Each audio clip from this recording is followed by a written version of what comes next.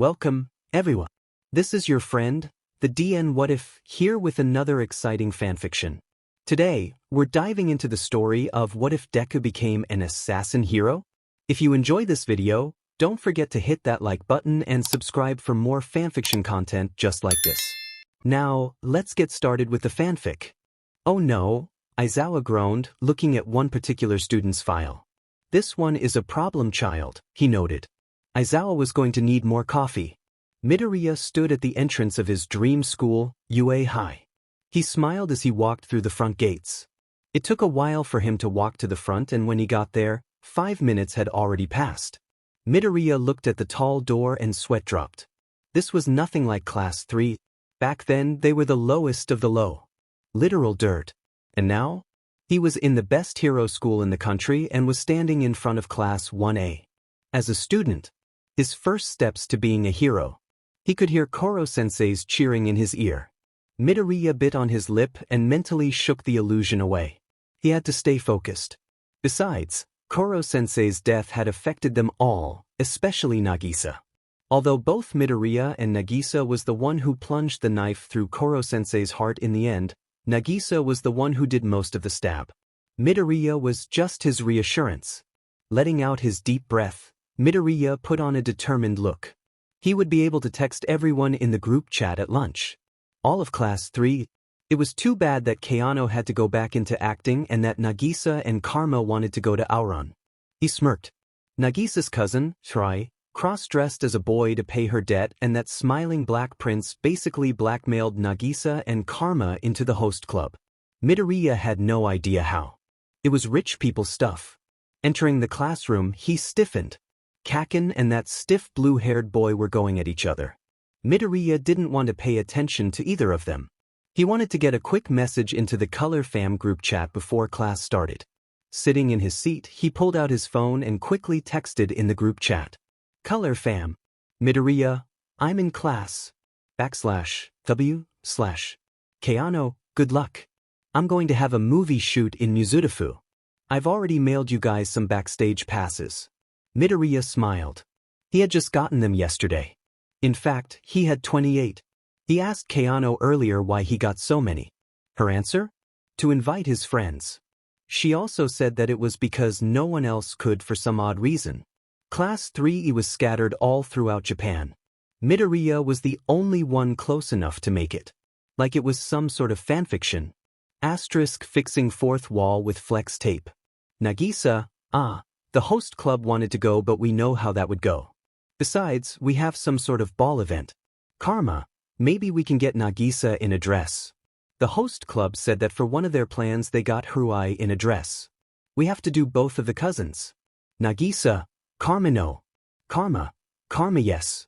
Midoriya had to cover his mouth so that a snicker wouldn't come out. He looked up and put away his phone.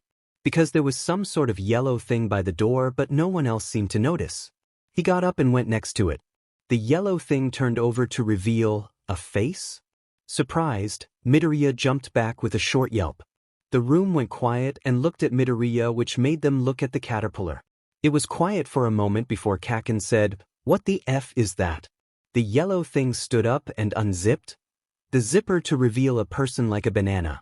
Only Midoriya noticed me, and you all only realized I was here when Midoriya yelled. Work on noticing your surroundings. I'm your teacher, Aizawa. Now put these on. He summoned gym uniforms like it was magic, and meet me outside for an apprehension test. The entire class, what? Midoriya was the first to get outside. He was usually the first outside because he didn't like it when other people saw his scars. Only Class 3E saw it, and that was because Koro-sensei saw it, and then some of the boys in his class, and then somehow the girls knew, and then they had a huge party. Midoriya was eternally thankful for that, but he didn't think Class 1A would be like them. He wasn't suspicious of them, but he didn't trust them. Midoriya simply did not know them long enough for that. By the time everyone got outside, Midoriya's eyes were closed and he was practically sleeping. When he heard the last person's footsteps, he opened his eyes. Aizawa-sensei probably wasn't pleased by the look on his face. Some would ask how Midoriya could tell. Midoriya would answer, Kirishima-sensei. Because that guy is an ice cube. Seriously. It took you 10 minutes to get ready. You won't have that time when you get into hero work, he criticized, and Midoriya mentally shook his head. Aizawa-sensei was Karasuma-sensei to the D. Now, we're doing 8 tests. You can use your quirk. Bakugo, Aizawa said, and Bakugo responded, yeah? How far could you throw a baseball in middle school? 67 meters. Midoriya rolled his eyes. You could practically hear the smirk in his voice. He must not have been the only one because some of his classmates' mouths' corners twitched. Throw this, Aizawa said, and Bakugo walked up to the ring. Die! Bakugo yelled as he created an explosion, sending the baseball flying. Midoriya flinched, trying to control his urges of grabbing his knife underneath his breaths, on the side of his leg and pressing it on Bakugo's neck. That would surely expel him. Aizawa checked his phone and showed it to the class. 705.2 meters. The class started to talk amongst themselves when someone said something along the line, "This will be fun." Midoriya rolled his eyes. Fun. The class turned back to Aizawa-sensei. Fun? The person in last place will be expelled. But sensei, a girl Yorika his mind supplied, said, "That isn't fair." Life isn't fair, Midoriya interrupted, and everyone looked at him, including Aizawa-sensei. Villains don't care if what they do is fair. Natural disasters happen all the time. People are being killed every day, whether by accident or on purpose. People are being openly assaulted and stores are robbed, and you can't just stand up and say that's not fair. Because life isn't fair. If you're not ready for that, then you should rethink your choices on whether you want to be a hero or not. The class was silent as Midoriya made his mini speech, and Aizawa nodded in approval. This kid was going places. Midoriya's right. Now, line up so we can start. The test ended and Midoriya wasn't feeling as great as when he started. Everyone did exceptional at least one test. Even the purple pervert did great at the side-to-side jump. He listened as Aizawa-sensei read out the results. First goes to Yaoyorozu, second to Todoroki, third to Bakugo, fourth to Ida, fifth to Tokoyami, sixth to Shuji, seventh to Audru, eighth to Kirishima, ninth to Ashido, 10th to Uraraka, 11th to Koda, 12th to Sato, 13th to Azui. Azui murmured, "Call me Tsu please." 14th to Aoyama, 15th to Siro, 16th to Kaminari, 17th to Jairu, 18th to Hagakure, 19th to Midoriya, and 20th is Mineta. The purple person burst into tears while crying something that involved Yaoyorozu's melons. That was a logical ruse. The class went silent as a whole for the third time that day before yelling, "What?" Yaoyorozu just said, "It was pretty obvious. I thought everyone knew that. So he wasn't going to expel any of us?" Kaminari asked. "No, he was going to." "I'm actually quite surprised that he didn't." Midoriya was in the spotlight again. "What do you mean?" Uraraka said, and Midoriya responded, "Eraserhead, I mean, Aizawa-sensei's." Aizawa lifted an eyebrow at his hero name. "How the kid know?" "Is responsible for over 90% of all expulsions. Last year, he expelled his entire class. The senpais refer it as the Great Purge." Everyone shivered at the name, and Aizawa asked, "How did you know that?" Midoriya was not going to answer completely honestly. He had to keep Ritsu a secret. First of all, you have to be a hero to teach at UA. Second, you have a capture scarf and a pair of goggles to conceal which Kirkure going to race a thought makest the villains vera cautious butevent the tight makest the masup, which yo usat Radvan. "I'm mumbling, aren't I?" he said as he looked up and saw everyone with either a shocked, annoyed, or downright terrified expression. "But how did you know the expulsions?" Aizawa pressed. Midoriya blinked. "It's on the website. If you click on your icon on the website, it says very clearly that you expel anyone you don't deem fit of a hero. Do a bit of looking around on the website and you can calculate how many people you expelled," he said, like he was discussing the weather. By now, everyone was slightly cautious of Midoriya. His information was way too large. That was because of Ritsu, and if he could do calculations that fast, he must be a mathematical whiz. He was, but he was too lazy, so he also used Ritsu. Some of them, including Kaminari and Siro, backed up a step. Aizawa nodded. "All right, everyone go back inside for English." English went by rather quickly, at least for Midoriya. Present Mike was just reviewing over some basic grammar rules, something they had learned from Beach Sensei. Midoriya wondered how she would react if they still called her Beach Sensei. Midoriya? Hi, Sensei. Midoriya asked. Present Mike pointed at the board, which had the sentence, "It is a sunny day today." Can you read this for us, little listener? Midoriya nodded. It was a sunny day today. He read aloud in English and Present Mike looked impressed. Very good. You can barely hear the accent. You must have had a great English teacher, Midoriya. Midoriya thought about Beach Sensei teaching them how to flirt. You are incredible in bed, and nodded. Yeah, even if she taught a little weirdly, it got the job done. Pleased, Present Mike continued on with his lesson. Midoriya was trying to not to burst out in laughter. Beach Sensei? A good teacher? Yeah, she was good at telling them what to do and was able to teach them English, but as an actual teacher? Midoriya snickered in his head. Ectoplasm was teaching math and have given them a worksheet of problems to follow along. Midoriya just did them and didn't pay attention. Midnight was teaching them art and Midoriya was once again reminded of the blonde teacher. Except that Beach Sensei was a bit more subtler. She didn't say that she was turned on whenever they got a question right. They just got embraced. Midoriya was fairly certain that Beach Sensei had embraced everyone in class, including the girls.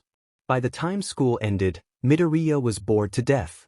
Koro Sensei was a better teacher than he thought. He packed up his things and got ready to leave. Midoriya was at the entrance when he heard, Deku. He turned around to see Uraraka waving at him with Ida in tow. Yes, Uraraka-san? You know my name isn't Deku, right? Uraraka reached Deku's side while apologizing. Midoriya forgave her. So, what do you need? He asked once she calmed down. Want to be friends? Uraraka smiled. Midoriya hesitated for a split second before he said, Sure, Uraraka-chan. Uraraka smiled even more at the chan part. You too, Ida-kun, Midoriya added. Ida thanked him while chopping the air with his robotic arms. The three walked together until the train station, where Uraraka and Ida had to go. Midoriya waved them goodbye and took out his phone when they left. Oh shoot, he thought, I forgot to ask for their phone numbers. Midoriya shrugged. He guessed that he would have to get them tomorrow. Looking at his phone, he went into the Class 3E group chat. Class 3E chat? Midoriya, I'm alive. Nakamura, he's surprisingly alive. Kurt.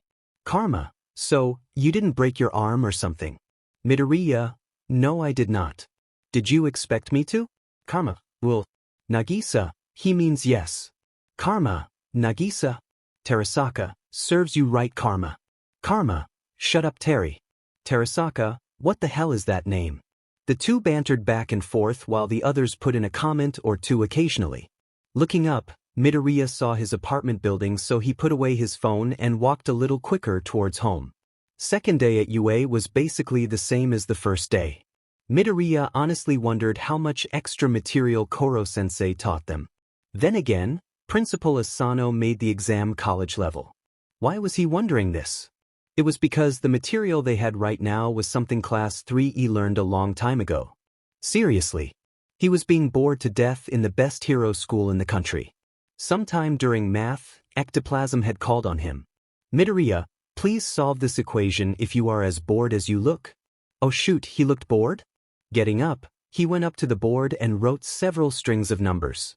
After reaching the solution, 47 to the power of -2, he gave the chalk back to Ectoplasm and walked back to his desk behind Bakugo. Ectoplasm looked slightly amused. Thank you Midoriya, for solving this equation for us. Now let's go over what he did and why he did it. I am here. It's All Might. Wow. That's his Silver Age costume. Midoriya was not fooled. All Might was hurt. His eyes were darting side to side. He spoke shorter sentences than usual. There was the slightest limp. He seemed to be favoring his left side. Midoriya frowned slightly. He was going to file this mystery for later. Now, costumes. Midoriya's costume was like his Class 3E gym uniform. Scratch that, it practically was his Class 3 uniform. The only major changes were the colors. Instead of a grayish blue, it was a dark forest green with stripes of black along the sides of the sleeve and along the seams. Oh. Midobro, You look so manly. Kirishima commented and Midoriya thanked him and smiled. Midoriya was once again the first outside. Luckily, it didn't take as long as yesterday for everyone to get outside. Hey Midoriya, Uraraka said. Her costume was white and pink and looked like a space outfit. Well, too lazy to describe it. Yes, hello Midoriya. Your outfit is quite something. Are you aiming to be an underground hero? Ida said, joining them. His was a silvery suit of armor with some pipes that came out the back. Ah, thanks you guys, Midoriya said and rubbed the back of his head. Attention! All Might's voice rang out and the trio went to join the group of students.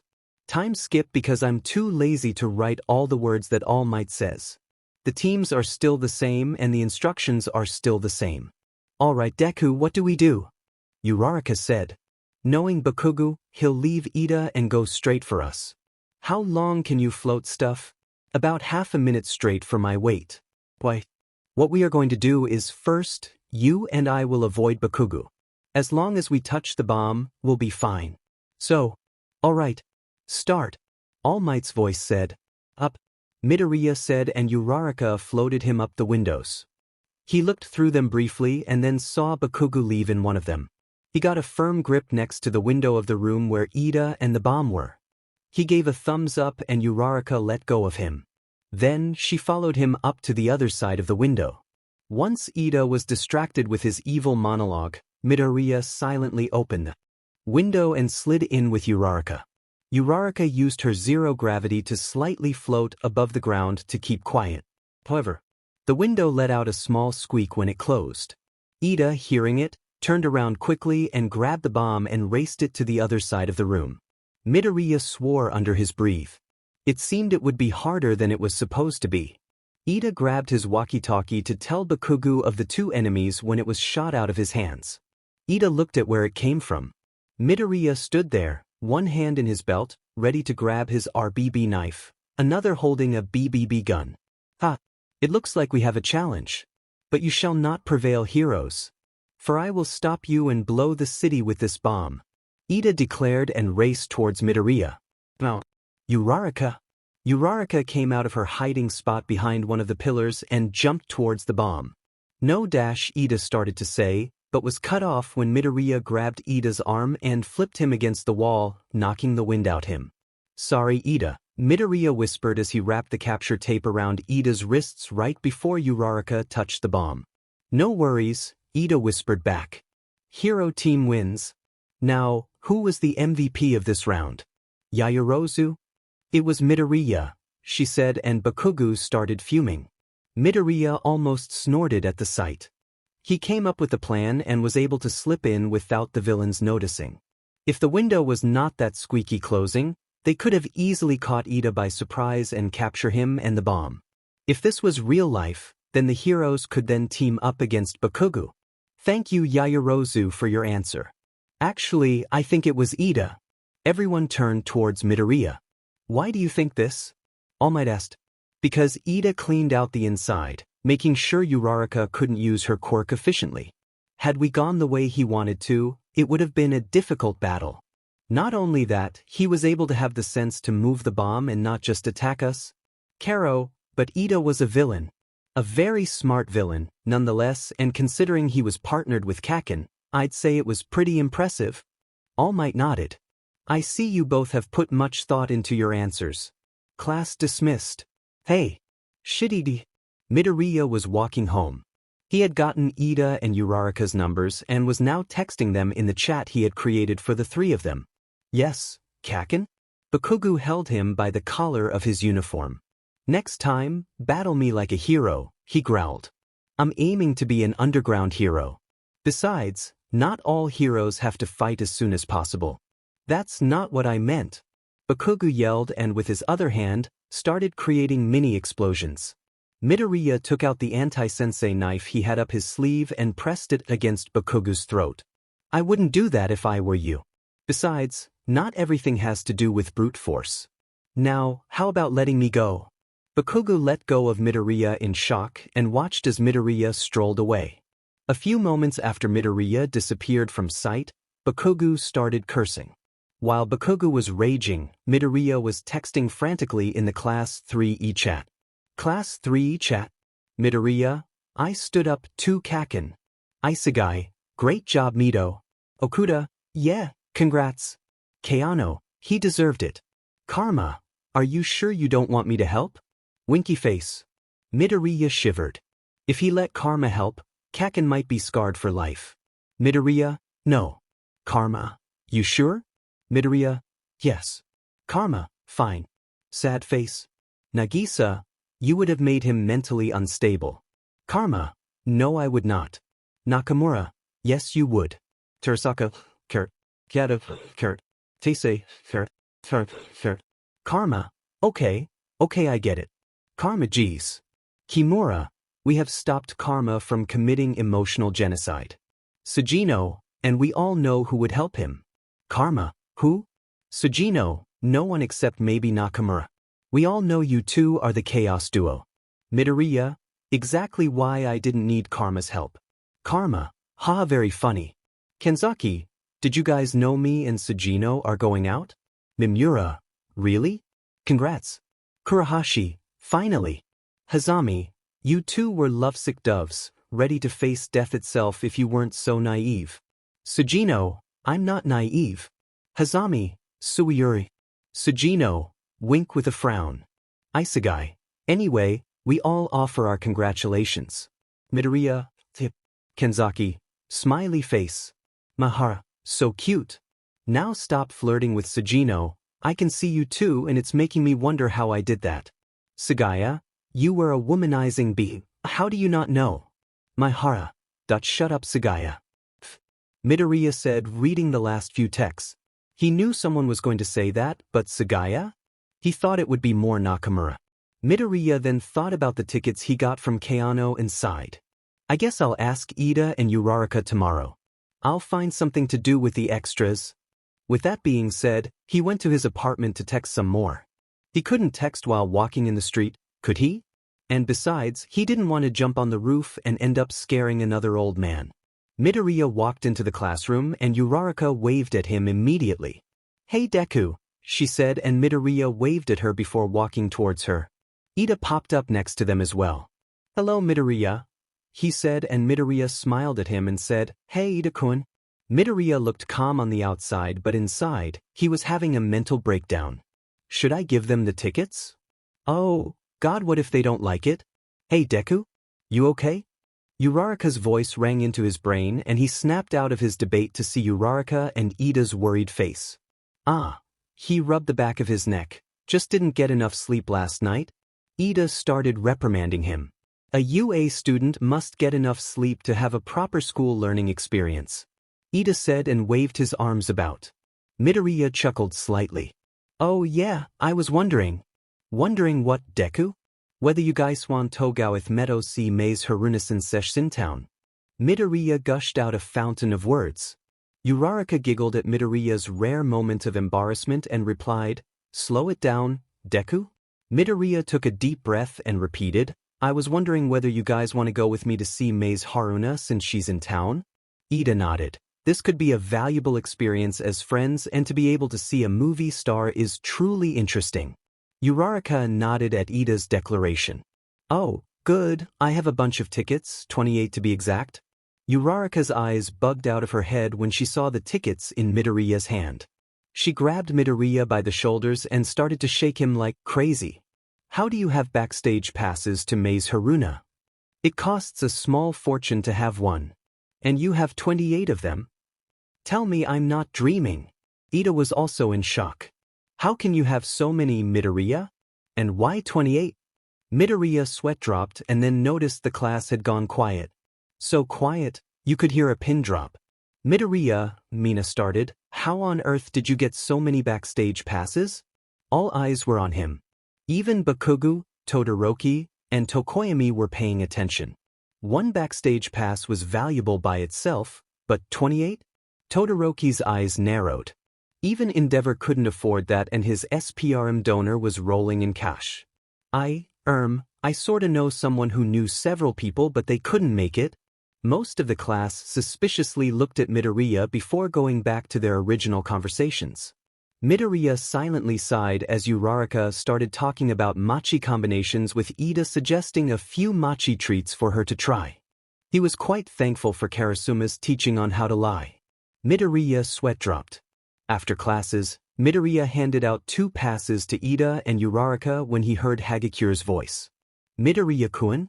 He turned to look at Hagekure's floating clothes. Yes, Hagekure-san?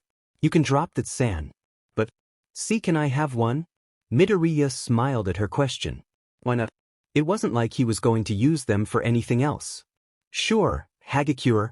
Mina appeared beside Midoriya as well. Can I have one as well?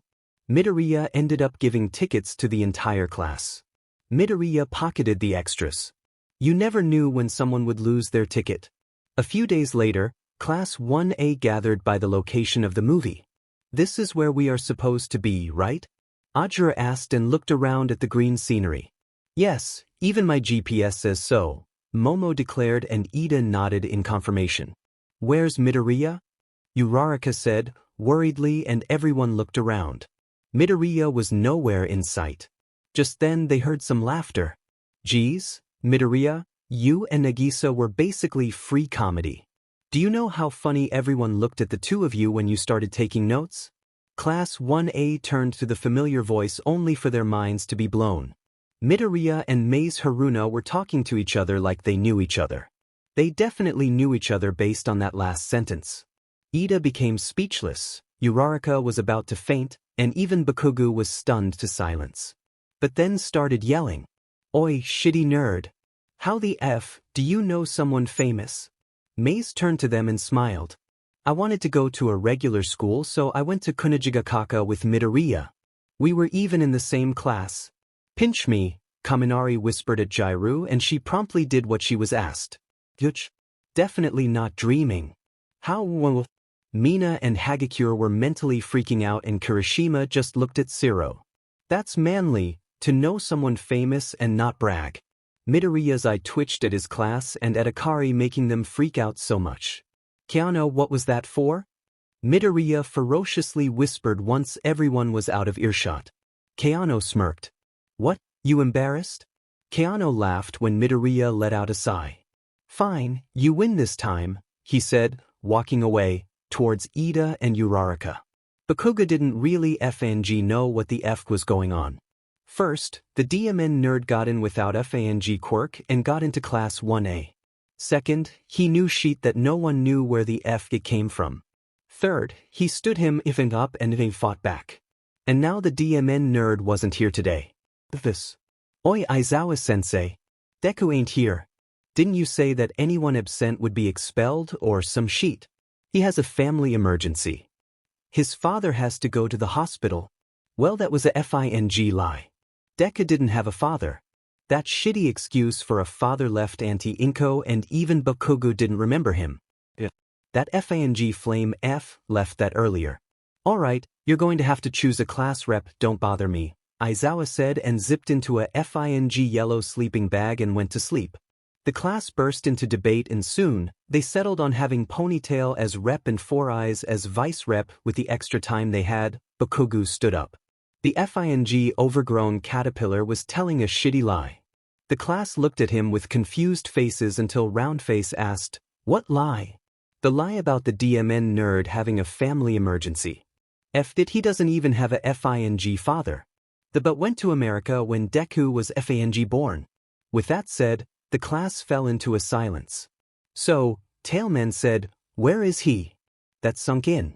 All I FING know, Bakugo said, is that he went to a FING different school last year than me called Kunijigakaka or some sheet. Now he's FING different. What the FING sheet? Isn't Kunijigakaka that private middle school with the most successful graduates? Shitty Hair said out loud, and Four Eyes became a teen robot and waved his hands around saying, yes. It's even better than Sumai, the school I went to. It wasn't until Momo said, it's my middle school's greatest rival. We almost always lose to them. Last year, we were completely destroyed, that chaos broke out. What the hell? Geez. No wonder he got in and was so cool. That made Bakugo grow a tick mark. He's effing quirkless. The class's heads snapped back to Bakugo. No he isn't, Soy Sauce said. It's effing true. I went to school for him for my iffy entire life until last year. He's useless. He isn't useless, Round Face said, and Four Eyes nodded. The rest of the class voiced their disagreements with Bakugo, and he sat down, fuming. So, if he is quirkless like Bakubro said, how'd he get in? Did anyone see him? The class all shook their head. Man, not even at recommendations? Kaminari asked, and Momo replied, no, I didn't see him. Then how did he get in? Siro said, and soon, they were startled by Aizawa saying, he got in through government recommendation. Now be more quiet so I can sleep. The class took in the news in silence. Was government recommendation even a thing? And not only that, but how'd he get the government to recommend him? Midoriya sat in his hero outfit since it fit more than his Class 3 uniform. Are you ready? The walkie-talkie in his hands sprang to life with Karisuma's voice. Yes, sir, he whispered back. Good. Midoriya put away the walkie-talkie and got out his gun and knife. He had a mission to do. He would not fail. Midoriya listened to Ida's loud explanation on how to enter the bus. As he boarded the bus and sat down, Azui asked, Hey, Midoriya, Karo, how did you get recommended by the government? Midoriya froze at Azui's inquiry. Yeah, how did you? Aizawa-sensei only told us that you got in because you were government recommended. Kirishima questioned, and Midoriya felt like groaning. Seriously, Aizawa-sensei? He thought, thinking how to get out of this situation. You guys, if he doesn't want to answer, he doesn't have to. Uraraka protested, and Midoriya felt the urge to thank her. But he's quirkless. A cold blanket of tension dropped on them, and some shivered. They stared at Midoriya, whose face seemed to darken. So what, just because I'm quirkless doesn't mean I'm useless? Midoriya smiled an eerie grin, and a certain great boy trembled. Oh, Bibatesh. But what? Bib. If I can get ahead of you during the apprehension test on the first day of school, I wouldn't be talking if I were you. Mineta shut his mouth quickly, and the dark feeling disappeared as fast as it came. Scary, many people thought, as Midoriya chuckled awkwardly, rubbing the back of his neck. Sorry, but I'm a bit touchy when it comes to my quirkless status. Midoriya apologized, and some like Kirishima and Ida nodded, and Uraraka said, No problem, Deku. Can you call me by my name instead? Oh, sorry, Midoriya. Thanks. All right, Aizawa's tired voice said, We're here. Welcome to the USJ. 13 said, and everyone thought, Universal Studios Japan. Time skip brought to you by Midoriya's assassin skills. Hey look, there are even fake villains. Kirishima pointed, and Midoriya brought his hand to the gun in his hidden pocket and his other hand to his knife. A real knife. Mind you, that was the same dimensions of the anti-Korosensei knife, except the weight, of course. Those aren't fake villains, Kirishima, he yelled, and Aizawa grabbed hold of his capture scarf and instructed 13. Take the students out of here. Oh, not so fast, a purple misty guy said behind them. Time skip because I can't find what Kurogiri said. And yeah, Midoriya could feel himself falling into the purple abyss before he found himself falling face-first into water.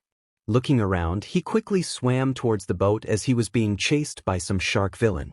Climbing onto the boat, he spotted Azui holding Mineta with her tongue. She threw Mineta onto the deck as she climbed up the side of the boat. Are you guys okay? Midoriya asked. Mineta nodded, and Azui responded, I'm fine, Karo. Good. Now, we gotta get off this boat, Midoriya said, worriedly, staring at the villains in the water. There's no way. Mineta protested. I say we stay here. The heroes will come any second now. But how do you know they will? The alarms should have rung as soon as the portal opened. That means they either messed with the alarms or they hacked into the system. He's right, Karo. Mineta teared up. But I don't want to die. We won't die, Midoriya confidently said, and started strategizing. He must have mumbled because Azui and Mineta looked at him weirdly, in his opinion at least. Sorry, was I mumbling?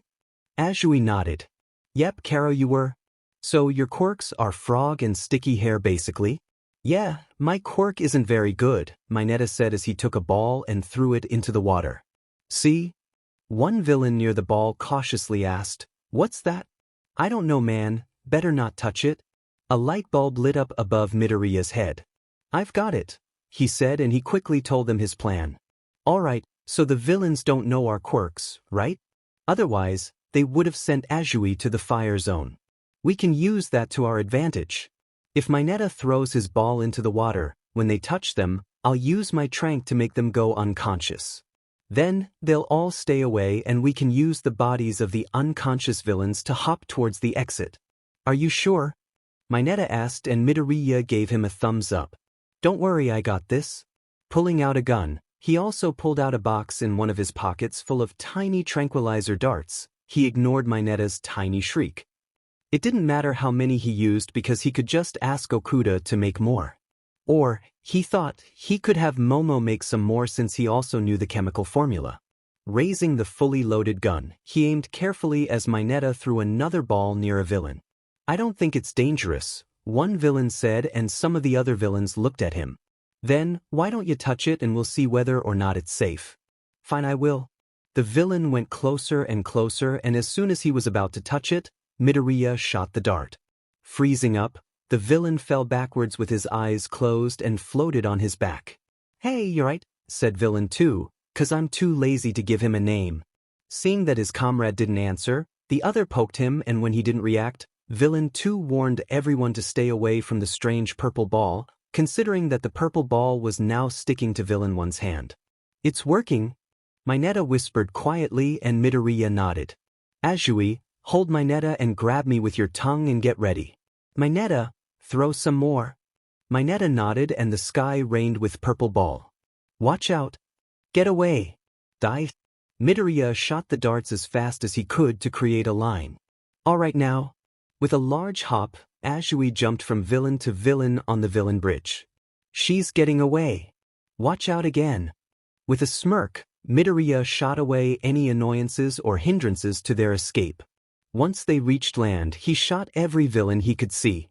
It was alright though, considering that he made sure that the villains floated on their backs and were in no risk of drowning. We did it, we did it, we did it. Mineta cheered, and he quickly shook Midoriya's free hand. I'll never talk about the quirkless like that again. Then why didn't you do that earlier? Never mind, it's not your fault you learned like that. Society's kinda messed up like that. Thank you, Midoriya. Midoriya looked around and noticed the battle in the middle of the US. Come on, you guys. He jerked his head towards the center.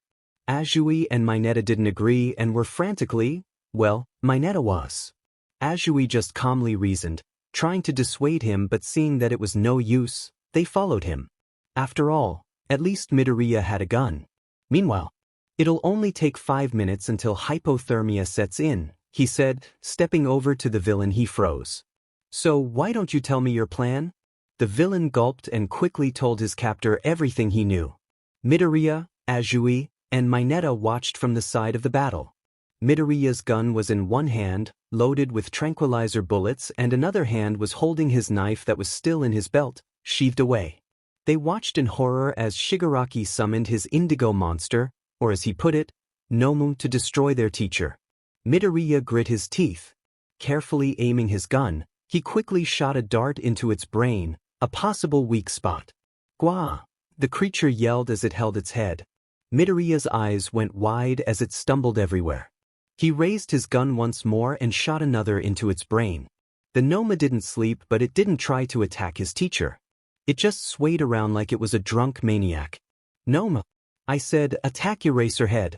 His stats have gone down quite a lot. The Noma did not attack Eraserhead. Instead, it looked back at Shigaraki and spun on its heel before crashing down onto its back. It was totally acting drunk. Midoriya aimed once more and shot one more bullet. It did the trick. The Noma's eyes closed and it relaxed its muscles as it slept. No. You broke my weapon. Shigaraki shrieked, connecting eyes with Midoriya. Quickly pushing Azui and Mineta away, he whisper-hissed, go around and try to get Sensei. If you can't, just run. Azui carried in confirmation as Mineta hugged Azui tightly. She quickly hopped away and Midoriya looked back at Shigaraki, whose hands were twitching as he scratched his neck. No, you cheater, Hacks, no, he hissed, and Midoriya quickly brought up his knife as Shigaraki rushed to him. If he could handle Koro-sensei, Midoriya smirked, He could handle Shigaraki. All he had to do was not get touched by Shigaraki's hands. Right as Shigaraki was about to reach him, he stepped to the side and slashed his knife. It connected with Shigaraki's arm and created a large gash in his forearms. When Shigaraki stumbled by, he shot a tranquilizer dart, only for it to disappear into a dark purple portal. Midoriya's eyes widened and he ducked. Ida ran out of the USJ, with the vow that he will train to be stronger so he could protect his classmates. The tranquilizer that was supposed to be for Shigaraki brushed the top of his fluffy hair and lodged itself into a tree. You should not be playing with these.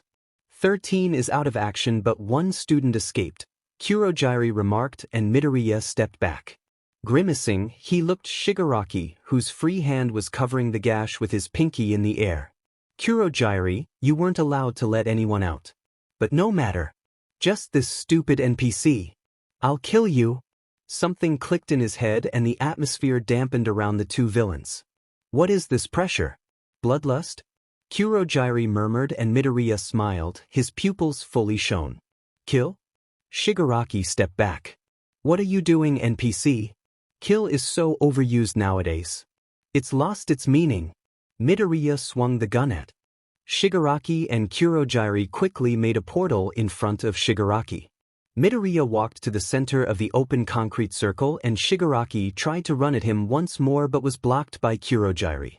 Save your energy, Shigaraki. We don't have a proper healer. Kurogiri. Shigaraki whined as he scratched furiously at his neck. Midoriya turned back around. I thought you were some big boss. Turns out, you're just some cannon fodder who has to rely on his nanny. What a joke. But everyone knows that the first obstacle boss is just a joke. That does it, you brat? Shigaraki yelled as he pushed past Kurogiri. Wait, Shigaraki. Kurogiri wasn't able to finish his sentence when Bakugo pounced onto his neck brace. Move and I'll blow you up. Not so smart now, eh? You motherfucker. How did you know? Kurogiri asked and Bakugo chuckled. You must have had a FING body somewhere. You didn't want any weaknesses so you put it in a shitty neck armor.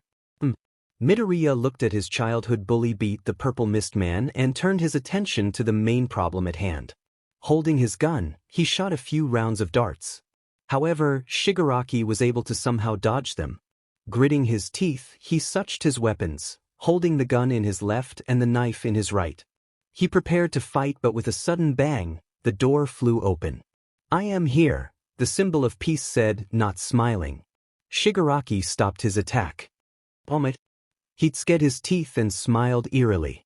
How would it feel to not be able to protect your students? Shigaraki lunged and reached for Midoriya, who slashed his hand just in time to step to the side. All Might rushed down to punch Shigaraki when a portal appeared right in front of them. You FBSTD! Bakugo yelled as Kurogiri shook him off. Kurogiri then warped to Shigaraki and teleported away. Dang it, Midoriya murmured, but his frustration soon melted away when he saw All Might in front of him. Are you okay, young man? I'm fine, All Might. That was some impressive knife work. But do you have a license for that gun? All Might pointed to the gun in Midoriya's left hand. Some of his classmates had made their way towards the edge of the concrete center during the battle and paled at the gun in Midoriya's hands. I can show you my license right now. Midoriya put on the safety lever on the gun and shoved it into his belt under his shirt. He then reached for another hidden pocket and took out a wallet. He pulled out a card and showed it to All Might. Why, you got it last year? All Might asked in confusion and Bakugo's mouth dropped slightly. Midoriya nodded and All Might chuckled. That's even younger than Snipe. He was only allowed to use it during his first year of high school. His classmates paled some more when they heard that sentence. And not only that, Midoriya was able to defeat a Nomu and the villain's Quirkless. A Quirkless beat some villains and a genetically mutated creature that was designed to kill All Might. Yeah, it wouldn't be surprising if they were now terrified of Midoriya. Midoriya sat in class, quickly and quietly scrolling through his text messages when the door opened. He quickly put his phone back in his pocket and looked at the person at the door. His jaw dropped slightly and his eyebrows shot up.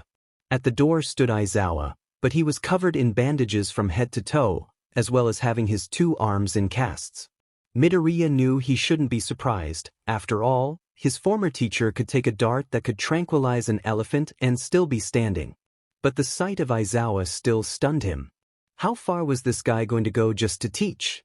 Aizawa-sensei, are you sure you are okay to teach? Ida voiced his concerns and the class nodded and agreed that Aizawa should have at least taken a day off before coming back. I can teach. If I, a pro hero, could not risk getting hurt, I should not be one. Let that be a lesson to all of you. Midoriya internally agreed. After all, he risked his life still being an assassin. Even before then, his entire class risked getting arrested so that they themselves could kill him. No one else would be allowed. Only Class 3E had that choice. Well, I have an important announcement. Midoriya quirked an eyebrow up and some of his classmates leaned forward to hear this important announcement. The sports festival is coming up. Midoriya's heart lifted as he remembered last year's. His entire class and his 3 teachers gathered around a TV and watched the entire thing. Kirishima had claimed it was for educational purposes. His classmates around him buzzed with excitement and Kaminari said, "Finally, a normal school event." Aizawa gave them a glare and the class went quiet. Aizawa continued, "If you're worried about any villains infiltrating, you shouldn't. Since the school's going forward with the festival, it means that the school's confident that it's got all its ducks in a row when it comes to its crisis control now. I hear the police presence will be 5 times bigger than normal, for example. What you should be thinking about is, what a huge chance the sports festival presents for you all." Midoriya found himself nodding to Aizawa's words and raised his hand. Aizawa looked at Midoriya and nodded. "Are we allowed to bring anything? Like support items?" he asked. "You are, but you have to fill out and send a form to staff for them to allow it since you are in the hero course." "I have the form over there," Aizawa answered while pointing to a pile of papers on his desk. Midoriya nodded. He would have to give that to them later. Once school had ended, Midoriya snatched a paper from Aizawa's desk and started filling it out. He put his name, class, homeroom teacher, date, his item, and the reason he wanted to use it. Midoriya walked to the office to give them his form. Knocking on the office door, the door opened and revealed Snipe at the door. "Oh hello," Snipe said and Midoriya showed him his form. "Ya want a support item?" Snipe asked. "Yep. Alright, I'll make sure you get your form to Nizu. See ya later," Snipe said as Midoriya thanked him and started to walk away. "Oh yeah, nice gun skills by the way." "Thanks, Snipe-sensei." Midoriya smiled over his shoulder and walked away. As he went out of UA, he heard Uraraka and Ida. Looking over, he asked, "You guys waited for me?" Uraraka nodded. "Yep. I thought you might want to walk together." "Yes, we also knew you might want to fill out one of those papers," Ida said and Midoriya smiled at him. "Well, you were right, so thanks." The trio walked out the gates and Uraraka asked, "Are you going to use a gun like at the USJ?" "No, I don't think so. I'm only going to use some Kali sticks," Midoriya replied. "Besides, I don't think they'll allow me to have guns." Ida said, "Most likely. However, if you were allowed, I'm sure that you would best many, if not all of us. Your skills are quite incredible." Midoriya whipped his head at Ida. "So, you guys aren't weirded out?" Ida smiled and Uraraka answered, "Nope. Sure, it might be scary at first, but at least it's not bombs like Bakugo. And besides, Snipe uses guns, doesn't he?" Midoriya smiled, "Thanks, you guys." "No problem." Midoriya sat on his bed and turned on his phone. Going to the Class 3E chat he put in. "Midoriya, you guys? UA's doing the sports festival." Kimura, "Really?" Midoriya, "Tip. Chiba, are you using your gun?" "Hayami, don't think so, Chiba." "Chiba, oh. Yada, Midoriya would win outright." Midoriya, "Thanks for the confidence." Nagisa, "More like everyone would be. Terrified like with Karma's bag." Karma, "My bag is my treasure." Nagisa, "Karma. It has skis, nose clips, tape, rope, and more. Anyone would be terrified." Karma, "I don't use it all the time." Midoriya, "That is true." Karma, "See? Meg, I still wouldn't allow you to have it." Karma, "Thmig." Isegai, "I agree." Karma, "No." Midoriya, "Me neither." Karma, "You betrayed me." Midoriya. Itona, Any machines? Midoriya, they might have robots for one of the rounds. Itona, just make an EMT or something. Midoriya, aren't those illegal? Itona, isn't killing illegal? Nakamura, he's got you there broccoli boy. Midoriya, for the last time, I am not broccoli. Keano, your hair is greener than my wig. Midoriya, so? Sugino, you are as much as a broccoli as much as Nagisa is a girl. Nagisa, I am not a girl. Sugino, you look like one. Nagisa, not my fault. Terasaka, ha shorty. Karma, didn't you once say you were a puppet and I was the puppet am I? Terasaka, yeah? Karma, does that still apply now? Midoriya, Karma no. Nagisa, Karma no. Isegai, Karma, please don't. Karma, Karma yes. Fua, you better run for your life Terasaka. Terasaka, no way. Karma, all I need to do is ask Ritsu for your address. Terasaka, oh hell no. Izuka dear. Time for dinner. It's Katsudon. His mother called from down the hallway and Midoriya turned off his phone. Hey mom, I'm coming. Midoriya shouted back and put his phone away as he went to eat his favorite. Katsudon. You want to have a match with the problem child? Aizawa asked Snipe, who nodded. Aizawa sighed as he looked at Midoriya's form for support items. At least he hasn't chosen a gun for his item, he murmured. Aizawa was quite worried when Midoriya asked whether they could bring support items. He sighed. Problem child would still make trouble with these. Aizawa could feel it. In the form of a headache. Hey, Uraraka? Yeah, Midoriya? The trio, made up of Uraraka, Ida, and Midoriya, walked down the hallway towards the cafeteria. Why do you want to be a hero? It's I'm not very proud but. It's for the money? Ida and Midoriya looked at her, confused. You don't seem like you would do that, Ida commented and Uraraka rubbed the back of her neck. My family owns a construction company, only no one has given us work so we're flat out broke. Midoriya thought about it for a second before pointing out, but isn't your quirk perfect? You could cut a lot of costs with that. Uraraka nodded quickly and eagerly, yeah. But my father said that I should follow my dreams over helping them. But I don't have that great of a motive. Like you, Midoriya. You want to help everyone and you're quirkless so you're setting an example. My first reason's money. Ida scrunched his eyebrows just a little bit. But you are helping your family with their financial situation. That is very heroic to do. Really? Yeah. Midoriya nodded and Uraraka smiled. I'm going to do my best so that I can get stronger and I'll help people, not just my family. So that's why. I want to be a great hero. To help others and to help my family have a good life. Uraraka declared and the two boys smiled and Midoriya cheered. What about you, Ida? Midoriya turned to his blue-haired friend and he paused. Do you, Ida hesitantly asked, know the hero Ingenium? The two nodded and Ida continued, my brother is Ingenium. So I am going to keep my brother's legacy going and make my family proud. Midoriya blinked. He should have known. Ida's name was Iid. He had engines in his calves, the type of quirk that the Ida families always have. He facepalmed. I should have known. Don't think like that, Midoriya. Uraraka said and Midoriya smiled. Yeah, I shouldn't. Still, Midoriya still felt like something was going to happen. His assassin sense was tingling after all. Whether it was good or bad. Midoriya didn't know. As the class ended, Midoriya watched as Bakugo walked over to the door to open it, only to find a crowd of people outside the door. What are they doing here? Siro asked and Bakugo answered, they want to check out the competition who faced off with villains. Midoriya quickly sighed in relief, seeing that Bakugo was calm, or at least, as calm as he could be. However, his hopes were soon dashed when Bakugo yelled, get the F out of my way, shitty extras. Midoriya never felt more annoyed at Bakugo than ever. Apparently, someone else in the crowd shared his thinking. Wow, I never knew Hero Corps students were so arrogant, a purple-haired boy said, whose hair was defying gravity. Midoriya bit his lip as he watched the exchange. Earlier that day, he had gotten a call from Kirishima, saying that he was needed. Looking at the clock, there was still an hour and 10 minutes until they had to meet. Unfortunately, he had to take the train to get there, which took half an hour by itself. He couldn't waste time.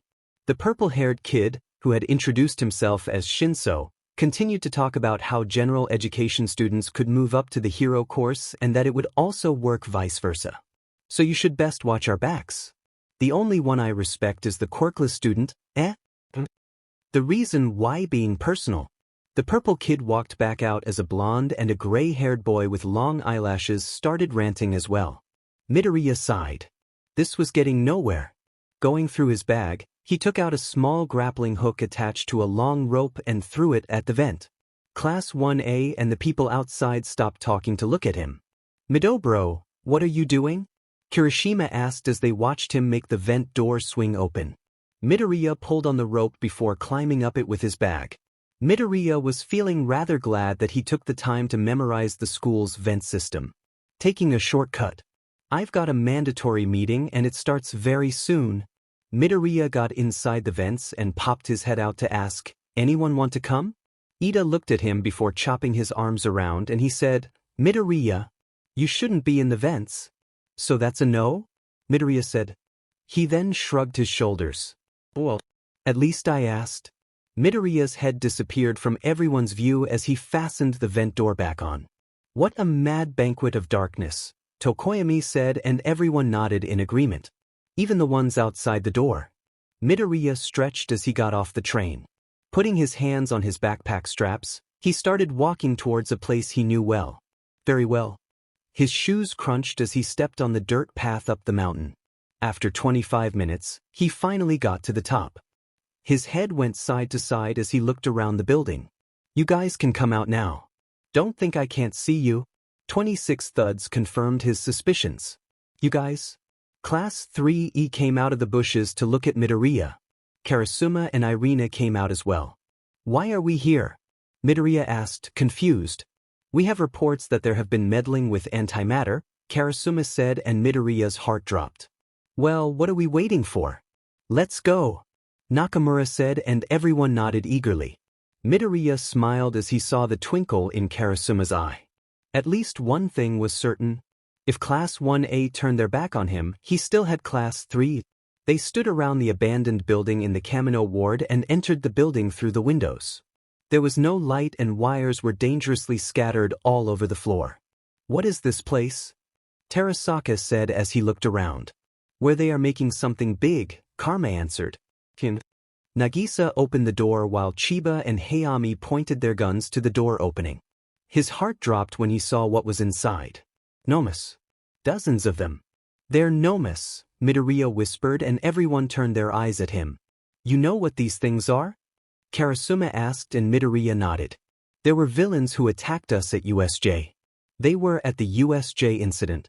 Everyone's eyes widened as they looked at the monsters. Then we have to destroy them, Kirishima concluded as he pulled out their wires that connected the tubes, and the class started to do the same. Terasaka, with his strength quirk, started to break the tubes, and Karma burned them with his hellfire. Now, even if they were still alive, they wouldn't be able to regenerate. Incinerated cells couldn't do that after all. After sweeping through the place, the class and Kirishima left. Midoriya looked back at the building before going faster to keep up with his class. There was something about that place that struck him funny. Inside the building, he listened to them talk and leave. He listened to them breaking his prized possessions. It was not matter. He would keep making them and making them. As long as he was still alive. He would keep coming back like the pest he was. Midoriya sat inside of his classroom, waiting for the sports festival to start. He had an idea, a rather unusual idea, sure, but an idea. Then again, Itona was practically expecting him to do this. Midoriya. Todoroki's voice interrupted Midoriya's train of thought. Midoriya looked up at Todoroki. Yes? Todoroki? Between the two of us, I would say I am stronger than you. Okay? Midoriya stared at the teen in front of him, not understand what Todoroki was implying. That is why I will beat you and win the sports festival. A declaration of war? Already? Kirishima yelled, and Bakugo lit up his hands. Don't declare war to the wrong thing extra. Bakugo yelled, but Todoroki was already walking away. Don't you ignore me.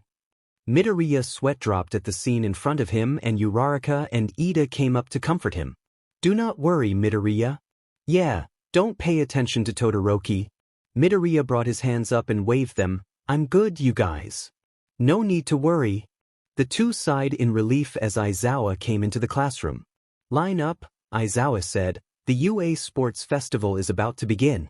Class 1A walked out into the sun as Present Mike commentated. Present Mike quickly announced the support, business, and management classes in such a way that made Midoriya think, biased much? When Midnight told Bakugo to give a speech, Bakugo announced, I pledge to be number one. Midoriya really wanted to strangle Bakugo. What was he even thinking? The other classes looked like they wanted to beat up Class 1A. Seriously. Midoriya bit his lip and clenched his breaths with his hands so that he didn't punch Bakugo or something. Because even if Bakugo couldn't mince his words up, he didn't have to announce it to the world like that. He was totally going to stop Bakugo winning the sports festival. The first round is an obstacle course. Midnight announced and Midoriya looked at the narrow entrance tunnel. This was an obstacle in itself. Ready? Go. As soon as Midnight said that, everyone rushed to the front. Except Midoriya. A flash of coldness and the people at the front had ice sticking them to the ground. After 5 seconds, Midoriya sprinted ahead. It was like a cross-country race. He weaved himself through the people running. It's the first obstacle, Present Mike declared when they reached the giant robots. Weren't these from the entrance exam? Someone shouted. Midoriya looked at the robots. How could they even afford this? As Todoroki froze one, Midoriya used the ice on one robot to go to another free robot. What's this? Midoriya from Class 1A seems to be on one of the robots. Midoriya opened one of the panels to reveal the inside wiring. With a bit of tweaking here and there, the robot was now under Midoriya's control. His smirk represented Karma's. Itona would be so proud of him. Somewhere, sitting on a couch on a meeting with his Class 3E friends. There's Midori using what I taught him, Itona pointed at the screen. Geez, that's dangerous, which is just like him, Nagisa sighed as Karma put on his infamous grin. Oh, is this your middle school class, Nagi? A brown-haired girl that looked like a boy asked as she looked at Nagisa's screen. Some other people with black, blonde, and strawberry blonde hair looked at it as well. Your friends have some interesting color hair, one of twins said at the exact same time. Then again, you have blue hair, the other twin said. Nagisa sighed as some of Class 3E chuckled and continued to watch the sports festival. Midoriya's using the robot to bypass all the obstacles. Aizawa, what have you been teaching your class? I didn't teach them that. They came up with their own strategies by themselves. Midoriya reached the fall with some stone pillars. Carefully, he put half the robot on one side and jumped from the robot's leg that was closest to the other side. With him, he took one of the robot's panels. He looked behind him as a pink-haired girl used a grappling hook-like invention to swing across the chasm before running ahead. Midoriya was rather fast, if he said so himself. Reaching the mines, he looked at Todoroki and Bakugo battling it out. Looking at the ground, he dug up some of the mines and put them in one pile, angling it. Then, he did what would hopefully not kill him. Midoriya, like the green broccoli boy he was, jumped on it with the panel like a sleigh. A loud boom rang through the course. What? That explosion wasn't supposed to be that big. Something's coming out of the pink smoke. Midoriya practically flew through the air with his metal panel of a sleigh. Todoroki and Bakugo stared at him as he went in front of them. The two started picking up the speed, making sure that there was the least amount of space as possible. Which was pretty ironic, Midoriya thought. Because his plan wouldn't work unless they did that. So Todoroki and Bakugo brought their own downfall. He flipped, putting his feet on the two's backs and slammed the metal piece on the ground, exploding more bombs. The bombs shot him forward while stopping Todoroki and Bakugo. Sorry, Midoriya thought, but I'm getting first. Midoriya rolled as he got to the other side of the minefield and raced forward with as much speed as he could muster. Sound seemed to disappear. He could practically see Koro-sensei by the finish line, with one of those stupid tiny flags, cheering him on. He could see the pride on Koro-sensei's face as he crossed the finish line. Then all of a sudden, it was like the world was unmuting itself. The loud cheers filled his ears as Present Mike yelled into his mic. First place goes to Midoriya Izuku. What a game changer. He walked away from the tunnel as Todoroki and Bakugo came into sight. Second place goes to Todoroki Shuto and third goes to Bakugo Katsuki. These powerhouses have a lot of game in them. As more and more people ran through the finish line, Midoriya let himself smile at his victory. He would win for himself, for his class, and for Koro-sensei. Somewhere, at a mansion. Your classmate was crazy. Hikaru thought out loud as Karma and Nagisa celebrated Midoriya's victory. Honey started twirling with his bunny and commented, "It was so exciting." Honey bounced towards Mori. "That's just one of his charms." Kurai smiled and Tamaki walked over. "What about one of my charms?" Tamaki used one of his seducing tricks on her. It did not work. Kurai looked at him in the eye and said, "You're annoying." Tamaki started sulking in a corner and the twins started laughing.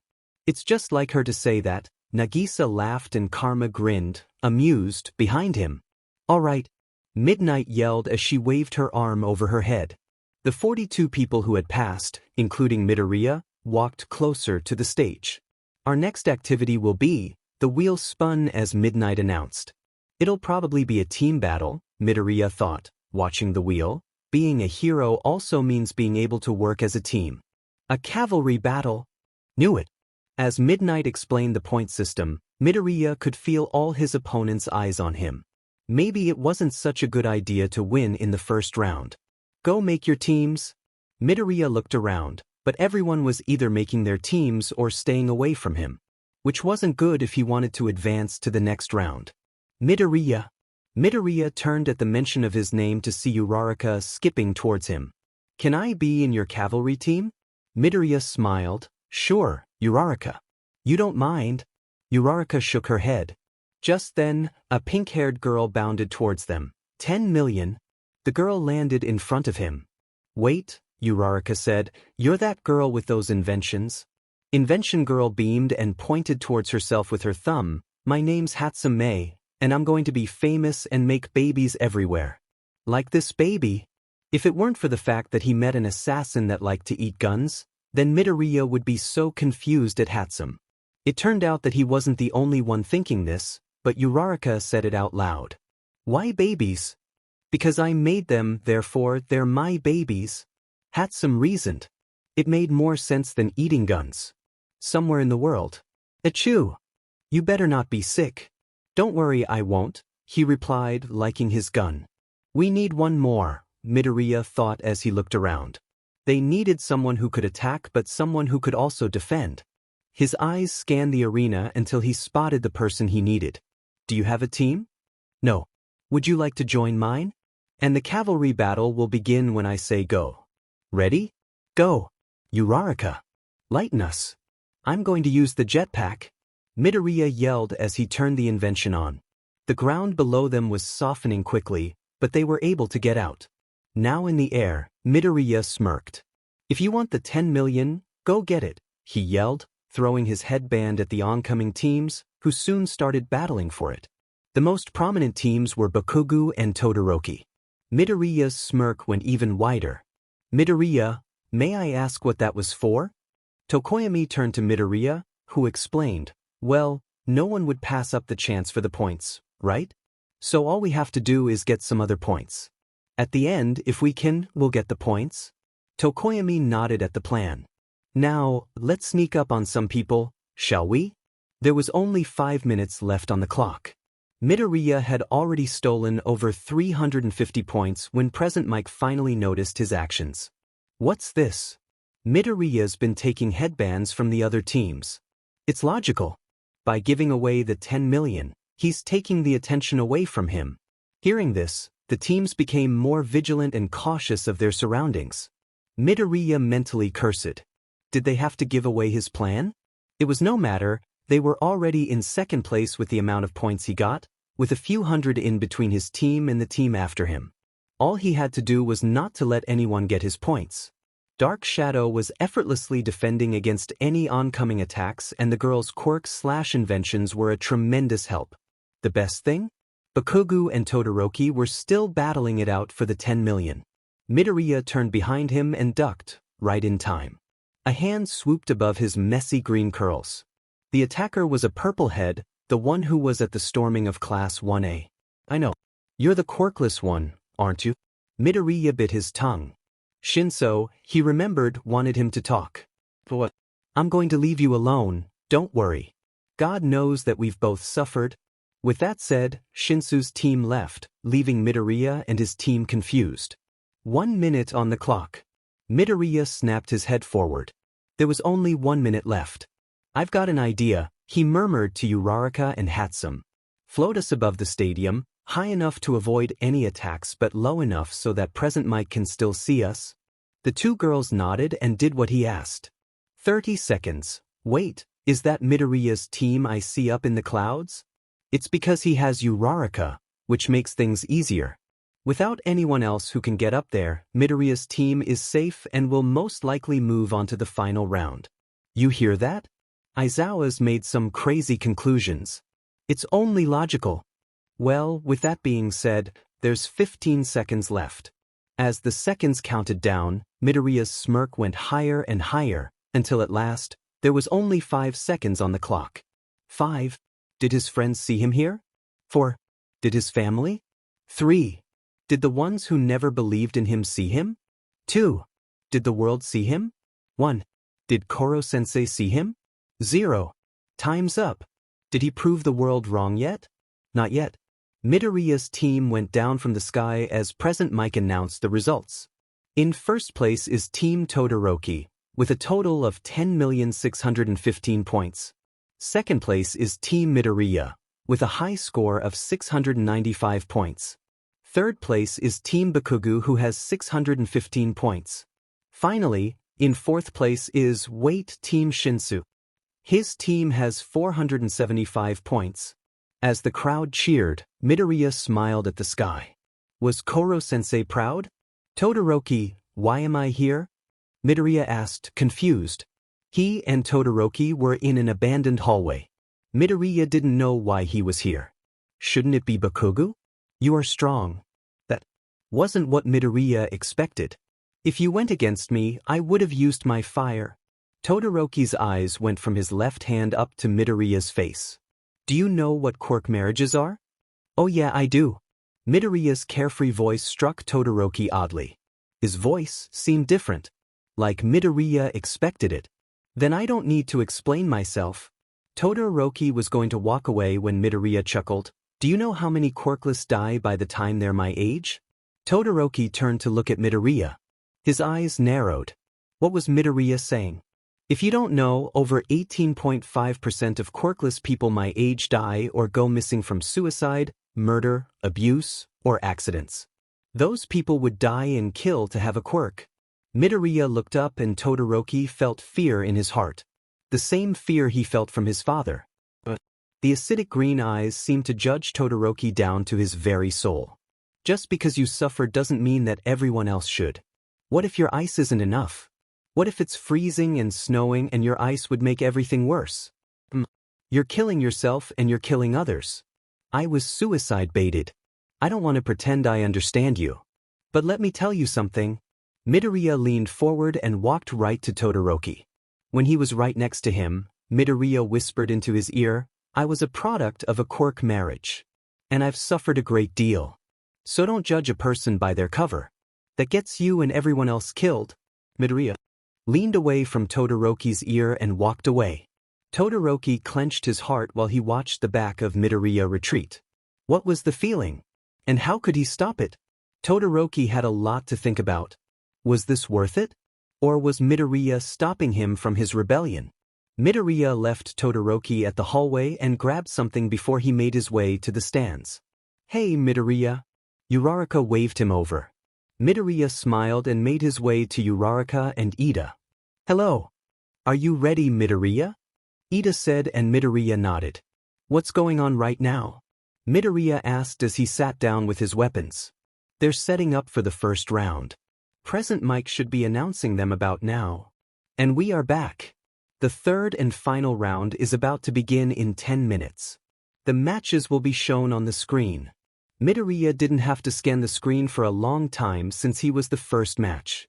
I should probably start preparing in the waiting room. Midoriya stood up and Uraraka and Ida followed him.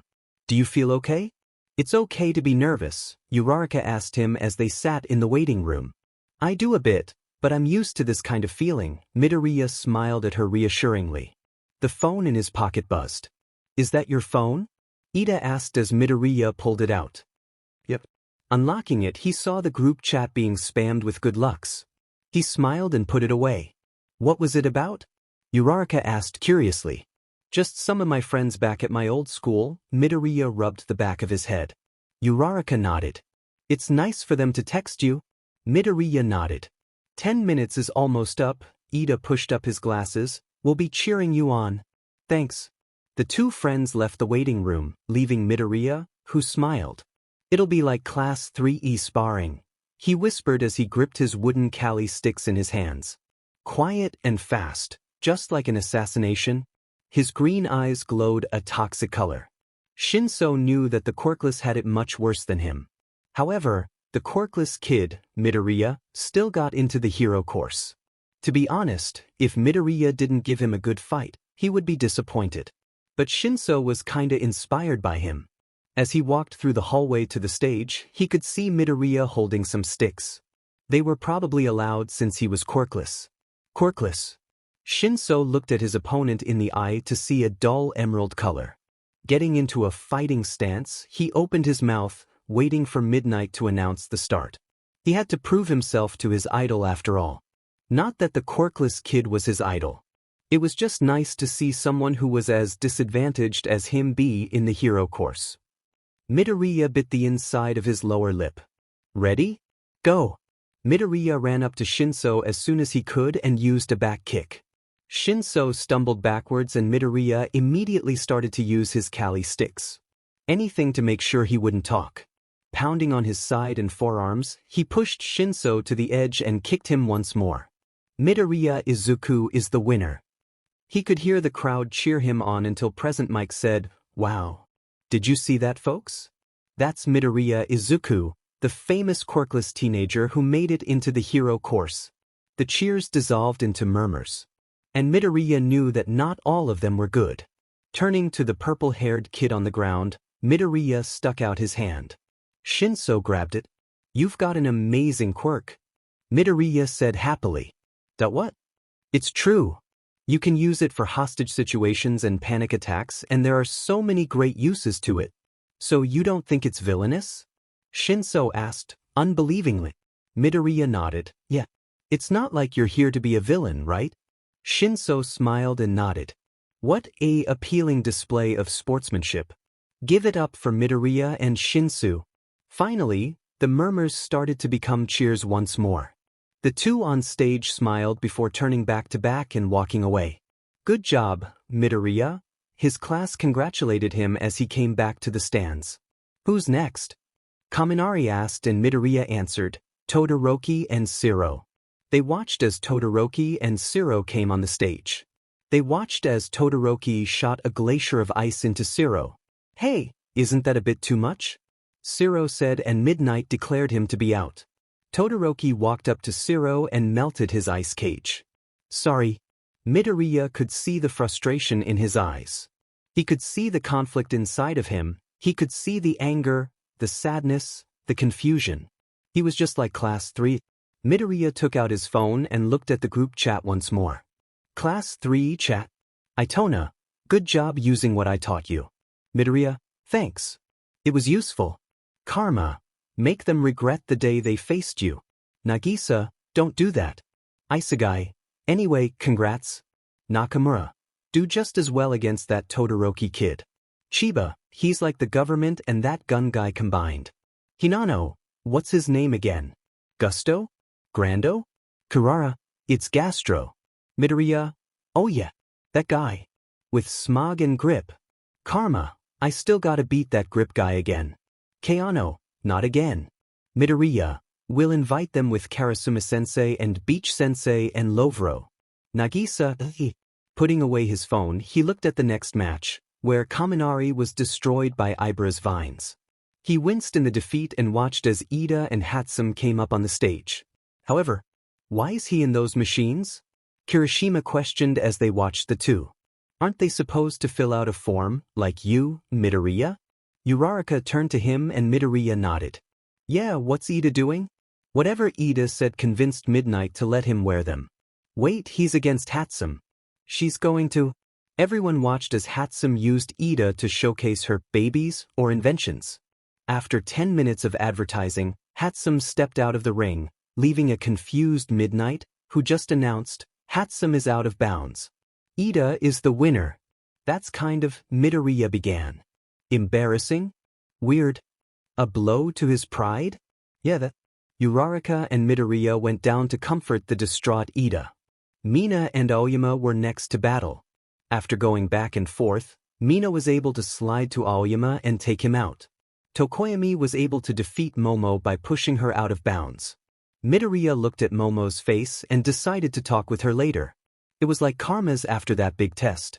Midoriya, Uraraka, and Ida waited in one of the waiting rooms for Uraraka's match against Bakugo during the match between Kirishima and someone from Class 1B called Tetsu. Personally, Midoriya thought that Tetsu needed to get a new name. How are you feeling? Midoriya asked and Uraraka shrugged. Ida started saying, Bakugo wouldn't go full force on a lady. No, he would. Ida and Uraraka turned to look at Midoriya. He's going to go all out to show that he's actually trying to beat you. He doesn't want to do it halfway. Uraraka nodded with a determined face. She stood up and said, I'll see you in the finals. She walked away, leaving the waiting room and Midoriya and Ida. And the two competitors are breaking the tie with an arm wrestling battle. Midnight waved her WHP around as the stadium cheered. Kirishima and Tetsu brought their arms onto a box and locked hands. On your mark, get set, go. The two activated their quirks and the battle of rock versus steel started. Back and forth their arms went until, bam, and Kirishima's won the battle. Amazing! Present Mike suddenly stood up, slamming his hands on the table while he yelled into the microphone. Sit down. Aizawa said, not looking at his friend next to him. Present Mike quickly pulled in his chair and sat in it. After the two competitors shook hands and left the battlefield, Present Mike announced the next pair. And our final match in our first round is our Explosion Nemsar Bakugo versus the Zero Gravity Princess, the Duchess of Space herself, Uraraka. Stop being so biased, Aizawa scolded Present Mike, who held the back of his head and chuckled awkwardly. Alright then, get ready. Go! Midnight yelled. Uraraka immediately started to run towards Bakugo, sticking low to the ground. She's going low to the ground, Midoriya muttered, his chin resting in between his pointer finger and thumb. There must be a reason, I assume? Ida turned to his analyzing friend, who nodded. Yes, there must be, that's it. He perked up his head and slammed his fist into his left hand as Bakugo created an explosion. What's it? Ida tilted his head. Look at all the rubble. What? Ah, I see. She's creating debris for her quirk, correct? Ida guessed. Midoriya turned to Ida and nodded. There was a bigger reason why she wanted to do this. Not only were there more rubble, but she would be creating dust everywhere, which served as a smokescreen. Not only that, but all quirks have a limit. She was trying to get Bakugo tired. He looked up for a split second before looking back down at the arena. Midoriya bit the bottom of his lip and the corners of his mouth started to tilt down. It was a smart plan, sure, but at this rate. And there's another explosion by Bakugo. Uraraka's sure beaten up now. Go a little easier on her, will ya? Yeah, stop bullying the poor girl. Boo! Big bully. That is improper behavior for a hero to have. Ida scolded them, chopping his hands up and down. Yeah, they're underestimating her. If Bakugo was having an easy time, he'd just blast her out of the ring, Midoriya pointed out. That meant Bakugo was having a tough time. Midoriya could see his CHST go up and down heavily. Bakugo was near his limit, but so was Uraraka. Will you all be quiet? Bakugo's giving her a fair fight. Besides, if you had paid attention to your surroundings, the dust settled down, showing the floating rocks above, you would have noticed that she had a bigger plan. Release. Uraraka brought the pads of her fingers together. The rocks started to fall down, tumbling down to the arena. "It's a meteor shower!" Present Mike screamed. The crowd watched as the rocks fell. Bakugo sneered.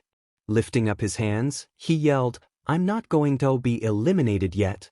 The explosions from his hands grew larger and larger, until it was a beam of light. The rocks fell down as ashes and dust. Bakugo just disintegrated the rocks. "No. I've got to keep going. Like everyone else." Uraraka swayed on her feet. She took a step forward. She took another step. Uraraka fell down. Uraraka is knocked out. Bakugo's the winner. Bakugo POV. "Did you give her that plan, shitty Deku?" Bakugo said as he turned the corner. Midoriya looked behind him. "No, that was completely her idea. If you thought that battle was tough, it was because of Uraraka, not me." Midoriya turned away, leaving Bakugo stunned. He had never heard him talk back. Why was he like this now? Uraraka held up her phone to her ear, tears dripping down her face. I'm sorry I lost," she started, but her father interrupted her. She cried as her parents told her how much they loved her. Midoriya was walking to his second round match when he saw Endeavor approaching him. "You're that quirkless brat, aren't you?" Endeavor crossed his arms and looked down at Midoriya. "You're that BS dirty father, aren't you?" Midoriya shot back. Endeavor grounded his teeth. "Don't talk to me like that, I'm the number 2 hero. Then don't talk to me like that when you aren't even allowed back here. Better yet, never talk to me or to your kids ever again." Midoriya walked away. Endeavor was silent until his flames lit up bigger than normal. "Useless wretch," he yelled. Midoriya smirked as he heard Endeavor's outrage. He gripped his Kali sticks tighter before loosening his grip. He had a battle to win after all. Todoroki and Midoriya stood on opposite sides of stage. There had been a 10-minute break to fix it up after Uraraka and Bakugo's match earlier. And with this battle starts the second round. Who will win? Midoriya, the quirkless wonder, or Todoroki, the ice prince? Poor kid. He doesn't have a chance against that Todoroki kid. Are they sure this is safe? Midoriya grit his teeth as he heard the crowd's murmurs. He wasn't useless, no matter what Bakugo or any of them said. He had his weaknesses. They all did. But he had strengths as well. And the battle will begin. Ready, start. Todoroki POV. Todoroki raised his right hand and let out several pillars of ice. He couldn't see Midoriya until he saw his ice cracking. Midoriya burst through his ice. Todoroki let out another ice attack. Midoriya dodged. Todoroki kept his attack up, never letting Midoriya get a minute to catch his breath. But still Midoriya dodged. Why wasn't it working? Midoriya was supposed to be below him. Even if he had those eyes. Why are you only using half your power? Todoroki turned to the sound. Midoriya was standing on top of an icy spike, his breath steady but heavy. Todoroki let out some more ice. Are you looking down on me? Todoroki bit his teeth together. I can see you. You're shaking and there's frost coming up on your right side. Midoriya was right. Todoroki's shaky breath was getting harder and harder to control. Do you think that life's easy? Do you think that everything will be solved with only half of your power? Shut up. Shut up. Is this what he taught you? When you can be whatever you want. Is this worth it? Using only your left side when you have so much more? Did he pay you? Todoroki glared at the green-haired boy. Did he pay you to tell me this? No, but it's what my teacher would have wanted. And it's what I would have wanted. Did you know that my friend's parents almost died from the cold? Todoroki's breath hitched. Life is so much worse with these publicity stunts. Are you trying to add to that? Is this what you'll always be? An icy version of your father? Hatred only gets you so far, you know? Shut up. Shut up. Is this what your mother would have wanted? You don't know anything about my mother. Todoroki's glare could have burned a hole through Midoriya's head. The stormy eyes met acidic eyes. Todoroki resisted the urge to shudder. It's your power, Todoroki. Not his. He can't control you. Do you want to be a hero? Then it clicked. His mother. Why couldn't he have remembered it? Flashback. Mama? Can I be a hero? Todoroki looked up from his mother's lap. Ray smiled gently and rubbed the top of her son's head. Of course you can. But just remember, all you have to be is yourself. Flames bursted out of his skin on his left side. Good job, Shudo, his sperm donor yelled. But he didn't care. He didn't care. Thank you, Midoriya, he said. Midoriya smirked. You're welcome. Everyone waited in bated breath as the two students had a shouting match, until one of them burst into fire. Bringing up his right hand, Todoroki shot out a column of fire at Midoriya. The crowd couldn't see the stage as an explosion suddenly occurred, brining up dust, ice, and rock. It wasn't until many moments later until they could see part of the battleground. Todoroki was breathing, his breath uneven and ragged. The uniform was half burnt away as he staggered on the stage. That was expected. What happened? Present Mike shouted as the dust slowly cleared away. Aizawa leaned forward to his mic and said, the air molecules were compressed together due to the sheer amount of ice on the stage. However, due to Todoroki's fire, the air rapidly expanded, causing the explosion. Talk about a wild experiment. They couldn't see Midoriya. Midnight looked around the stage. Debris was laying everywhere. It looked like Cementos need to do a lot of work. Just then, Todoroki felt pain at the back of his knees. Almost dropping onto his knees, he quickly caught himself and turned around, his right arm swinging around. Big mistake. Midoriya, who was behind him hiding in the rubble, grabbed his right arm and judo through him. Todoroki could feel the sudden escape of air from his lungs.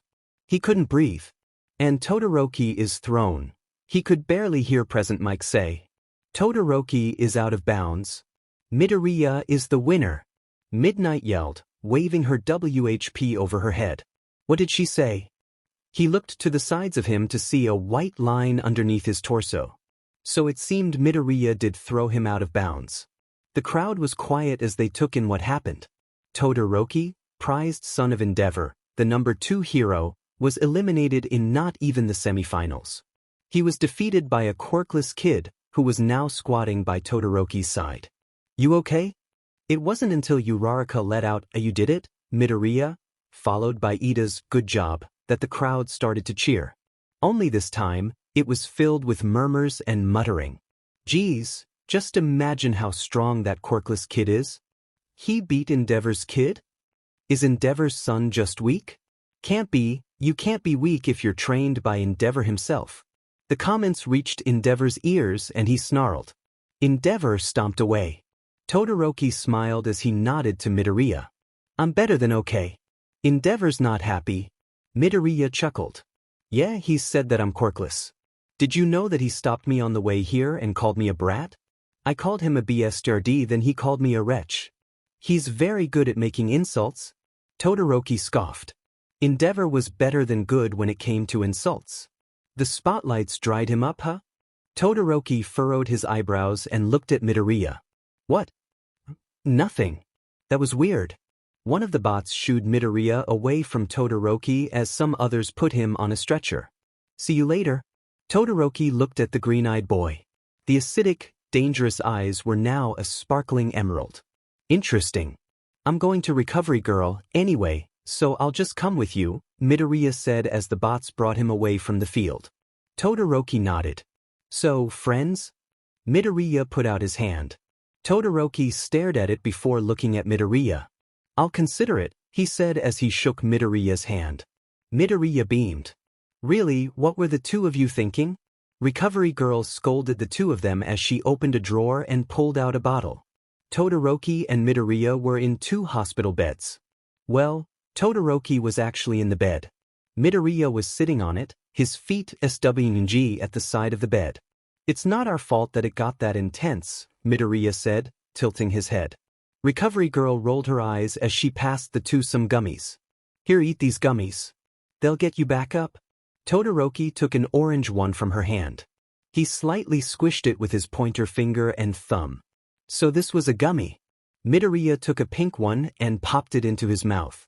After chewing it and swallowing, he turned to Recovery Girl. Thanks. Just because you said thank you does not erase the fact that you did something so reckless. Recovery Girl pointed out. Midoriya had the decency to look sheepish. I've done more reckless things than that.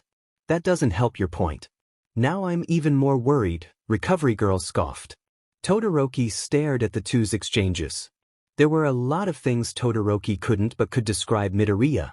It was just that Midoriya didn't fit in those categories. However, Midoriya was interesting.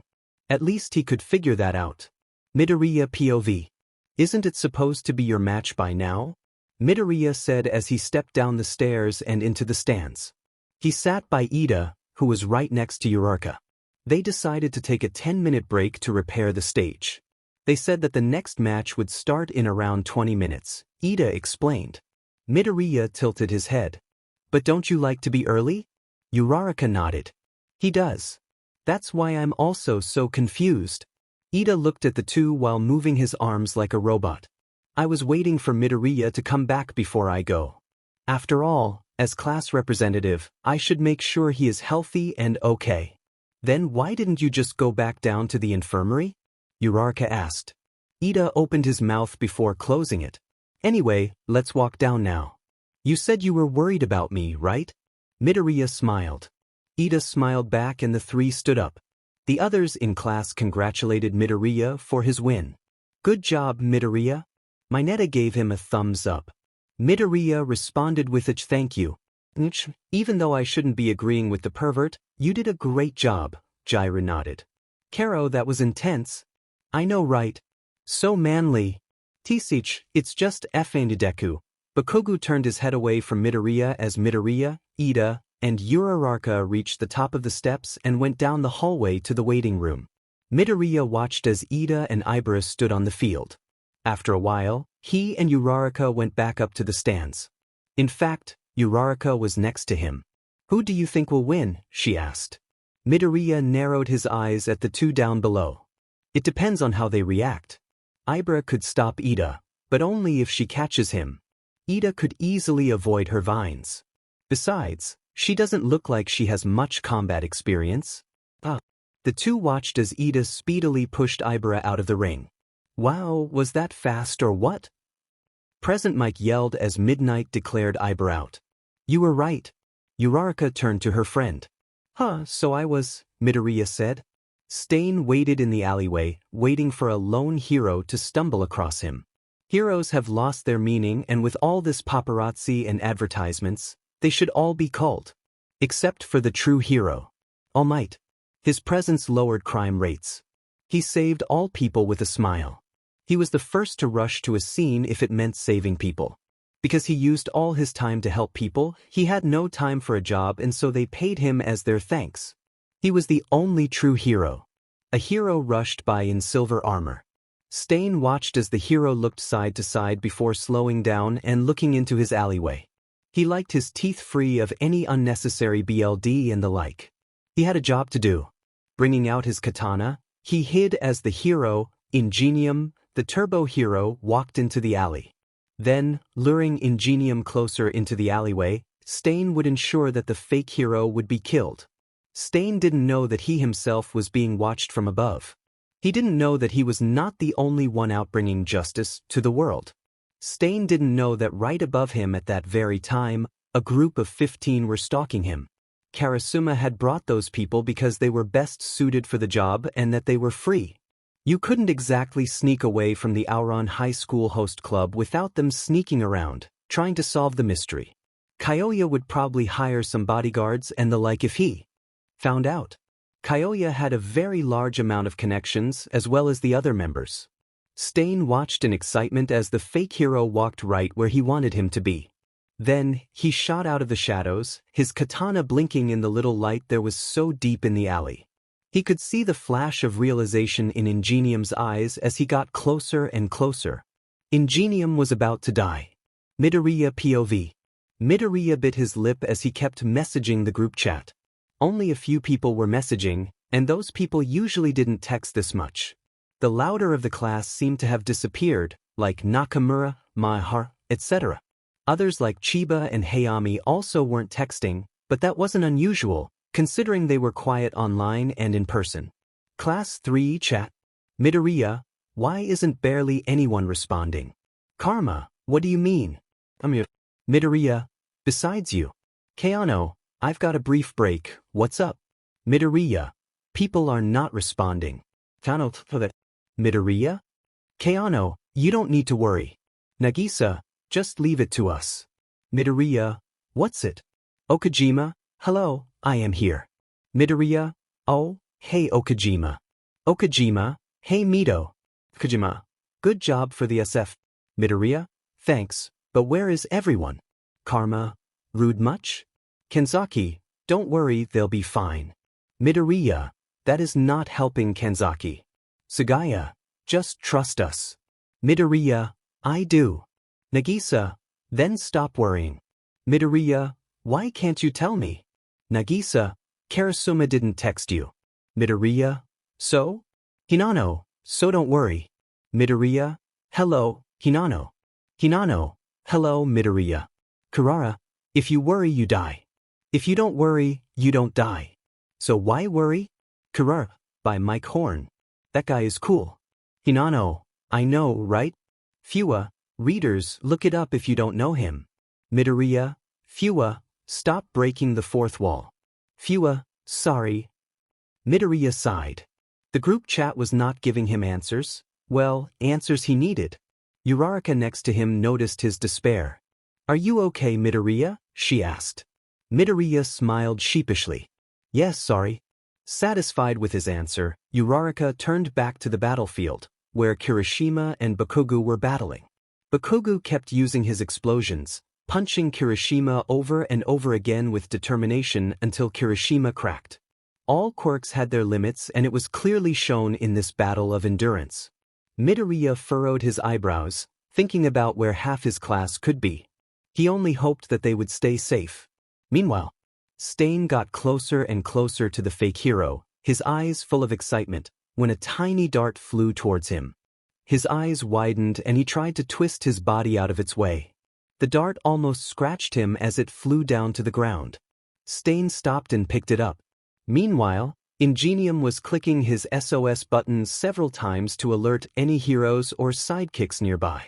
Hopefully, he could get someone from his agency, so they could work together better. A tranquilizer dart, huh? Stain murmured and he looked up. No one. Stain furrowed his eyes and looked back at the fake hero, who was in his fighting stance. Stain, your reign of terror will end. Ingenium yelled. Stain sneered. Fake hero, you shall be called in the name of heroics, he yelled as he ran towards Ingenium and Stain threw 2 knives at Ingenium. However, a board suddenly appeared and the knives pierced through it. Ingenium looked shocked. Stain growled, come out, and looked all around him. Suddenly, several thuds appeared. A group of children? Stain said in confusion. 10 kids surrounded him, each with their own weapon. Some had a knife and others had a rope. Stain sneered. Is this what society has crumbled to? Relying on children?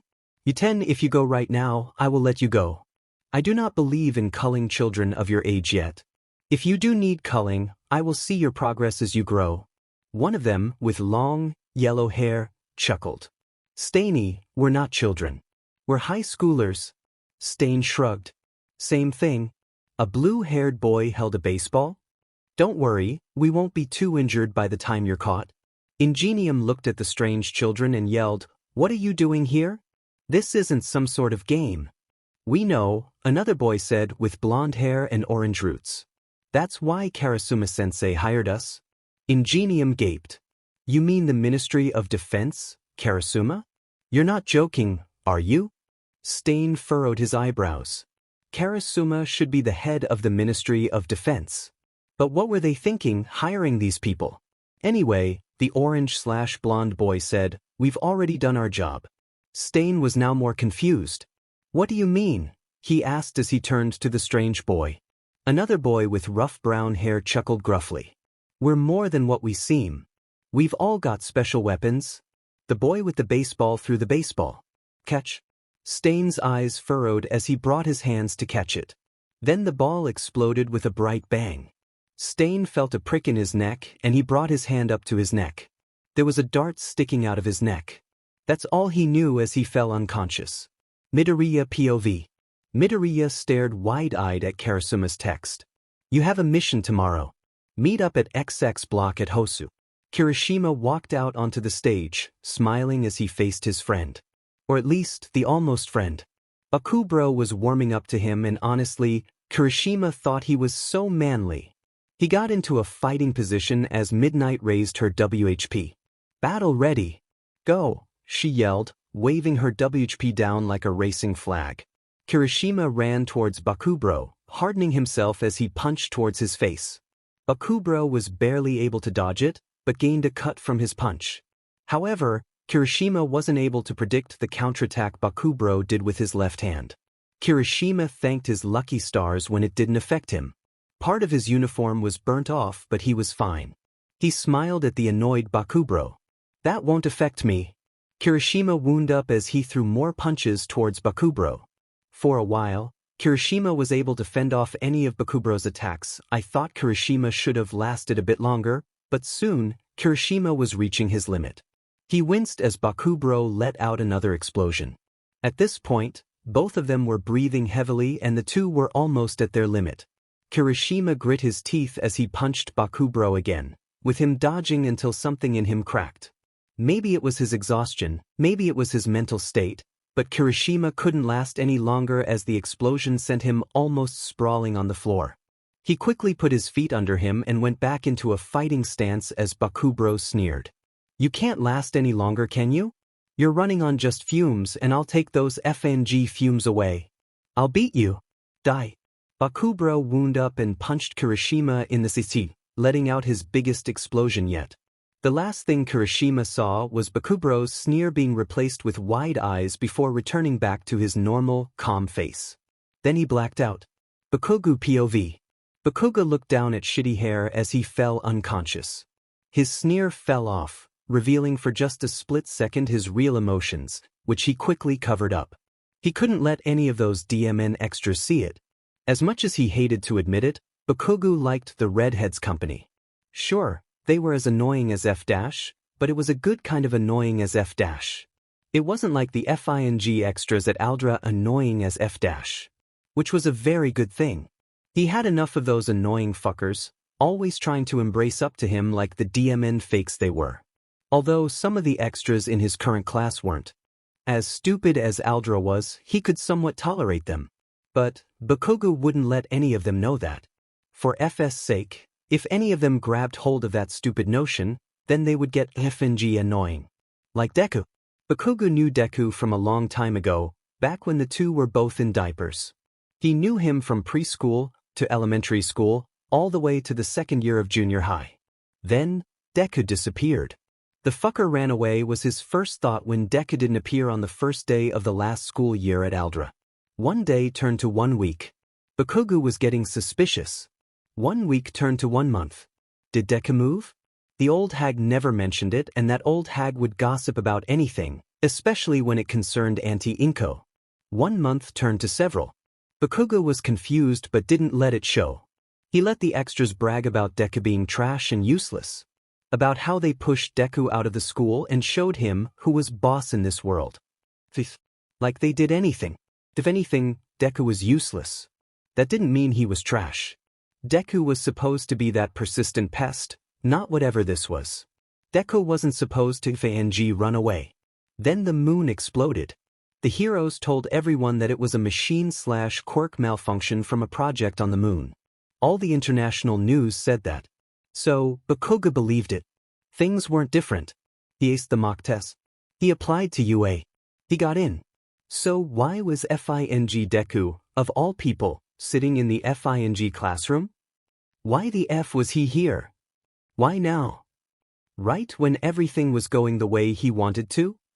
Not only that, but this wasn't the Deku he remembered. Sure, he was as annoying as F and still called him Kakin and mumbled like an idiot, but when did Deku get strong? The cockatoo yelled the results out. When did Deku get so confident? The crowd cheered. When did Deku stand up to people? He watched as the medical robots towed the red-headed shark away. When did Deku change? Yes, that was the question. When did Deku change? Remembering back about 1.5 years ago, he suddenly remembered how the shitty nerd was mumbling about moving to a school. Kunijigakaka Junior High. He grit his teeth at the memory as he stormed off the stage. Bakugo could still hear the roars of the crowd behind him. All they wanted was a show. So if that's what they wanted, Bakugo started to ferally smile. If they wanted a show, they would get a show. From him. Midoriya POV. Oh Ida, they're done, Midoriya said, putting his phone away.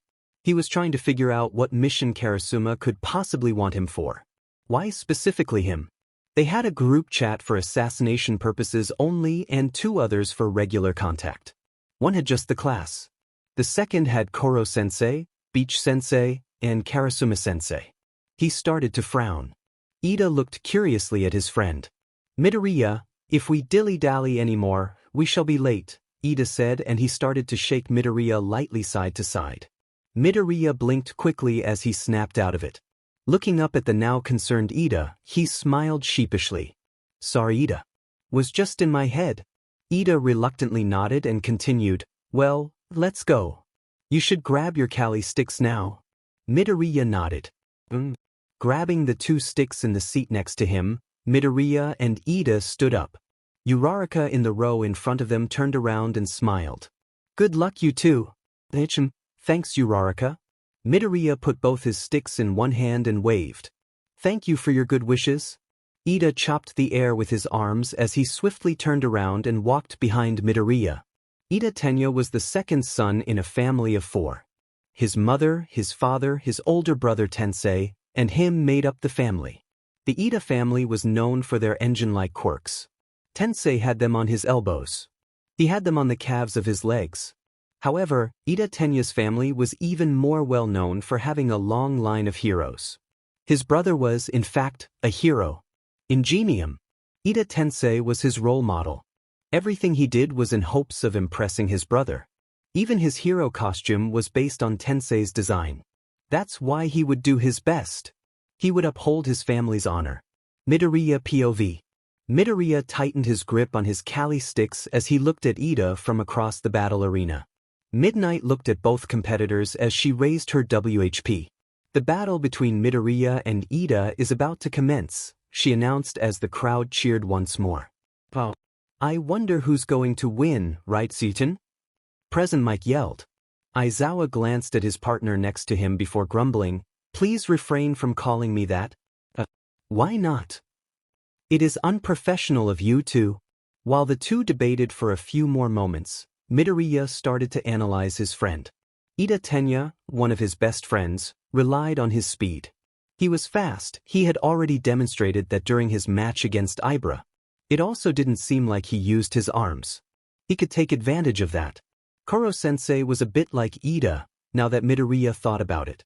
Not his personality, of course, but they both relied on their incredible speed to overwhelm their opponents. However, one was able to move at Mach, another was able to move as fast as a car. Unluckily, Ida was the slower one. A small smirk grew from his smile as he leaned forward a bit. Are both competitors ready? Midnight asked the two on the dusty stage. Both nodded firmly. Seeing this, Midnight then declared, then go. Immediately, Ida rushed forward, hoping to get the upper hand. Unfortunately, Midoriya had already predicted this and thus, moved forward as well. Ida's eyes widened as he slowed down, enough for Midoriya to twist on the heel of his left foot and turn, kicking Ida on the back. Stumbling, Ida quickly tried to catch himself and was able to. As Ida quickly turned around, Midoriya attacked him with his 2 Kali sticks. Ida was only able to receive the quick blows and block them with his arms. Midoriya was not going to let any unnecessary space come in between them as he rained blows onto Ida's arms. He also was giving Ida no time to adjust or get into a proper stance for running. Ida grit his teeth as Midoriya continued to overpower him. It wasn't long before Ida was forced out of bounds. Ida POV. Ida watched in horror as he was pushed past the treacherous white line. And Ida is out of bounds, meaning that Midoriya is the winner. Another pause came. Ida watched his classmate's face turn from happiness to horror as someone started to yell, "There's no way a quirkless loser could get this far. Yeah. There must be a mistake. Bribery. Loser. Useless." As insults rained down from the crowd, Ida could see his friend's breath getting quicker and quicker. He patted Midoriya's back. "Are you okay?" Ida whispered. Midoriya looked straight into Ida's eyes and Ida could see the panic slowly decrease. Furious at what the crowd made his friend become, Ida straightened up and was about to yell when someone was already doing so. "Quiet!" Aizawa hissed through his mic. The crowd quieted down as they turned to the announcer's box. If they looked closely, they could see an angry teacher with his quirk activated. "You have no right to say any of this," Ida's teacher continued. "Midoriya has the most determination and perseverance I have seen in all of my students. His quirkless status isn't a sign of weakness, it's a sign of strength. That boy he just won against was from the Ida family, brother of Ingenium. Do you think that someone from the Ida family, a family who prides loyalty and trust, would do something like this?" The audience was silent as they could hear the ragged, sharp breaths from the man. "No? Then you should be quiet. If he can get this far, he must be worthy of it," Aizawa said as he sunk back down into his chair. "Considering how many pro-heroes are in the crowd, I am truly ashamed of your actions." More silence followed as Present Mike cleared his throat. "My radio show is famous for its hotline. This is the reason why. Nobody is going to say that here in you, so let's get on with the festival," Present Mike said, for once, not yelling. Ida couldn't remember exactly how he got off the stage, but when he finally paid attention to his surroundings, he was in the waiting room he was in before his match. Before he lost. Digging out his phone, he was about to call his parents, but before that, a call came. From Tensei. Slightly ashamed, he picked up. "Tenya," his brother's voice said from his phone. "Brother, I didn't win," Tenya said, his voice on the verge of cracking. "I'm sorry I disappointed you." "No." Tensei's voice protested. "No, you did not. You're tied for third with whoever loses from the next battle. All you have to do is concentrate and get on the podium." Tenya quickly wiped the tears threatening to spill out of his eyes. "Everyone loses at one point," his brother continued. "In fact, I was about to die. I met the hero killer after all." Tenya's eyes widened as he listened to his brother's tale. "I was saved by a group of kids your age. They disappeared, but they knocked Stain unconscious long enough for me to apprehend him and get him to the police station. That's how I saw your match, on the TV in the waiting room." "Really? You need saving?" His brother chuckled. "Tenya, what you're about to learn is that everyone needs saving. Even the strongest of them all. But that's why we don't work alone. So, who are you going to save?" A smile was put on Ida's face somewhere during his brother's speech as he straightened up, pushing his glasses further up the bridge of his nose. "Thank you, brother," he said. "I'll make sure that I win the next battle and become the best hero you could imagine." His brother chuckled once more as he ended the call. Turning back around, Ida walked out the waiting room. He had a match to see, after all. Tokoyami Fumikage was not ashamed to say that he may or may not have an, as other people called it, obsession with the darkness. It wasn't that he was secretly a psychopath and was waiting for the perfect time to strike and kill everyone. It was just that everyone thought he was. To be honest, it was rather tiring back in middle school to walk to classes over and over and over again just to hear someone whisper something about him. "Hey, it's the bird freak. Isn't he a crow? Raven? Aren't they always near death places and stuff? Yeah, and doesn't he always talk about darkness? Weirdo. Let's stay away from him. He could be messed up in the head, you know." Tokoyami clenched his fists as he walked through the hallway that led to the open arena in the center of the stadium. Despite what people thought, Tokoyami was not insane. No, Dark Shadow was not a demon. In fact, he was the complete opposite. No, he was not forcing Dark Shadow to do anything against his will. No, he was not using Dark Shadow to do anything illegal or perverted. It didn't even work that way. What would the purpose even be? No, Dark Shadow was not the failed creation of creating life from making a pact with the devil, so he stuck it to his body so he didn't look useless with a bird head. Tokoyami didn't even know where that theory even came from. Somehow, the entire school bought that for several weeks. That was rather concerning, to say the least. Tokoyami stepped on stage. He knew that he had a major disadvantage against Bakugo, who was smiling in a demonic way. But the thing was, he could only do his best and not look like a satanic idiot. Even if he was a member of Satanism, he would be a Luciferian, not a savage demon. Tokoyami woke up with a slightly pounding headache. He looked around the room he was in as he registered the fact that he was in a bed. So this was the infirmary. An old lady walked up to him. "Ah, so you're awake," she said as she took out several gummies. Tokoyami grabbed one and popped it into his mouth. "You do remember what happened, correct? Or no?" she continued asking. Tokoyami swallowed his gummy. "Yes, I remember that I was battling Bakugo. I believe that he knocked me out with an explosive punch." Tokoyami asked. The old lady nodded her head. "Good, so you haven't got that bad of a concussion," she muttered.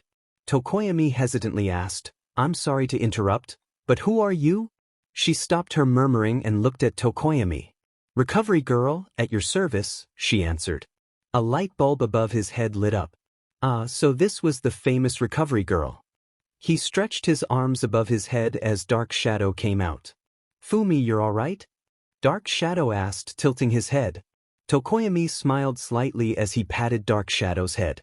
"Yes, I should be fine," Tokoyami began as he started to swing his legs out of the bed when Recovery Girl stopped him. "You should be resting." "What is up with Class 1A?" she said, softly whispering the last sentence. Tokoyami blinked before sighing. Guess he was going to be in here for a bit. Ida POV. Ida was in thought. Judging by what he had just seen, there were two options. 1. Tokoyami would be healed enough so that the two could battle for third place. 2. Tokoyami would not be in any shape to fight, so they would have to share third place. His chin rested on the skin in between his thumb and index finger. It wasn't until Midoriya poked him several times that he snapped back into reality. "Ida, are you all right?" Midoriya asked worriedly. Uraraka next to him nodded. "You've been acting very distant with us," Uraraka explained. Ida smiled at the two. "Don't worry. As one of the class representatives and your friend, I must be able to plan things out myself. Currently, I am devising a plan if I have a match against Tokoyami," Ida said, moving his forearms around to emphasize his point. "Oh, okay," Midoriya said. Uraraka nodded once more. Ida's smile grew faintly wider. He had many lucky things in life. He had a great family, role model, school education, and friends. That was nice, indeed. Midoriya POV. Midoriya stood up as Present Mike announced that there would be a break before the final match and the tiebreaker between Ida and Tokoyami for third place. His friends curiously looked at him. "Where are you going, Midoriya?" Uraraka asked as Midoriya walked up the stairs. His two Kali sticks were held firmly in his left hand. "Just going to stretch and wait in the waiting room," Midoriya answered, waving his right hand over his shoulder as he reached the top of the stands and went inside the stadium. As he walked, he pulled out his phone and began to text. Midoriya's eyes glanced up every few seconds to make sure he wasn't walking into anything or anyone. "Class 3 chat. Midoriya, hello? Midoriya? Nagisa, ignore him, Midoriya. Karma, you wound me, Nagisa. Nagisa, Karma, I'm literally right next to you, you don't have to text these things. Karma, oh yeah. Midoriya, what even is this chat? Kurar, dead. It's dead. Mahara, why so sad? Midoriya, wow, my Hara's alive. Mahara, why wouldn't I be? Sagaya, because you weren't beaten up by Okano. Hey, just because Okano can be really sad at me, doesn't mean she beats me up every day. Isegai, he means that he's kinda afraid when Okano gets mad. Mahara, shush. Terasaka, wow, what a pee-pee.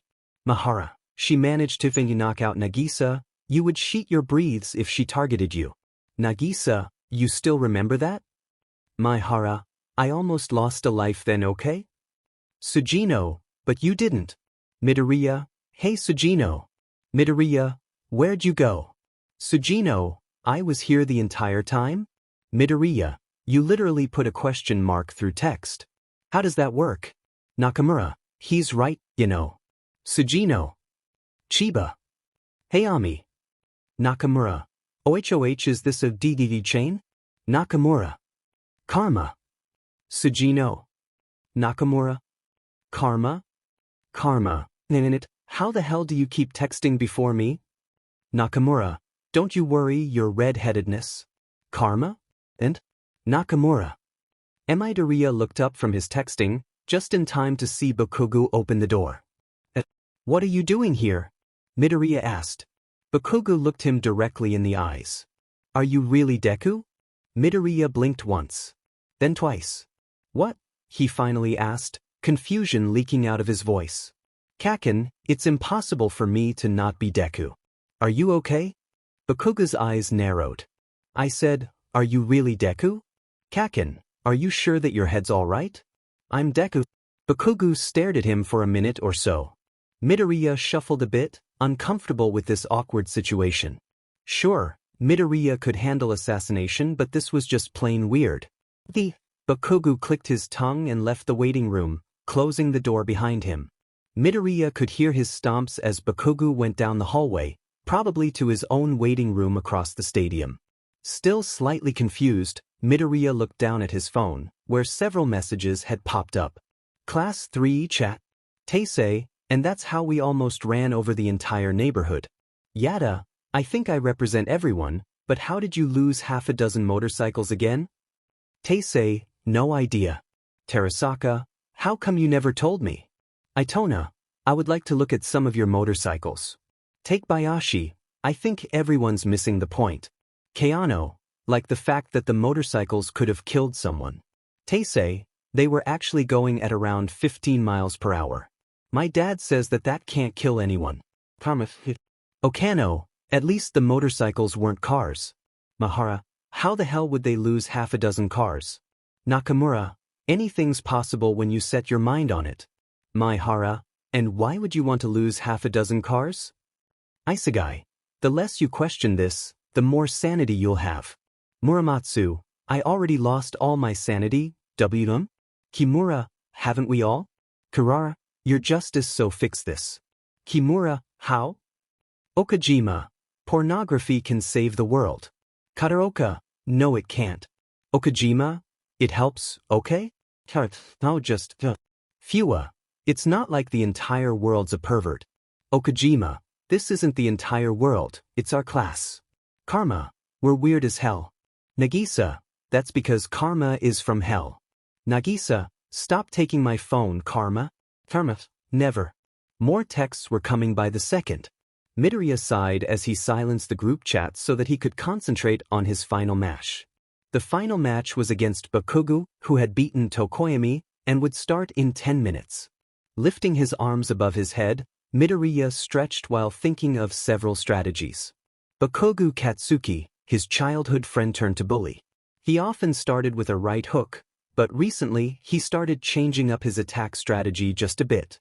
Midoriya couldn't rely on Bakugo to start like that, but at least he would know one possible way Bakugo would start. Another thing was that Bakugo didn't use his legs to attack, and even if he did, they were barely used. If he could find a way to force Bakugo to use his legs, that could drastically increase his chances of winning. However, that was the problem. Bakugo used his arms the most because his arms were the most dangerous. Bakugo's sweat could be ignited to create explosions on his hands.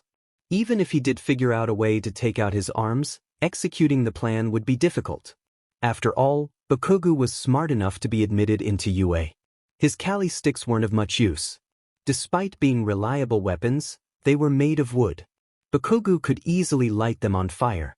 It didn't mean that Midoriya couldn't use them, it was just that Bakugo could easily take them out if he saw Midoriya using them.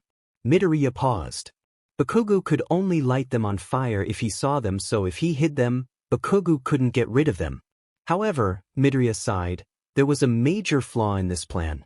There would only be one chance to do this, and his arms, or wherever he decided to hide them, would go much slower in order to make sure Bakugo didn't see them. Midoriya leaned forward onto the table and pushed his chair out underneath him so he was stretching his back. Bakugo was a tough opponent who thrived in this type of battlefield. This was a tough match indeed. Bakugo POV. Bakugo grit his teeth as he dropped into the chair that was there for him in the waiting room. His hands automatically went into his pockets as he closed his eyes. His question was FNG stupid, though, he had to admit it. However, if that really wasn't Deku, then it would be valid. He took out his right hand and ran it through his hair. To be honest, he didn't really know what possessed him to say that, but he said that shitty question, but he did, and it wasn't like he could walk across the entire stadium, ask him another question, and then go back here. By then, the match would have already started. Bakugo sighed and opened his eyes. He would win.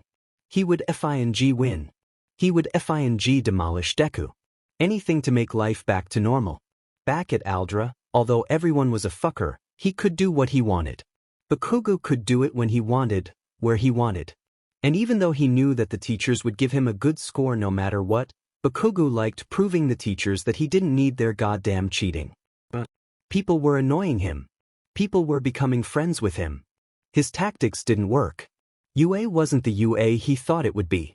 Then again, it was the best school in the country. Even so, there had to be one thing normal. That normal thing was supposed to be him being at the top of the class. However, the extras didn't have the fear or respect he was used to. It was just a no, you're top of the class? Cool, okay? Technically, he wasn't even top of the class. Not yet at least. According to the extras, it was Deku, icy hot, then him. He was third. Besides that, Deku was also supposed to be normal. Not in UA. Not changed. Not normal. Bakugo didn't understand it. He really didn't. And that frustrated him down to his bone. He looked at his right hand and clenched it into a fist. He'd prove those motherfuckers wrong. Again and again and again. Midoriya clenched his Kali sticks tightly as he walked down the hallway to his match. He didn't know whether he was ready, but he had to do it. It was rather odd, to be honest, to be going against his childhood friend. Although it felt like everything was leading up to this very moment, he never really thought about it. Until now. Now, he was walking towards the center of a battlefield. Towards another battle. He looked down at the end of one of the Kali sticks, where a secret compartment was. He had quite forgotten them. The only reason why he knew they were there was because of Ritsu, who had suddenly appeared on his phone and scared the CRP out of him. Midoriya loosened the tight grip on the weapons in his hands as he felt the bright light from the sun hit his face. Looking up, he could see Bakugo's stare on him. It was showtime. Bakugo POV. Bakugo stomped up the stairs to the arena as he stared at the green-headed boy coming towards him. Stopping a few meters ahead of the white line behind him, he watched Deku do the same thing as well.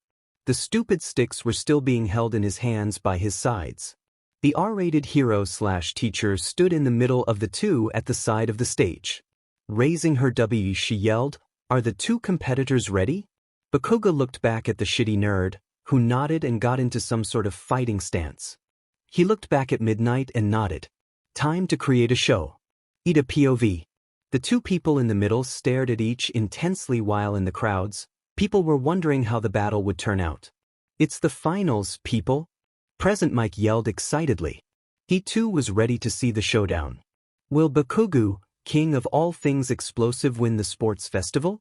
Or will our new underdog win it all, Midoriya? People were eating this up as they cheered wildly. Uraraka turned to talk to Ida, who crossed his arms and stared at the stadium down below the stands. "This doesn't look good," Ida commented as he pushed up his glasses up the bridge of his nose. "However, if Midoriya has a strategy, there is a chance at beating Bakugo." The two watched along with the other students in the class as the crowds of people around them in the stands hollered words of encouragement. "All right, let's start this battle." Midnight briefly gave a stink eye towards the announcer's box before turning back to the match. The battle between Midoriya and Bakugo is about to commence. Midnight yelled and the stadium cheered in response. Then it'll start in 3, 2, 1. Begin. Immediately, the two started to race towards each other. "Midoriya's not going to do my strategy, is he?" Uraraka asked, the panic showing in her voice. "Wait, what's he doing?" Ida said, leaning forward as he uncrossed his arms and put his hands on his knees, as if he was going to stand up. Suddenly, Bakugo jumped. Midoriya's eyes widened as Bakugo smirked and flipped over Midoriya, powered by his explosions before aiming an explosion at Midoriya's back. The explosion almost landed as Midoriya stepped to the side. However, The heat still affected Midoriya as he turned around and counterattacked with a swipe of one of his Kali sticks. Back and forth, they exchanged moves until Midoriya faked a stab with his right Kali stick before using his left Kali stick to hit the back of Bakugo's knee. Bakugo started to fall but quickly stopped himself just before he hit the ground. However, Midoriya used that moment of stillness to continue the attack with the weapon in his right, almost knocking the wind out of Bakugo. Bakugo lifted his right hand to create an explosion while using the other hand to stabilize himself. The explosion hit dead onto Midoriya's stick. Luckily, he was able to back away before it caused serious damage. The people in the stands watched in rapt attention as the two continued to fight. "They're really strong," Uraraka commented with her eyes wide. "I believe he's trying to wear Bakugo out," Todoroki suddenly put in his 2 cents, causing the two to jump. Todoroki was sitting behind the two, most likely the main reason they forgot he was there. "Geez, you made me jump, Todoroki," Uraraka said as she turned around, hand on her seat. Ida turned around. "Yes, it was rather sudden." Ida pushed up his glasses once more. Todoroki blinked before apologizing. "Sorry," he said, and Uraraka waved her hands in front of her. "Oh, it's fine, Todoroki. It's our fault for not remembering that you were right behind us," she protested. "Oh, Midoriya's not doing so well," Todoroki responded, causing Uraraka and Ida to look back at the arena. Both Bakugo and Midoriya were breathing heavily. It was clear that they were having a tough time. Bakugo was able to deal a bit more damage than Midoriya, but it was clear that having to dodge Midoriya's attacks as well as quirk exhaustion was taking its toll. Meanwhile, Midoriya was in a similar state. Bakugo's many explosions did a lot of damage. Although his dodging stamina was much larger, it was clear that Midoriya was becoming tired. Ida narrowed his eyes. This was either going to end very soon with one of them knocked out or out of bounds, or they'll continue until one of them collapses from exhaustion, like Uraraka. However, shouldn't that be happened already? Ida guessed that Midoriya must have had a lot of stamina and strength if he was able to get into the hero course and recommended by the government no less. Suddenly the two, who were quite far apart, one of them must have backed away, or even both. Ida doubted that Bakugo would back away though, suddenly started to rush at each other. The two were supposed to continue fighting. Then, they would soon figure out the winner to the sports festival. However, something different happened. A dark portal appeared over the arena and the two screeched to a halt a few meters away from each other before backing away from the middle of the stage. A good thing too, because something dropped out of it. 3 nomus to be exact. Time to play a game, right? F-. Bakugo yelled as 3 nomus dropped to the center of the stage. He looked to the side where another portal appeared.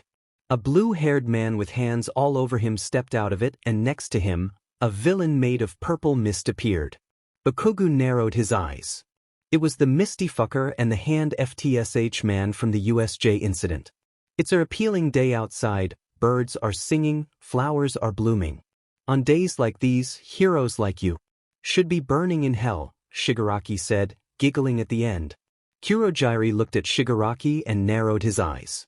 Must limit his game time, he muttered softly. Shigaraki glared at the mother-like villain next to him. Don't you dare. Oh, I will. Once this is over, of course. Anyway, back to you. Ever wonder what it's like to have to sit in the dark, watching you all parade around in those stupid outfits? Ever wonder what it's like to feel alone? Ever wonder what it's like to feel weak, to feel unneeded, to not be helped because a hero will show up sooner or later? Well, there's so many heroes here, aren't there? The only problem is, Shigaraki paused briefly.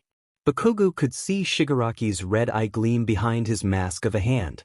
That in order to create a better society, we have to get rid of the heroes. In order to do that, what better place than to start at UA? Nomus. Sudden chaos followed as it was captured on live television. Heroes of all sorts of backgrounds rushed to the front to deal with the Nomus at hand. Endeavor was one of the quickest, reaching one of the Nomus in a matter of seconds before incinerating it to the ground. Other heroes worked on evacuating the crowd of civilians, maintaining order as they rushed back and forth. Bakugo grit his teeth as he launched forward with his explosions. If he could get close enough, he could. Something latched onto his waist and pulled him back from the action.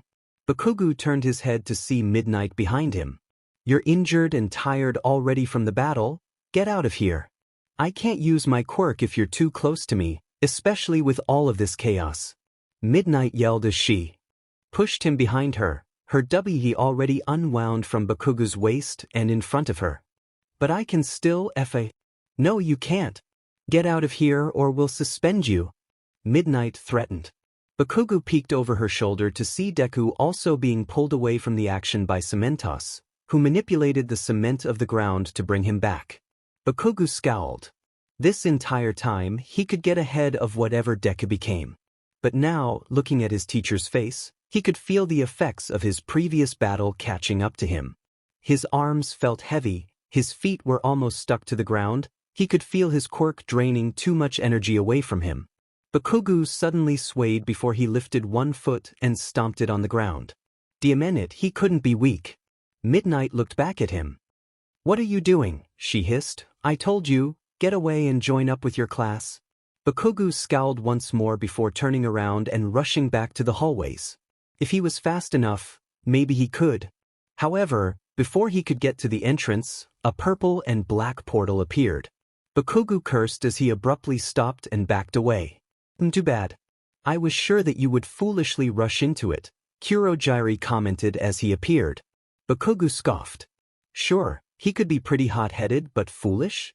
That wasn't his job, that was the job of those dumbasses he hung around with. Out of the corner of his eye, Bakugo could see his teacher and present Mike trying to fight some villains that had appeared. That mist sheet must have created some portals and placed some more low-level thugs around the stands.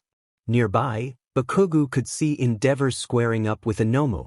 On the other side, he could see All Might fighting the second one. The third one was rampaging everywhere with several heroes ganging up on it, but their attacks weren't doing as much as the other two heroes. Never mind, we'll just have to work with what we got. I'd like to get this over as quickly as possible, but Tamura's got other plans. He wants to toy with the heroes a bit more. Wouldn't that be fun? Bakugo narrowed his eyes. The villain in front of him was stalling. But I heard you have a childhood friend that goes here. Deku was the name you call him, right? Bakugo widened his eyes before whipping his head back over. Cementos, who was previously trying to restrain Deku, was fighting with at least 20 villains, some on land and some in the air. Deku himself was trying to help, but Cementos was keeping him out of the action by trapping him in a concrete cage. Looking back at the purple villain, he growled, "Why are you thinking about Deku? He's a quirkless piece of shit, I thought you knew that. If Bakugo could buy just a bit more time for his teachers to get over here." Kurogiri hummed, "That's exactly why we want him. See, we have something he must want. Something that will allow him to be equal with everyone, something to allow him to be normal. Something that will make sure that you won't bully him like so, because all villains have a backstory." This, Kurogiri chuckled for a moment. His will start when he gains a quirk. Bakugo's mind stopped. A quirk? That would be impossible. There was no way to give quirks away, right? That's effing impossible. Stop shitting with me. Oh, but that is possible. How do you think we've made these Nomus? By taking their quirks and mushing them into one body. Deku's not going to effing join the likes of you. You never know with the human mind. Well, it seems like our plan is almost complete. All that's left is one more thing. A sudden explosion happened and Bakugo could see All Might defeating one Nomu. A portal appeared under it as All Might then rushed to help the nearest person. Several more portals appeared. Some under the Nomus, dead or alive, one by Shigaraki, and another one under Deku. Bakugo's eyes widened as he looked back at the misty fucker, only to be met by pitch black as he could faintly feel himself falling into the abyss. Midoriya could barely register the fact that he was free-falling into a villain's portal before he crashed onto a floor. Sitting up with his hand on his back, he looked around at his surroundings. The room he was in was a basic concrete room with bare amount of furniture in it. In the corner was something that resembled a futon, if you could even call it that, along with a small wooden table with a chair underneath it. On the ceiling was one of those ceiling lamps, with a thin string cord connected to it. On the opposite side of the room in which he was stuck in was a sturdy-looking wooden door with metal hinges. Out of the corner of his eye, he spotted a small security camera, its lens shining even in the dim light. His eyebrows furrowed. This wasn't good at all. If anything, he had to take in what he had. Unlike that time they got captured by the Reaper, this room had furniture, brick walls, and a strong floor, as well as the fact that he was in his UA jumpsuit. The jumpsuit on him was dirty, burnt, and ripped. Wrinkles crisscrossed all over it and burn marks were littered everywhere, like battle scars. As if just realizing it, Midoriya felt tired. His eyes drooping lower and lower every time before he picked up his hands and slapped his face a few times in order to wake himself up. This wasn't the time to be sleeping. Walking over to check out the door, Midoriya's foot hit something and sent it rolling across the room. Yes, his Kali sticks. Looking down, he picked up one of them before going over to get the other. Why did the villains allow him to keep his weapons? Midoriya wondered as he calmly walked over to the other side of the room. Were they confident enough to let him have them? No, there had to be a different reason.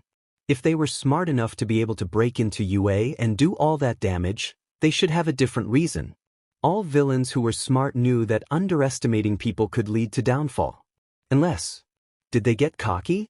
There was no way, right? The League of Villains was a fairly new organization and it would be too early to let their guard down. Even if that childlike Shigaraki was getting arrogant, he wouldn't seem like the type to just allow him to have some weapons. Midoriya had seen those Nomus before in that factory. But these? These were newer, more fit, just simply better. The man had intended to destroy them. So why was he allowed them? There had to be some bigger plot behind this. Midoriya squatted down and picked up his second Kali stick before standing up and walking over to the rags which covered a mattress that could barely be labeled as a futon. Sitting down, he looked at the camera in the corner of his eye before sighing. He wondered whether the person watching the camera, if there was a person, could hear him talk. He shook his head. No matter, he just had to figure out what was going on. Midoriya's curiosity got the better of him. It was something that could be labeled as weakness or a strength, depending on who you asked and when you asked. On one hand, it would be useful when planning ahead and figuring out what was going on. On the other hand, it could waste him precious time, especially if red herrings were thrown everywhere. In any case, there had to be a reason Shigaraki didn't take these away. It wasn't like anyone would go against his command. Unless Shigaraki wasn't in charge? That would be impossible, right? He led the USJ incident and he started this one. That portal summoning villain was more of a butler to Shigaraki than a boss. Midoriya gulped. Did that mean there was a stronger person in the shadows, watching their every move? For the first time in a while, Midoriya was worried.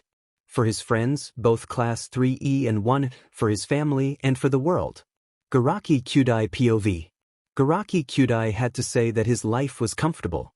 With his job as the Jaka Hospital board chairman, he got a pretty decent salary. He could do what he wanted. And yet, there was a small part of him who wanted something more. Something better than the life he was leading. Thus, he became a villain. With the new name Ujiko Daruma, he became a sort of doctor for the villains. And the villain he took care of was a big one, a very big one indeed. The villain was All for One. Born around 120 or so years ago, he had gained a quirk that granted him a very, very long life. However, he grew up thinking that he was quirkless, so he worked strong at becoming a doctor and scientist, dedicated to the study of quirks. About 50 years later, Garaki had came up with a genius notion. As generations go by, quirks would get more powerful the longer time went. He named it the Quirk Singularity Theory. But instead of getting credit, fame, awe from his colleagues, he gained shame, was shunned, and was thought as ridiculous. Now 70 years later, wasn't he right? Wasn't he the one laughing in their faces? Only one believed him. All for One. So now, even though they had spent almost a century together, he was proud to say that he was All for One's assistant, his #1 doctor and informant. In fact, Garaki was on the verge of creating history. Yes, his masterpieces, Nomus as he called it.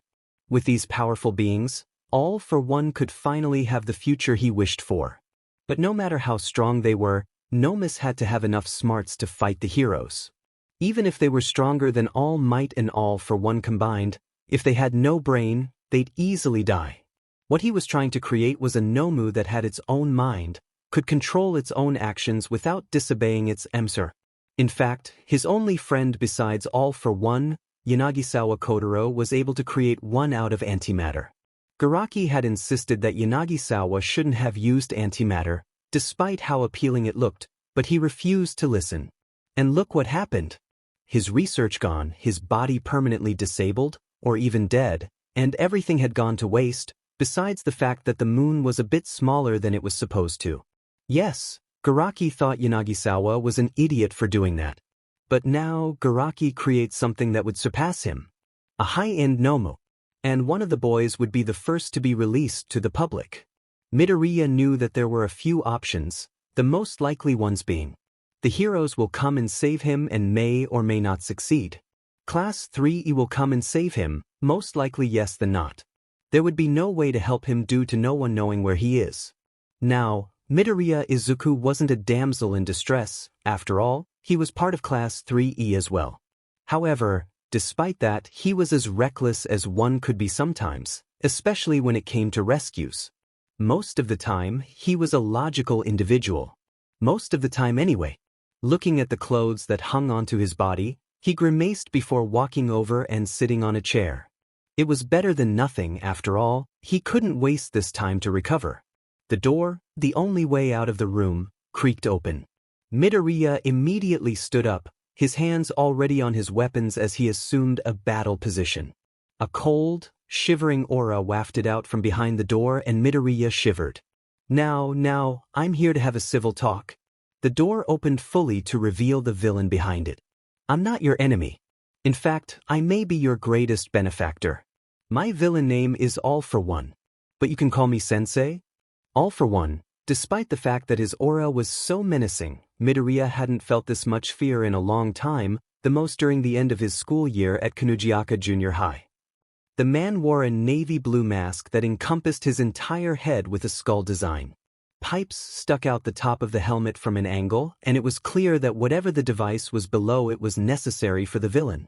Mr. Kirishima had taught them that several cues people may use when they want you to do something. It was like reading the person based on their unconscious actions. Midoriya had tried to do that, but the villain in front of him was like an empty book. What do you want? Midoriya said through gritted teeth, and All for One had the audacity to tut at him as if he were a foolish child. Oh my, you must be confused. I'm your helper, don't talk to me like that, All for One replied, avoiding the question Midoriya asked. He took a step forward and Midoriya brought his weapons higher. Stay away from me. There was no need to have such an urgent voice. Midoriya knew this well. Despite that, his internal alarms were blaring loudly. They've helped him in many cases, it couldn't be going off randomly like this. Something was wrong and he didn't like it. Something must have irked the man because the surroundings got colder and denser. Midoriya tensed up his muscles, refusing to get down. His legs were slightly trembling, he knew that. It would be stupid not to. Ah, are you still not accustomed to your new home?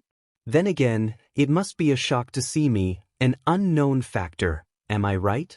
Silence followed the question as Midoriya's mind whirled in a frenzy. What was this person? Yes, what was this person? Certain people only could have this threatening impression on him. He's faced off against many people, all of Class 3 had and Class 1A had that villain attack at the USJ. Was this man the real conductor behind the orchestra that made up the League of Villains? All for One studied the boy in front of him before something in his mood shifted. If I were to tell you that you could find your father, would you? Bakugo POV. Bakugo had been in here for what seemed to be hours. When a portal appeared underneath his feet, Midnight had attempted to save him, like the hero she was. Unfortunately, Kurogiri had already sensed her approach and quickly took care of it by blocking it with a portal. He ended up in a room. It was a rather small room, in fact, there were no furniture at all. The concrete floor met metal walls at the edges and the ceiling was only lit up by a tiny lantern that hung from the ceiling. The door in front of him was the standard wooden door. With no paint on it, it looked one of those plain doors from Western movies. Bakugo mentally measured the room in his head. It was about 6 or so meters wide and 8 or so meters wide. The room was small, but not too small where he barely had enough room to live in. Backing up to the wall opposite of the door, Bakugo ran up to it and activated his quirk. The door exploded, obviously it did.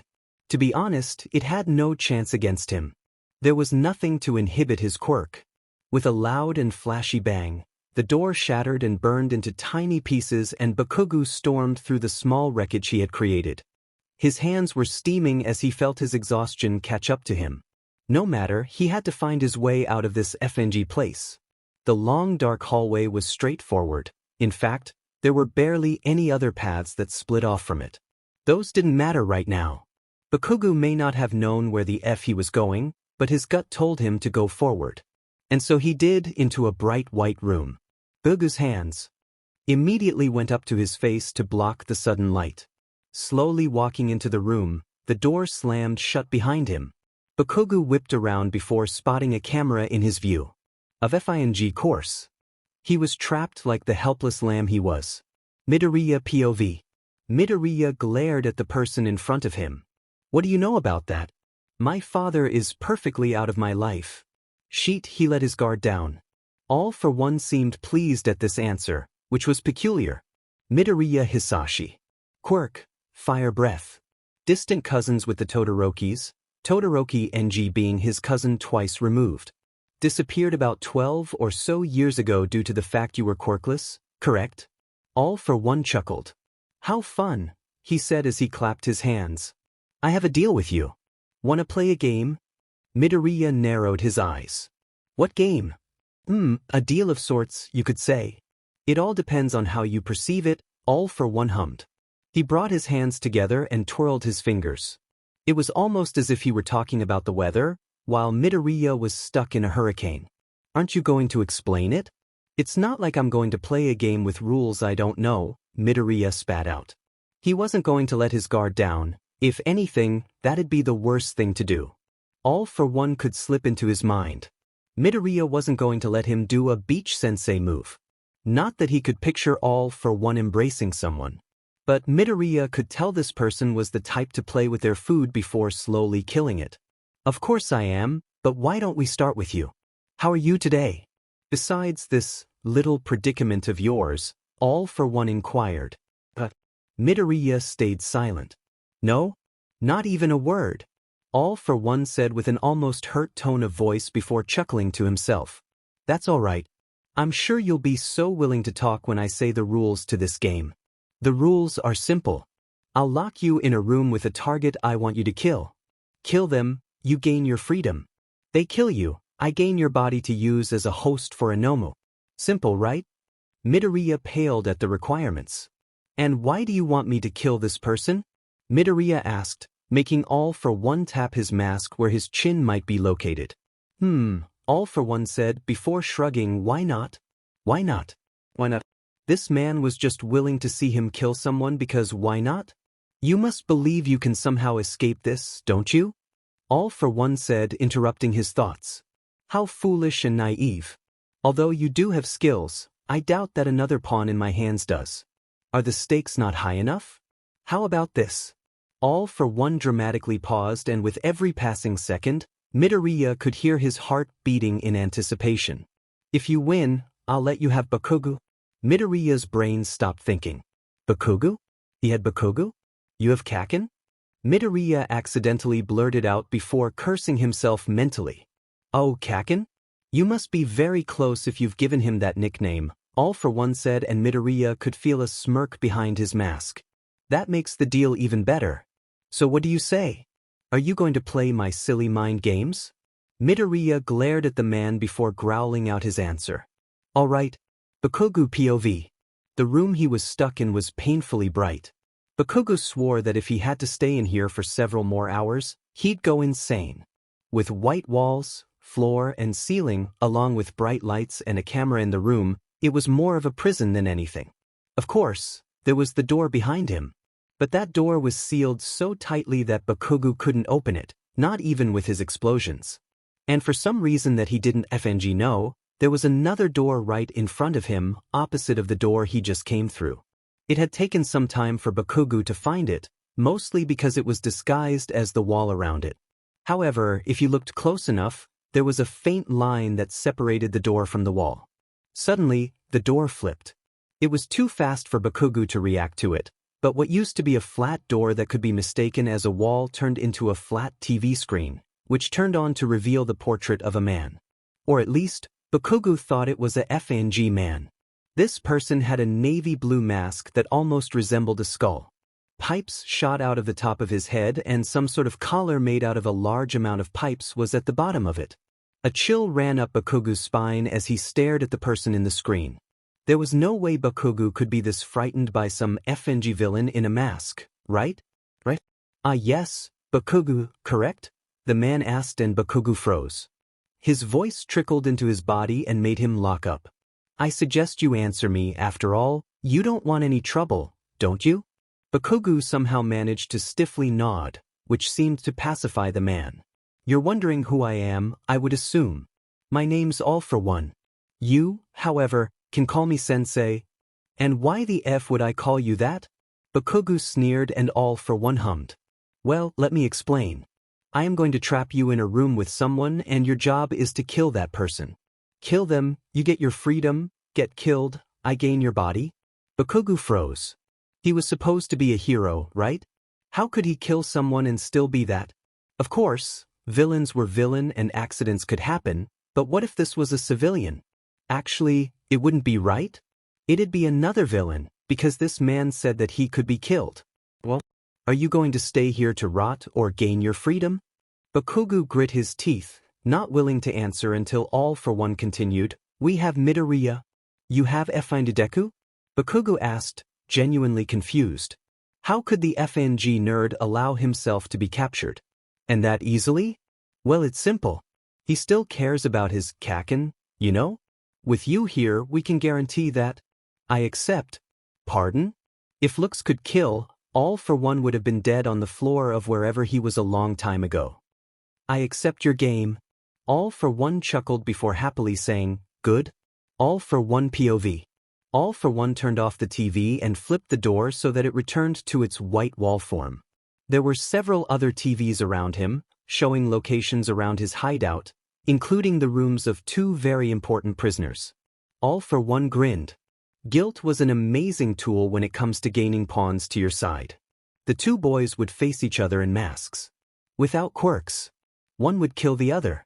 That was inevitable. Then, by revealing the other's mask, he'd bask in the glory of seeing their faces going pale with shock and grief. And no matter what, he had kept his part of the deal. After all, he never said they'd see each other alive and well, had he? With enough effort, he could gain a new student and a new Nomu. What fun! Oh yes, it was going to be an amazing thing to see. If there was one thing Class 3E was good at doing, it was looking out for each other. They've been doing it since the beginning, at Kunijikaka Junior High. They've been doing it when Koro-sensei was still alive. They've been doing it since they officially graduated from the assassination classroom. They each internally promised to continue doing that in the future. But now one of them was missing. One of their own was missing, and if the League of Villains thought they would stay put, they were wrong. Yes, the League would pay most sincerely for their actions. If it weren't for Karasuma-sensei and Beach-sensei's news from wherever they got it, Class 3E would still be stuck trying to find out where the F their green-headed friend was. And Bakugo, or, as they like to call him, Tap, short for the Angry Pomeranian. According to Beach-sensei, with the help of her quirk, Honey Trap, when activated, can be used to stuck and lower guards down. Effect decreases when the target is familiar with her. She'd been able to get some information out of several villains' loose lips before arresting them. You know, the usual stuff. All right, you brats, she said when they had a meeting about their friend's kidnapping incident. I've got several bits of advice. First, we know their main location's a bar. Not much, considering that they've got a warping buddy, but it's better than nothing. Second, hand FTSH guy is not the leader. Several murmurs broke out between them before Beach-sensei yelled, I'm still talking, you know. Yeah, go on, Terasaka said, waving his hand. You want to rescue Izuku as much as us, so just keep going. Beach-sensei huffed before flicking some strands of hair on her shoulder away. Third, the Nomus. They're probably making more of them at different factories. That shut them up before they started yelling. But wait, didn't we destroy those? That's probably not all of them. If we look at this logically, who the F cares about logically? Who's got a map? Are these all over Japan or? A tick mark appeared on Beach Sensei's face before Karma shouted. Beach Sensei looks like she's going to become a fuse. I am Udaman brats. Kirishima rolled his eyes at her before pulling out a map. We know that based on the fact that these are new and that we have captured all but 2 members from the sports festival attack, they probably don't have many members. What we're going to do is infiltrate them. Everyone understand? What we're going to do is kill them from the inside out. Mihara smirked. I like the sound of that. So how long will this take? Nagisa asked, fidgeting in his seat. The faster the meeting could go, the better. He doubted that the distraction he set up for the host club would last very long. Kyoya probably noticed something by now. But then again, he might not mention anything. You could never tell with that Black Prince. I'm going to say several days at least. Remember, we want to gain their trust, even if that means breaking the law. As long as there's more benefits, the better, Beach Sensei said, calming down. She was still pouting, her arms crossed over her cheek. Me and Karma won't be able to sneak away. Nagisa pouted and Karma sighed a loud sigh. What a pity, eh? Nagisa?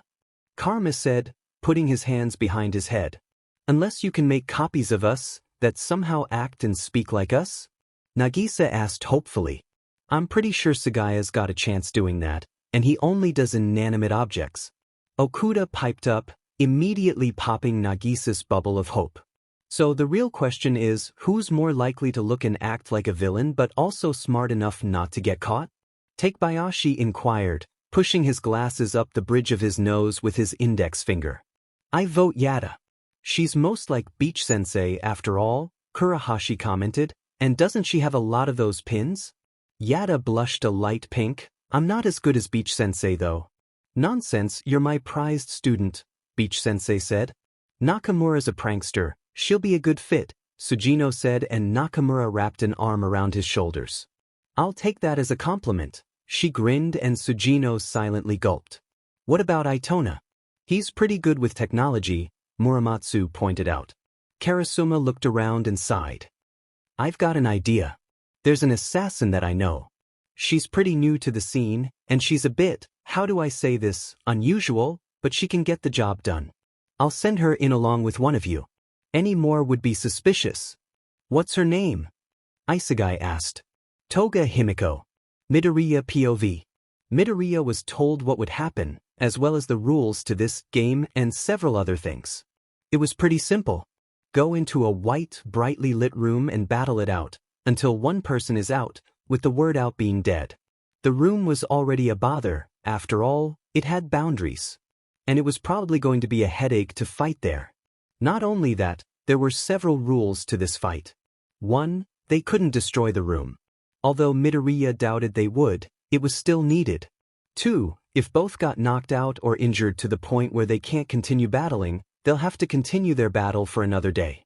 He was suspicious about this, after all. If All for One wanted one of them killed, this treatment shouldn't be necessary, just make them bleed to death. But then again, he wanted to have and show, whatever that meant. 3. No quirks. Now for this rule, Midoriya didn't see the point in telling him this.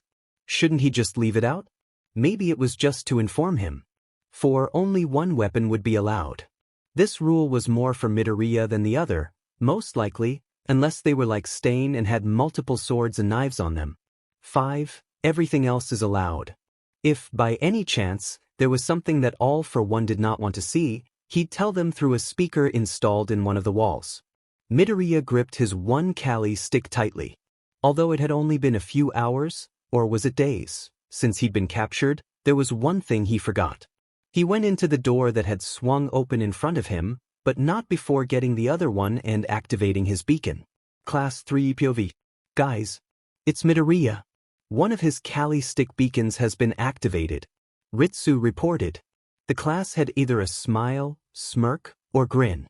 They were coming, whether the villains were ready or not. Time to play a game. The door showed a long and dimly lit hallway. The floor, ceiling, and walls were all made of cold cement bricks covered with gray paint. Midoriya walked through the hall, which had doors all over it, but there were locks on the handles. He could tell that All for One didn't want him going there. Of course, if he could escape, he could come back with reinforcements of some sort to break into them. Or, that beacon was working and some members of his class would be coming over here. That was also an option. His class was most likely having a meeting about his whereabouts. After all, that would be the most logical thing to do. The real question would be how they would proceed to find him. There were several ways that Midoriya could come up with in his head. One would be gathering everyone and bringing them over, like how they tried to rescue Beach Sensei last year.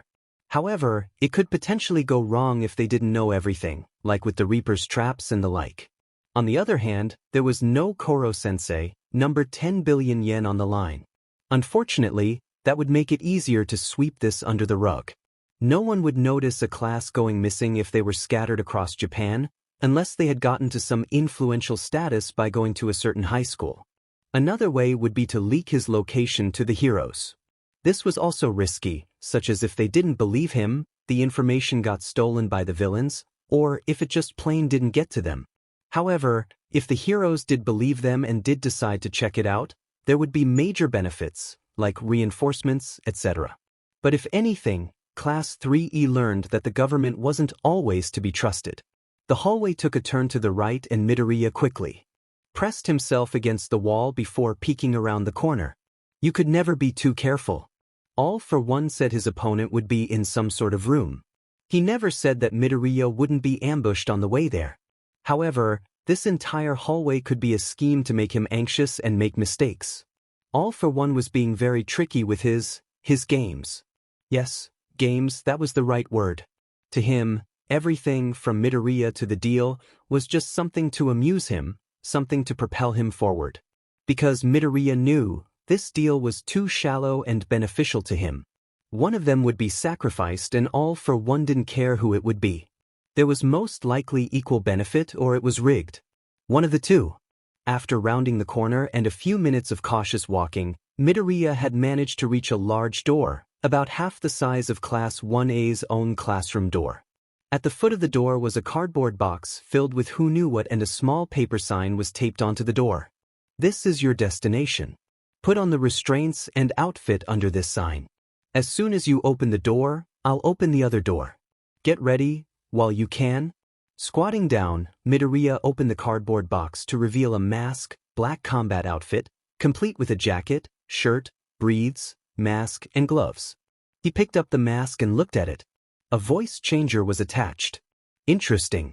Why did All for One not want his enemy to not know his voice? Midoriya stared at the clothes. Did All for One expect him to just change right here and now? Quickly looking around him, he changed out of his torn jumpsuit as fast as he could. The chill of the air made him shiver. Now completely covered, Midoriya hesitated. What was the purpose of this? Was his opponent being supplied with this as well? He shook his head, shaking out the unneeded questions. He'd figure it out when he got in there. And with a deep breath, Midoriya put his hand on the door knob and opened the door. Bakugo's POV. Well, the opposition has reached their side of the door, the villain said in a nonchalant voice. Bakugo swore that he could have heard humming coming from him. But now it was no matter. His outfit had changed from the blue and white gym uniform of UA into some sort of shitty clothes and mask that might have been used for some sort of FING spy movie. Only it was on a shitty budget, with a shitty costume designer, and with a shitty plot. In other words, he really didn't FING like this. At all. He adjusted the cuffs on his wrists. All for One, that fucker, had him put on some new bracelets and once he had put them on, Bakugo immediately tested his quirk out, only to find that he couldn't. Then, the piece of sheet almost gleefully put in that these were FING quirk restraints. He wanted Bakugo to fight quirkless. No, Bakugo wasn't worried. Bakugo was never worried. He couldn't be. This was a fight he could use to get Deku and get the F out of here. And if there was anything he was good at, it was fighting. If anything, kanji worrying was not going to help. And besides, he was Bakugo, the one who would be a hero. His teachers and classmates practically made him become a hero. There was no other option but to become one, to prove his worth. Because if you weren't the best, you were nothing. You were average. You were nothing but a pebble by the side of the road. To him, To be the best meant being a hero. Beating All Might. He scowled at the reminder. At this pace, there was no way he could do that. His entire class, which were supposed to be extras, had amazing quirks, not like he would admit it. His dream, if it could even be called his, was becoming out of reach. And the cherry on top was this. Bakugo picked up the mask that he was supposed to put on. A voice changer. There was no way that All for One didn't want his opponent to know his voice. What would be the purpose of it?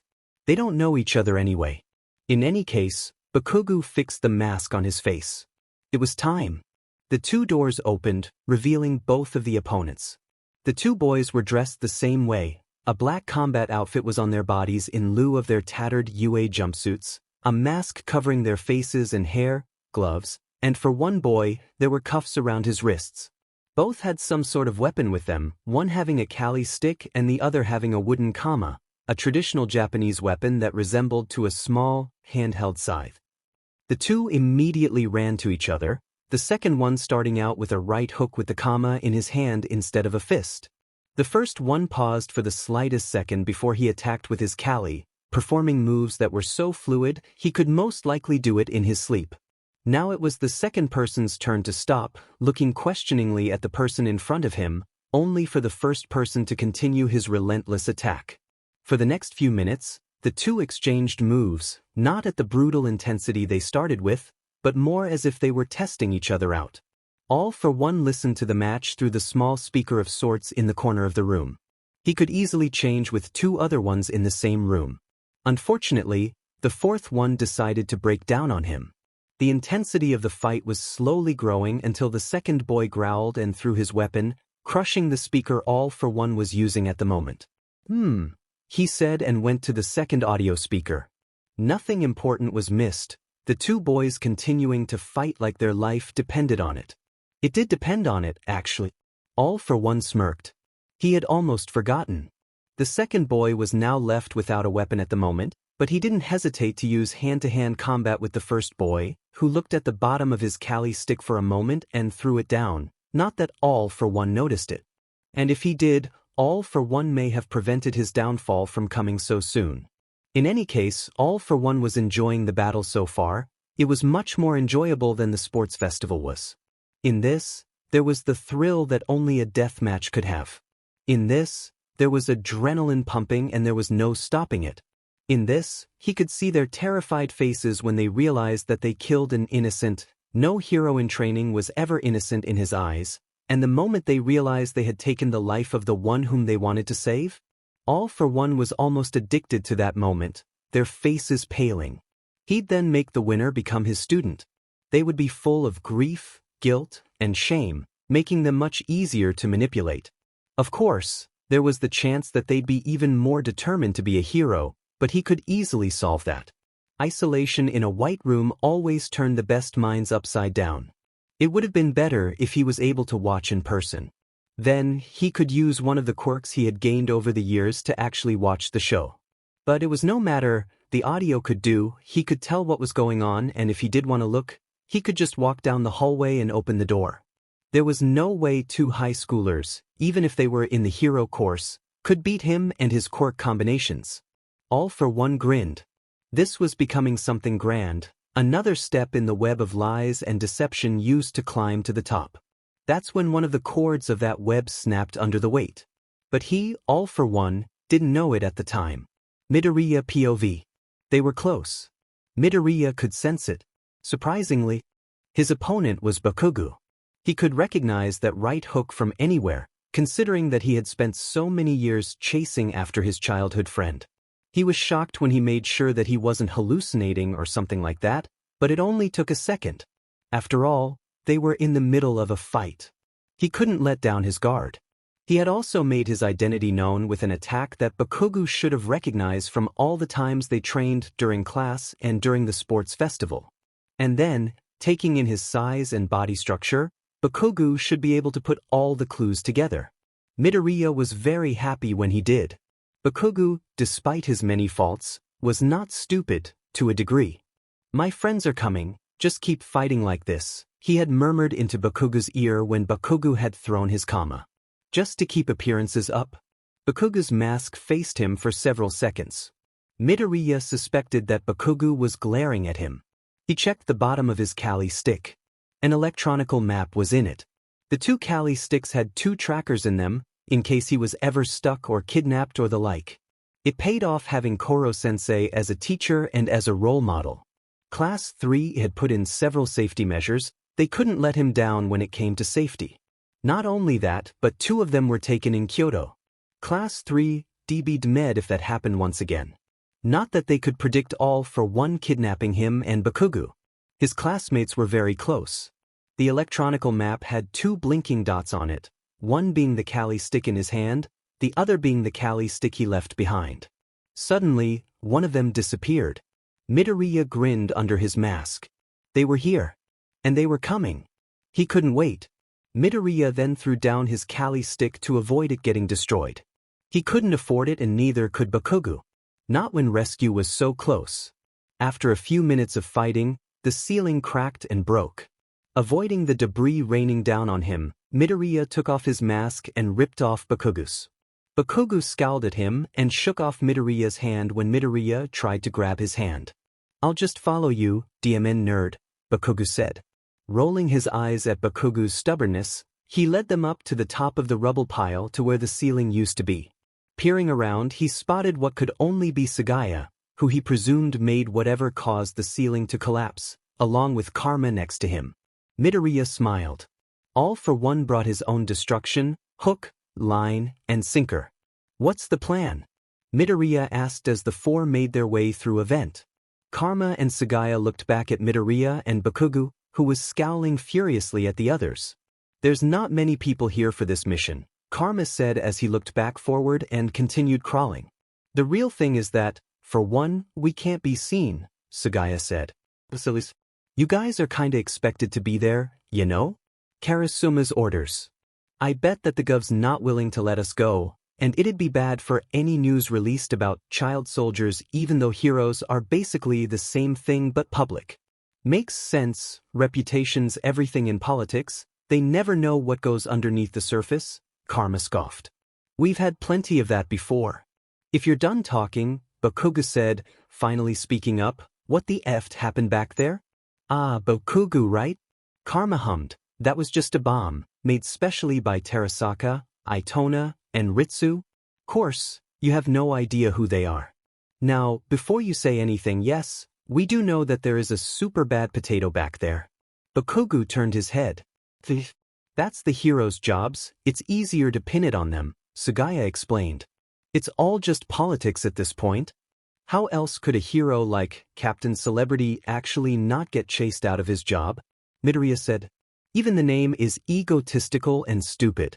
"In any case," Sagaya said, "in a few minutes, we'll be out of this tunnel, we'll get out. Isegai and Maihara are there along with Ryo and Nagisa."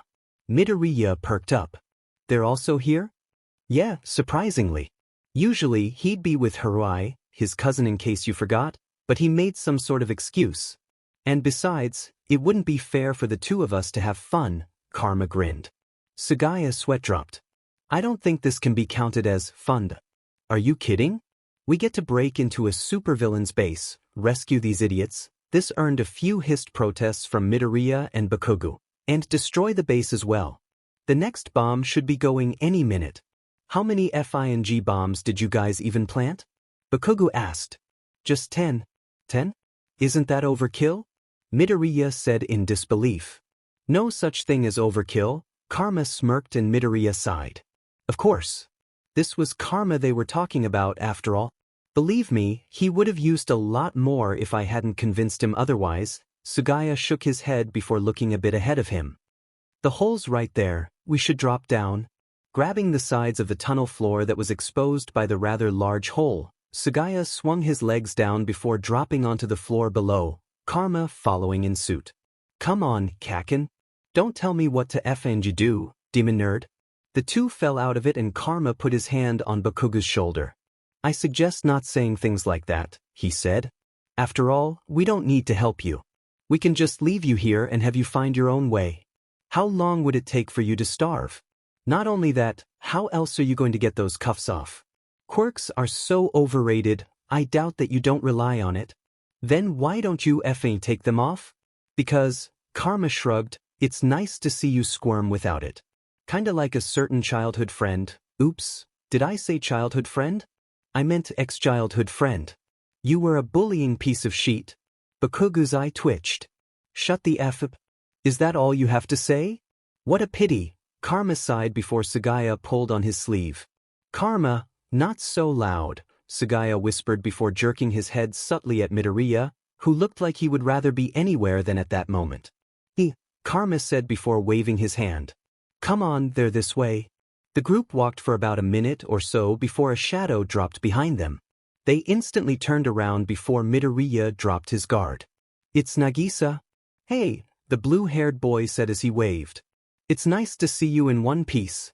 Isegai and Maihara and Nakamura are scouting ahead. I'm to pick you up. Karma trapped Nagisa into a chokehold and ruffled the top of his head.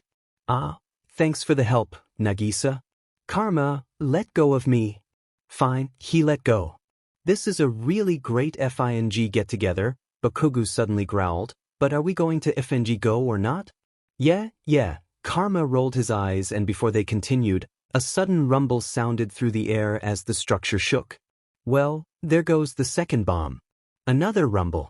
All right, we really need to go. That was the third. The heroes are probably outside and are coming by now. Sugaya pulled Midoriya and the five quickly ran, dodging any loose falling debris. Hey, you guys, Isegai suddenly appeared on one side of them. We found a way out. Yeah, Maihara said on the other side of the group. Ryo's already clearing it out. On the other side should be sewage system. We can get out from there. Whatever we do, as long as we're not squished by anything, I'm good, Midoriya shouted as he ran a bit faster, almost getting hit by a metal pole falling behind him. Over there. Isegai pointed and soon, they could see Ryo's telltale blonde hair. Here, you guys, Ryo said, pointing at the tunnel before she dropped down into the abyss of darkness. Jump. Isegai pushed Midoriya and Bakugo in before another loud bang sounded, much nearer than the other three. A large piece of the wall fell in front of the entrance, almost squishing them. So, Sugaya, we're going down there or? Nah, Karma said, we got to go through a different way, remember? Maihara perked up. Oh yeah, I forgot that. Come on, we should go before we kick the bucket, Nagisa said, looking around at their surroundings. Midoriya and Bakugo have to escape in a believable manner, Karma continued. Nakamura's just there to guide them. She'll join us soon. And with that said, they disappeared, all five of them, as if they never even existed. The hideout was practically already a mess when the heroes did get there. The exterior was somewhat normal, if large cracks spread over the walls of the building counted as normal. Dust and debris was scattered all around the building. The interior was another story. The ceilings were mostly collapsed, rocks, parts of the wall blocking their way, and many obstacles were in their path. If anything, it was like the heroes were just there as backup, Mirio thought as he looked at the rubble. That wouldn't be surprising, there was a reason there were different types of heroes after all. No one could cover all of the areas heroes needed to address. Rescues, fighting, damage control, those required necessary precision that not everyone could just half-butt it. No, the real question was who did this damage. But for right now, Mirio could push that out of his mind. Now was the time to see what was left and what was needed to do. We're going to split up into teams, Sir Night-Eye pushed up his glasses. I want 4 different groups, 3 to stay inside and 1 to stay outside to control anything that happens out here. Is that clear? The group that Sir Night-Eye controlled nodded, Mirio included. Lemillion, Mirio perked up at his name. I want you to lead one group along with Bubble Girl and Centipeder, who will lead outside. You sure, sir? Mirio asked. You're going to need more experience, and I think that with the situation at hand, Sir Night-Eye pushed his glasses up the bridge of his nose with his middle finger, that you would be best at this. 13 will be with you, in case anything goes wrong. Mirio beamed. Thank you, sir. Like Mirio originally thought, their job was to clean up, or at least, investigate the area. It's a mess here, he muttered. 13 next to him nodded. Yeah, but at least your quirk can help, True. Too bad you can't use your quirk right now, with all of the unknown stuff. That'd make this a jiffy. 13 laughed. True. We just have to be extra cautious. I'm sure that I can get rid of a few things, at least. Mirio pointed at a large rock blocking their way. Can you use spaghettification for that thing? I'll see what I can do, 13 said, and the space hero walked forward to destroy the boulder. Suddenly, Mirio turned around. His eyes raked the area, looking around the rubble and debris. Someone or even something was out there. Be careful, everyone, he raised his voice. We don't know what's out here. But Lemillion, one of them complained, it's clean-up duty, like you said. Lighten up, too much stress can make you hallucinate. Don't be that crazy kid seeing everything everywhere. It's better to be safe than sorry, Mirio replied. And if there are Nomus here? Ones that specialize in stealth, like a velociraptor? Then what? The man who talked back gulped before looking around with his eyes. Lemillion held back a sigh. Over here's good, 13 called as she waved the group over. I'm pretty sure that there's a room under here. All right then, let's check it out. And with that said, Lemillion looked back out one last time before walking over to 13. Sagaya POV. That was close, Isegai sighed in relief once the group had gotten out of that situation. Sorry, Mai-ha rubbed the back of his neck, embarrassed. That's all right, Nagisa said. They didn't find us out, did they? Yeah, Karma agreed, and now they'll be more cautious, won't they? Don't want any nasty accidents now. I guess so, Mai-ha brightened up. That Lemillion kid's pretty good, Karma continued. I wonder how strong he is.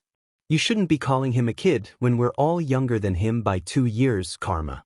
He's a third year at UA, out of all places, remember? Sugaya rolled his eyes. Well, excuse me then, Karma mocked. Lemillion-senpai. Please save me, a young Kohai vying for your attention. You, out of all people, shouldn't need that much saving, Nagisa shook his head. Karma cackled as they moved along. In any case, how do you think Nakamura's doing with Midoriya and Sparky? Karma asked. I bet that Bakugo's going to be either really annoying or really observant, Nagisa thought out loud. Midoriya did call him smart? Midoriya calls a lot of people smart. And this smart might not be common sense smart, maybe just academic smart, Mai-ha shrugged. Still, if he's academic smart, then he's got to have some sort of street smart, especially with a temper like his, Sugaya pointed out. True, Mai-ha agreed. After a few moments of silence, Karma asked, so how far away are we running?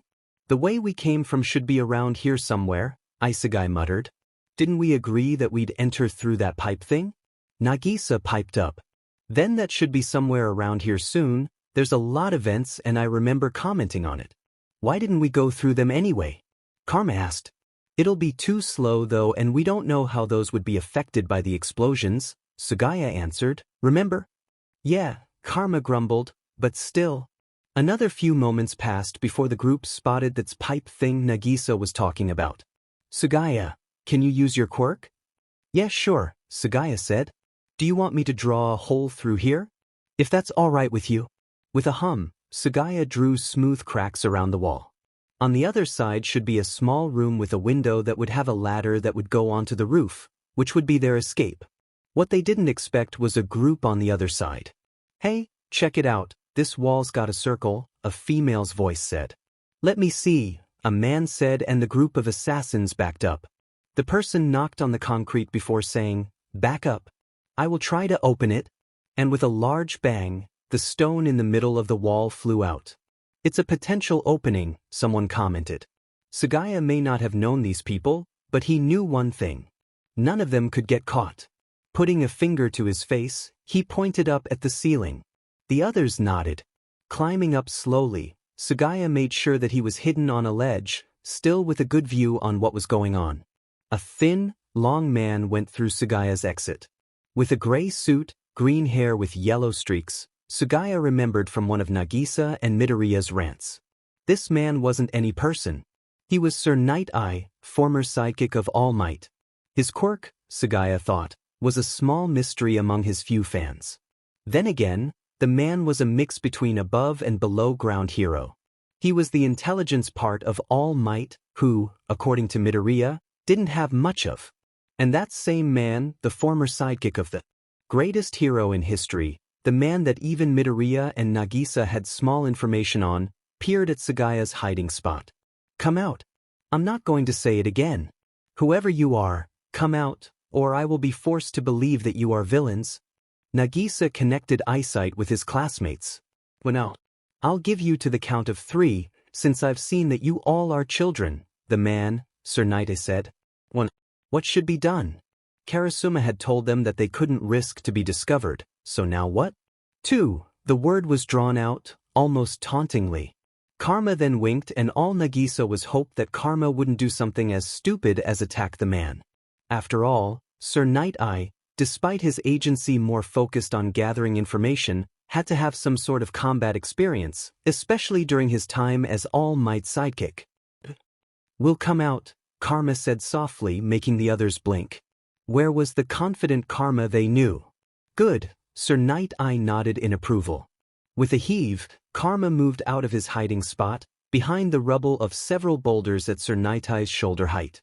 I'm certain there's more than one person, Sir Night-Eye frowned. Come on out, you guys. Karma jerked his head and Nagisa hesitated. Karma had to have a plan, right? He bit his lip before coming out of his own hiding spot, above their heads. One by one, Maihara, Isegai, and Sagaya walked out and into the open. That should be all of you, Sir Night-Eye muttered softly. Nagisa blinked. He knew how many there were? Now, he continued, would any of you like to tell me who you are and why you are here? Out of the corner of his eye, Nagisa could spot Sagaya fidget with the Class 3, new and improved, uniform.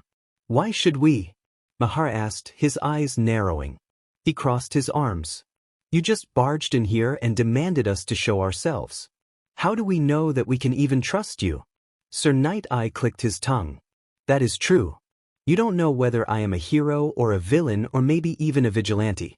Though, I would suppose that a vigilante wouldn't wear a business suit, would they? He cracked a slight smile. Silence met his question, but he must have expected it because he then said, but I also don't know who you all are. Are you a villain? Are you a civilian who decided it would be good fun to go into a crime scene? His tone became harsher and sharper during the last sentence. Sir, I think we should. Sir Night-Eye held up his hand. I want to hear it from them. He turned to Karma. You, out of this group, decided to come out before telling these 4 to get out of their hiding spots. Why? Karma, like Nagisa, hopefully, expected him to, had a response. Because there's 3 reasons. The first 2 helped me decide what to do. The third one I got from our conversation, if you can call it that. He held up one finger. You knew there were people. You just found that hole in the wall and you immediately broke it down and said come out. If you were that confident, you must have had some sort of clue since we made no sound. Karma put up another finger. If you were someone who was going to kill us, wouldn't you have done it by now? Kill now, ask questions later. Not to mention the group you've got behind you. He then brought up a third finger. Finally, you asked whether we were villains or civilians. You sounded really sad when you asked us whether we were civilians. And I wouldn't think that a villain would ask another person whether they're a villain. Karma put his hand down. So that's why. Sir Night-Eye's eyebrows raised for a slight second, which wouldn't have been noticed if it weren't for the fact that Nagisa was watching his facial expressions during Karma's entire reasoning process. There was also another reason that they would know him. Despite the little information they had on Sir Night-Eye, they did know he was a hero. However, it would have been slightly suspicious if they said that. After all, Sir Night-Eye often worked in the shadows. Very few people knew or remembered him. And even if they did know and remember him back in All Might's glory days, that was almost half a decade ago, quickly approaching 6 years. I suppose so, Sir Night-Eye then said. But none of you answered my first question. Who are you, and why are you here? We're not civilians if you're asking about that, Sagaya commented. You'd be kinda stupid if you thought we were, considering we've got this stuff on us. Maihara rolled his eyes.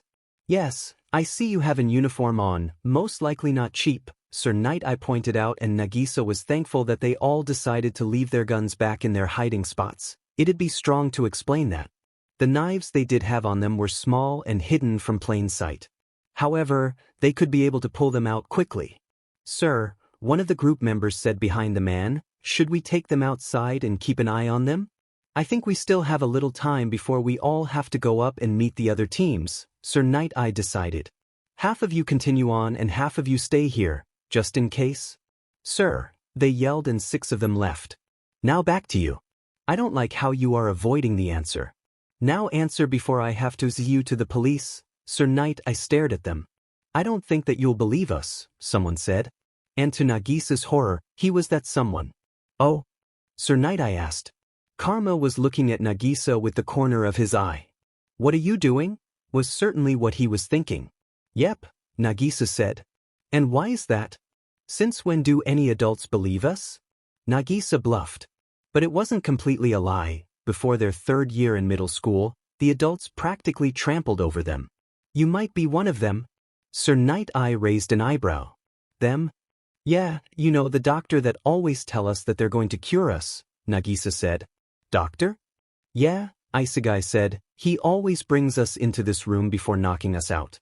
He likes picking on Maihara and me mostly because we're quirkless. Someone in the group gasped quietly. Sir Night Eye himself seemed slightly surprised as well. Oh, you're quirkless, Sir Night Eye said. Isegai nodded and was about to say something before Maihara opened his mouth. Yeah, and it is Seekus. It's not like I asked to be quirkless anyway. The doctor called us pure and valuable, Isegai continued, but he really just wanted something to control without worrying about any quirks going out of control. So you were experimented on? Were you intended to become Nomus?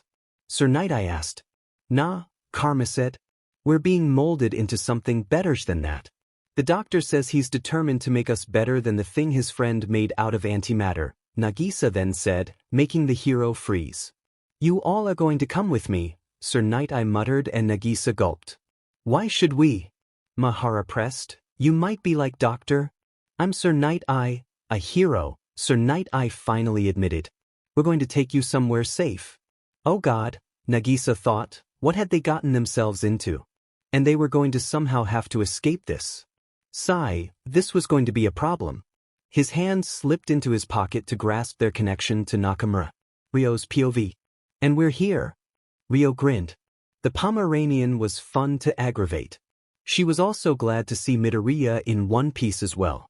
Finally, the light blonde said and Ryo pointed. Down there, take a left, then another left, go up and you should get to a pothole from above. Go through there, you should be able to see the heroes there. Thanks, Nakamura, Midoriya sighed happily. Just then, a device buzzed in her pocket. Taking it out, Ryo read the message. On second thought, Ryo said, I'm going to be coming with you. Why? Because, Ryo answered, it's strong to be a child assassin paid by the gov when you can't be caught by heroes. Midoriya paled slightly. Oh God. So, you're telling me, Bakugo said slowly, that your FING friends who happen to be assassins got caught by the heroes, when they FING said they were fine. Well, yeah, that's the gist of it, Ryo yawned. What's your point? I gotta get over there, make a distraction. TC, nothing, Bakugo scoffed. I found it pathetic. Aren't you all supposed to be trained to not get found? With a quick zing of a knife, Ryo's knife rested right against Bakugo's Adam's apple. What did you just call us? She smiled, a tick mark on her forehead. I called you effing pathetic. Bakugo snarled. Ryo sighed. You know, Tap, you're walking on a very, very fine line between life and figurative death. Why figurative? Because I don't want to get my hands dirty, killing pieces of sheet and all, Ryo smirked, watching steam almost literally come out of Bakugo's ears. What the F did you just call me? Sheet, you know? Anne's Tap stands for the angry Pomeranian. I'm not FNG dog, Bakugo seethed. Oh, but you're just as annoying as one. At least they take a break from being annoying. You don't. Blondie, I swear that. Midoriya interrupted. Shut up, you dumb nerd. Bakugo turned to him. Don't talk to Midoriya like that, Ryo furrowed her eyebrows. Ryo, you should go, I'll take care of Kaken, Midoriya then said. Bakugo snarled, I don't need anyone to take care of me. Who's in a better position, you or us two? Ryo asked. Bakugo clicked his tongue and turned his head. Exactly, Ryo hummed and she sheathed her knife. So you should get going, they're probably looking for you. Midoriya nodded. Thanks, Rio. As for you, Rio glanced at Bakugo. Keep your mouth shut about us. It was only necessary to rescue Midoriya, we didn't have to get you. But Midoriya'd be upset and guilty about that, so we did. Don't make us regret it. After all, we have connections, and you don't want your precious future spoiled, do you? UA student bullied quirkless student and suicide baited them. Is this our future hero? People are easily persuaded, you know. I got it. F you too, Bakugo muttered under his breath. What was that? I said I got it. Bakugo growled. Good, Rio grinned. See ya, Mido. Bye, Nakamura. Midoriya waved. Come on, Kaken. Shut up. Rio POV. Rio moved through the rubble, on a different path than Midoriya and Tap were going through. She didn't retrace her steps and went through where the boys went, that would take too long. Instead, she climbed on some boulders to a hole in the ceiling and entered into a room that was half destroyed, that ceiling folding inwards on one side of the room. The other half wasn't spared though, rocks and dirt covering what would be a pristine white floor. A lone window in the wall with cracked glass in it would be her escape way. She put her hands underneath the window pane, only to draw her hands away. Ouch, she murmured as she examined the cut on the side of her thumb. More wary, she opened the window and carefully went through it. Examining the outside, she then put her hand on the back of her neck. Using her quirk, she created a small parachute, able to carry her weight down safely without twisting her ankle on the destruction below. Quirk, trickster. Able to create anything as long as there is a definite purpose for it. Must have a solid resolve on using it. Cannot create anything complex, such as machines. However, can create fibers. If used too much, can cause migraines. Rio jumped. Landing on the ground, she ran over to a neighboring building about a street away. Due to the bombs being planted in specially planned areas, it wasn't in a bad condition, depending on how you define the word bad. It certainly was an abandoned place, judging by the apartment outside. The outside paint chipped and the door to the place was covered with dents and bangs. Using her quirk once more, she created several suction cups. Attaching them to her feet and hands, she huffed before placing her hands on the building. This should be good. Part of the brick that was underneath one of her suction cups fell away. Rio cursed. Who was in charge of this building? Continuing her climb, she made sure to check whether it was secure before proceeding. After several minutes of climbing, Rio managed to reach an open window. F this, I'm just going to go in, she muttered before taking off her glove cup by putting it under her armpit and applying pressure so she could slip her hand out. Bringing her leg up, Rio went in. Karma POV. Karma hummed. Well, this was going to be difficult to explain to the host club if they were present, which he doubted, considering they were in the poorer areas in Japan. The heroes were actually doing well at this thing, Karma thought as he watched Sir Night Eye command his men and women around. So we're going to go with these people? Mahara whispered. It's a better choice than resisting, we don't want to draw attention to ourselves, Isegai answered him. But wouldn't that also be suspicious? What good runaway wouldn't try to escape? Mahara rolled his eyes. My Haris got a point, Sugaya put his 2 cents in. Okay, let's think, Nagisa muttered. We've been experimented on, we probably have PTSD or whatever, trust issues, maybe another mental thing going on or something. If we escape and they don't find us, they'll send out search parties to find us or something because they want info on the doctor. We do have information on the doctor, Isegai said. Ritsu found out. Goes by the name Daruma Ujiko. His real name's Kyudai Garaking. And how does Ritsu know his real name? Isegai shrugged. Apparently the man's also done a bit of embezzlement and illegal experimentation. Ritsu said that she researched a bunch of people, especially higher-ups. Not only that, but the man's also got another phone. I have no idea how she got through there, but she did. It's Ritsu, enough said, Sugaya said. And if we do escape and they do find us? They'll put us under tighter security, Karma theorized. Sugaya sighed. Well, that's also a problem. We're also trying to get home as well. Imagine if Kyoya got his hands on this, Nagisa paled. He'd put this on our debt for lying or something like that and give us more work because of the days we missed.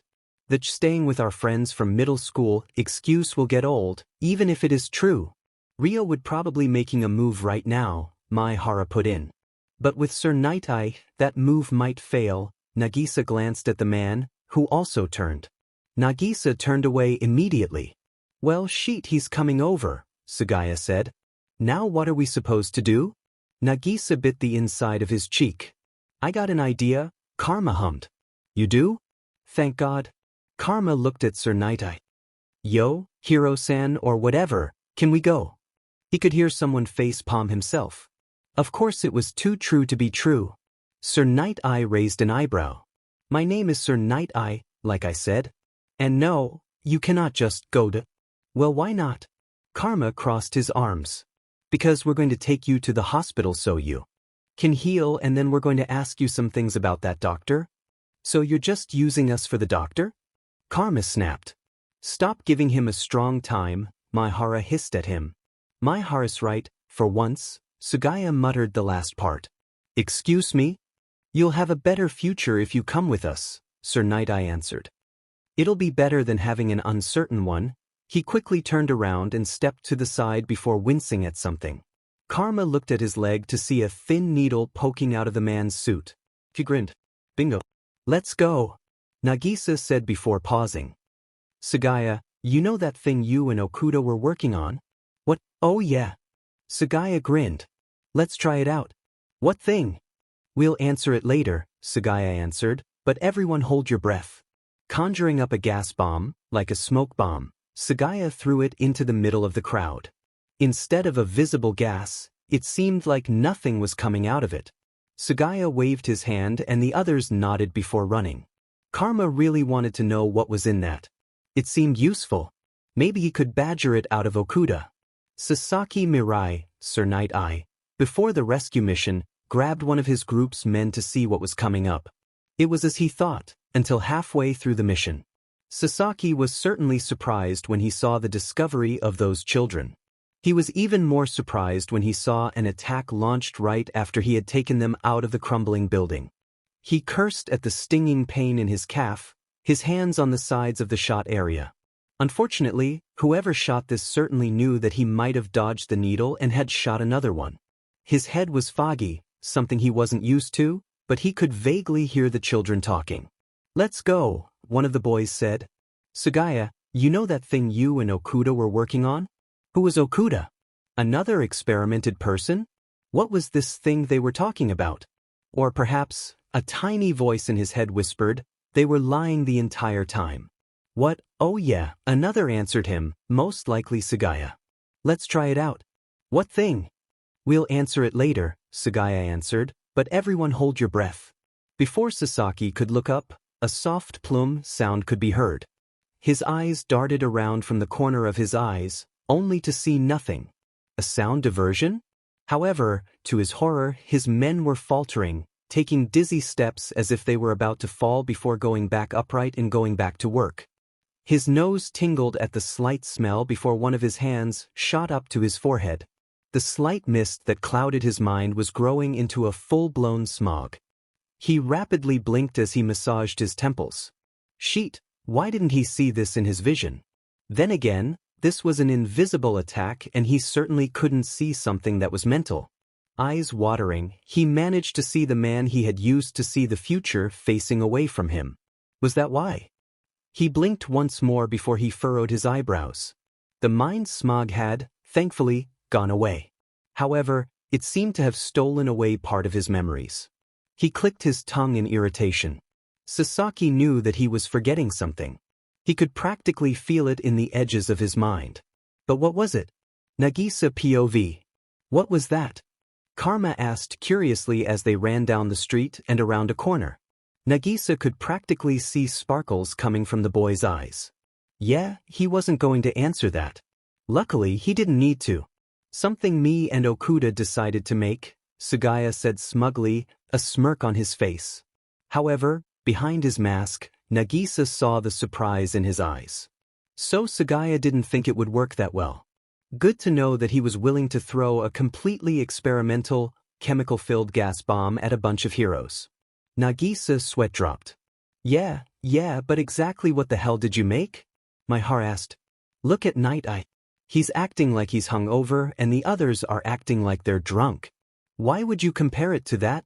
Isegai practically begged, exasperation leaking in his voice. Isn't it true? And come on, it's common sense to think that. Don't ask why that was my first thought though. My heart rolled his eyes. Anyways, if we're finished talking about the symptoms of it, the corner of Sagaya's eye twitched. It's an invisible, tasteless chemical that triggers forgetfulness, but only for certain people. For that one, those certain people are us. So what about the smell? Nagisa asked. Well, we haven't gotten that far with it, Sagaya began, moving his hands. You threw something that was still being experimented with at Pro Heroes? Isegai squawked, voicing Nagisa's earlier thought. It was mostly done, Sagaya rolled his eyes, and it wasn't like the smell thing was going to hurt them, it just would be nice if there weren't a smell. Still, we got out of the situation, didn't we? Karma pointed out. Isegai faltered, well yeah. Exactly, Karma said. So, Sagaya, any chance you guys are willing to hand over some? What? No. Karma.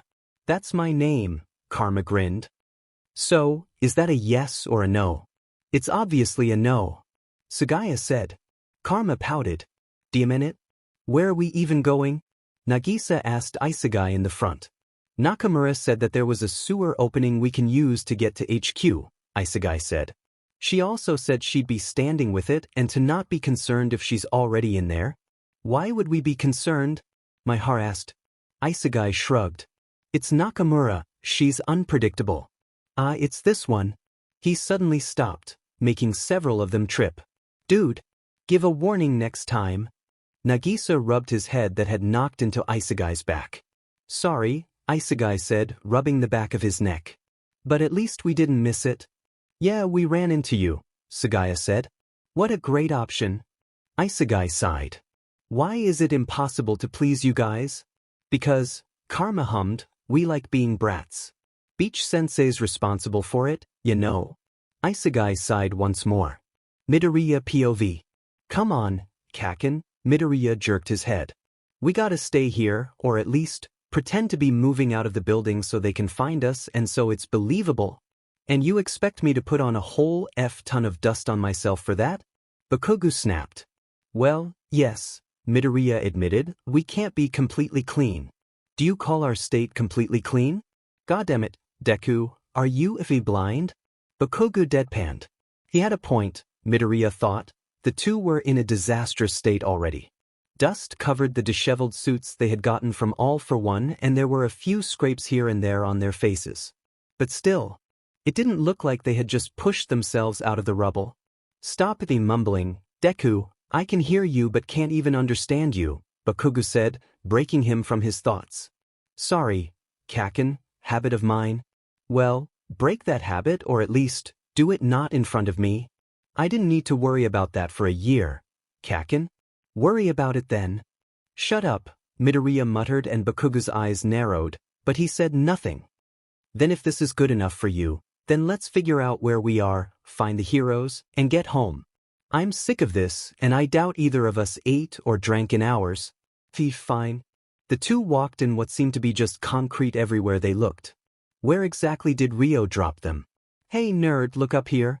What did you find? Midoriya stopped. Maybe if you looked up, you'd see what I'm talking about, Bakugo growled. Midoriya walked over to where Bakugo was standing. Are you talking about that opening? Midoriya pointed. Yeah, Bakugo answered, if we can break some of the wall that's around it, we might be able to see what's outside. And how do you know it leads outside? Midoriya asked. There's sunlight coming out from it, it's gotta be a key way out of here. Bakugo rolled his eyes. Keep up, nerd, I thought you were smarter than this. Midoriya rolled his eyes back. Alright then, it shouldn't be too strong to get up there. The opening itself was actually a bit large once Midoriya looked at it longer, perhaps around shoulder length wide on the ceiling that was around 10 feet high. However, with the rubble, it was more like 8 to 9 feet high. Sometimes, Midoriya wondered where exactly all this debris came from. It was astounding that Bakugo had even spotted it, despite the ceiling being slightly low since what seemed to be a rock covered most of it. Despite that, Midoriya could see the small amount of light Bakugo was talking about coming out from it. "How heavy are you, nerd?" Bakugo suddenly asked. "What? You heard me, how heavy are you?" Bakugo asked once more. "Well, I'm around 48.5 kilograms. So you're really FING light? Okay, I can work with this," the other interrupted. He looked around before clicking his tongue. Kneeling down, he brought his two hands together. "Get on." Midoriya didn't move. "I said, get FNG on. You, with the FING Cali, are going to go push whatever's over it, and then I'll push you up and you'll go through and pull me up. Use that brain." Midoriya started before doing what Bakugo said. Taking several minutes, Midoriya let out a sigh of relief as the covering finally moved away. Putting the weapon at the surface, he brought his hands up to push himself up. Once he was out, he looked back down and held out his hand. Bakugo did a small jump and grabbed onto his hand. He almost fell back down and Midoriya had to pull him up by himself until Bakugo was high enough to do it himself. "You're not as weak as I would have thought," he could hear Bakugo comment. Thanks." "Hey look, there they are," someone shouted. "Huh, they already found us," Midoriya beamed. Bakugo snorted. "How FNG convenient." Once discovered, the heroes quickly pulled Midoriya and Bakugo into an ambulance, despite their multiple protests, and raced them over to the hospital. Right now, the two were in the same room, with Midoriya being on the left side and Bakugo on the right. Why the F did they think us being in the same room would be a good idea? Bakugo scowled. "If anything, I could be trying to attack you." "Yeah, they really gotta think these things through," Midoriya hummed, and the room fell into an awkward silence once more. "You really pisses me off, you know that, right?" Bakugo began, once again breaking the silence. "Considering all the attacks on me and how hostile you're to me, yes I do." Bakugo glanced at Midoriya before bringing his arms behind his head and looking up at the ceiling. You know how teachers hate the kids who aren't amazing at their subject, or the kids that barely pay attention, or the kids who they seem to expect more out of?" Midoriya's eyebrows furrowed. Yeah, I guess. You're kinda like that. You were really easy to F's with," Bakugo said, "but you didn't follow the goddamn system." "What system?" "I thought you were smarter than that, the system at Aldra and the schools before." "Kaken, I still don't know what you are talking about." "Then I'll make you understand. Only the best can survive, anything less and you're nothing. I refused to be nothing, so I became the best. But you, shitty Deku, decided to F with me and continued to try to be a hero." Bakugo slowly brought his hands down before him. "And then you have the audacity to come through that door and say, 'Hi, Kaken. Long time no see.' What do you think that meant to me?" Bakugo as he moved up and down faster, signaling his quick breaths. "Everything I learned was wrong. And being wrong is worse than being nothing." It was quiet, with only Midoriya's thoughts buzzing in his head. Why did this sound so Michigan-like Kunijigakaka? Why was Ri's problem so widespread? "Kaken," Midoriya began before Bakugo glared at him. "Stop calling me the... Everything all right, boys?" The two looked over at the entrance to see a familiar face. "Sensei/Aizawa-sensei," Midoriya and Bakugo said. Yeah, I'm just coming in here to say that you guys are gonna have some therapy lessons." "I don't need therapy, what the F dash, I don't need that sheet." "No interrupting." "But, Aizawa-sensei," Midoriya wheedled. Aizawa looked at Midoriya. "What did I say about interrupting me?" "No interrupting." "Exactly. Now, as I was saying, you both will have at least 2 weeks worth of these with Hound Dog, once every other day. Depending on how well you're responding, you can have up to a year's worth of meetings. Now you can speak." The two practically exploded. "Why is this mandatory? I'm stronger than this. You know my recommendation, I can handle it. I suffered from a Hifing attack earlier, I'm fine. Are these meetings going to be together or... They if better not? How's everyone else in class? What did we miss? Sheet, we might have missed so many classes. All right, let me answer your questions." Aizawa stretched before grabbing a chair and sitting down. The two looked over at Aizawa with rapt attention. "No, you did not miss any classes," They cancelled any school days as well as the rest of the sports festival. Yes, it is mandatory, the therapy lessons. No, you two are not doing them together. And finally, I don't FING care what either of you two think you can handle, you're going to them. Midoriya, Aizawa began when Midoriya opened his mouth. I know you're on recommendation, but this is still going to leave a psychological impact. Not even the strongest can say they're completely unaffected by them. And Bakugo, don't pretend that you're also fine from this and that other villain attack. I've seen you panic over what goes on your neck and what goes near it. You still feel like something is going to surprise you, which is why you hate neckties. Midoriya and Bakugo looked at Aizawa with either awe or fear. How in the world did he guess all of that? I don't know what you're FANG talking about, Bakugo began to argue, but Aizawa quickly shut it down. Bakugo, Aizawa sighed, not everything is meant to be done alone. Then I'll be stronger than that. Bakugo, I can't not try. Bakugo, Aizawa said warningly. You can't tell me that and think I'll be okay with that? Bakugo. Bakugo flinched before looking back at his teacher. This decision is not something you can argue out of. Understand? Bakugo muttered something under his breath. Repeat that? I understand. But I have to go soon, my visiting time's already almost done. Recover soon, okay? And with that said, Aizawa stood up, put away his chair, walked out of the room, and closed the door, leaving the two back in silence. Aizawa sighed as he closed the door. Those two were strong and probably some of the most plucky and intrepid boys he had ever met that also got into trouble.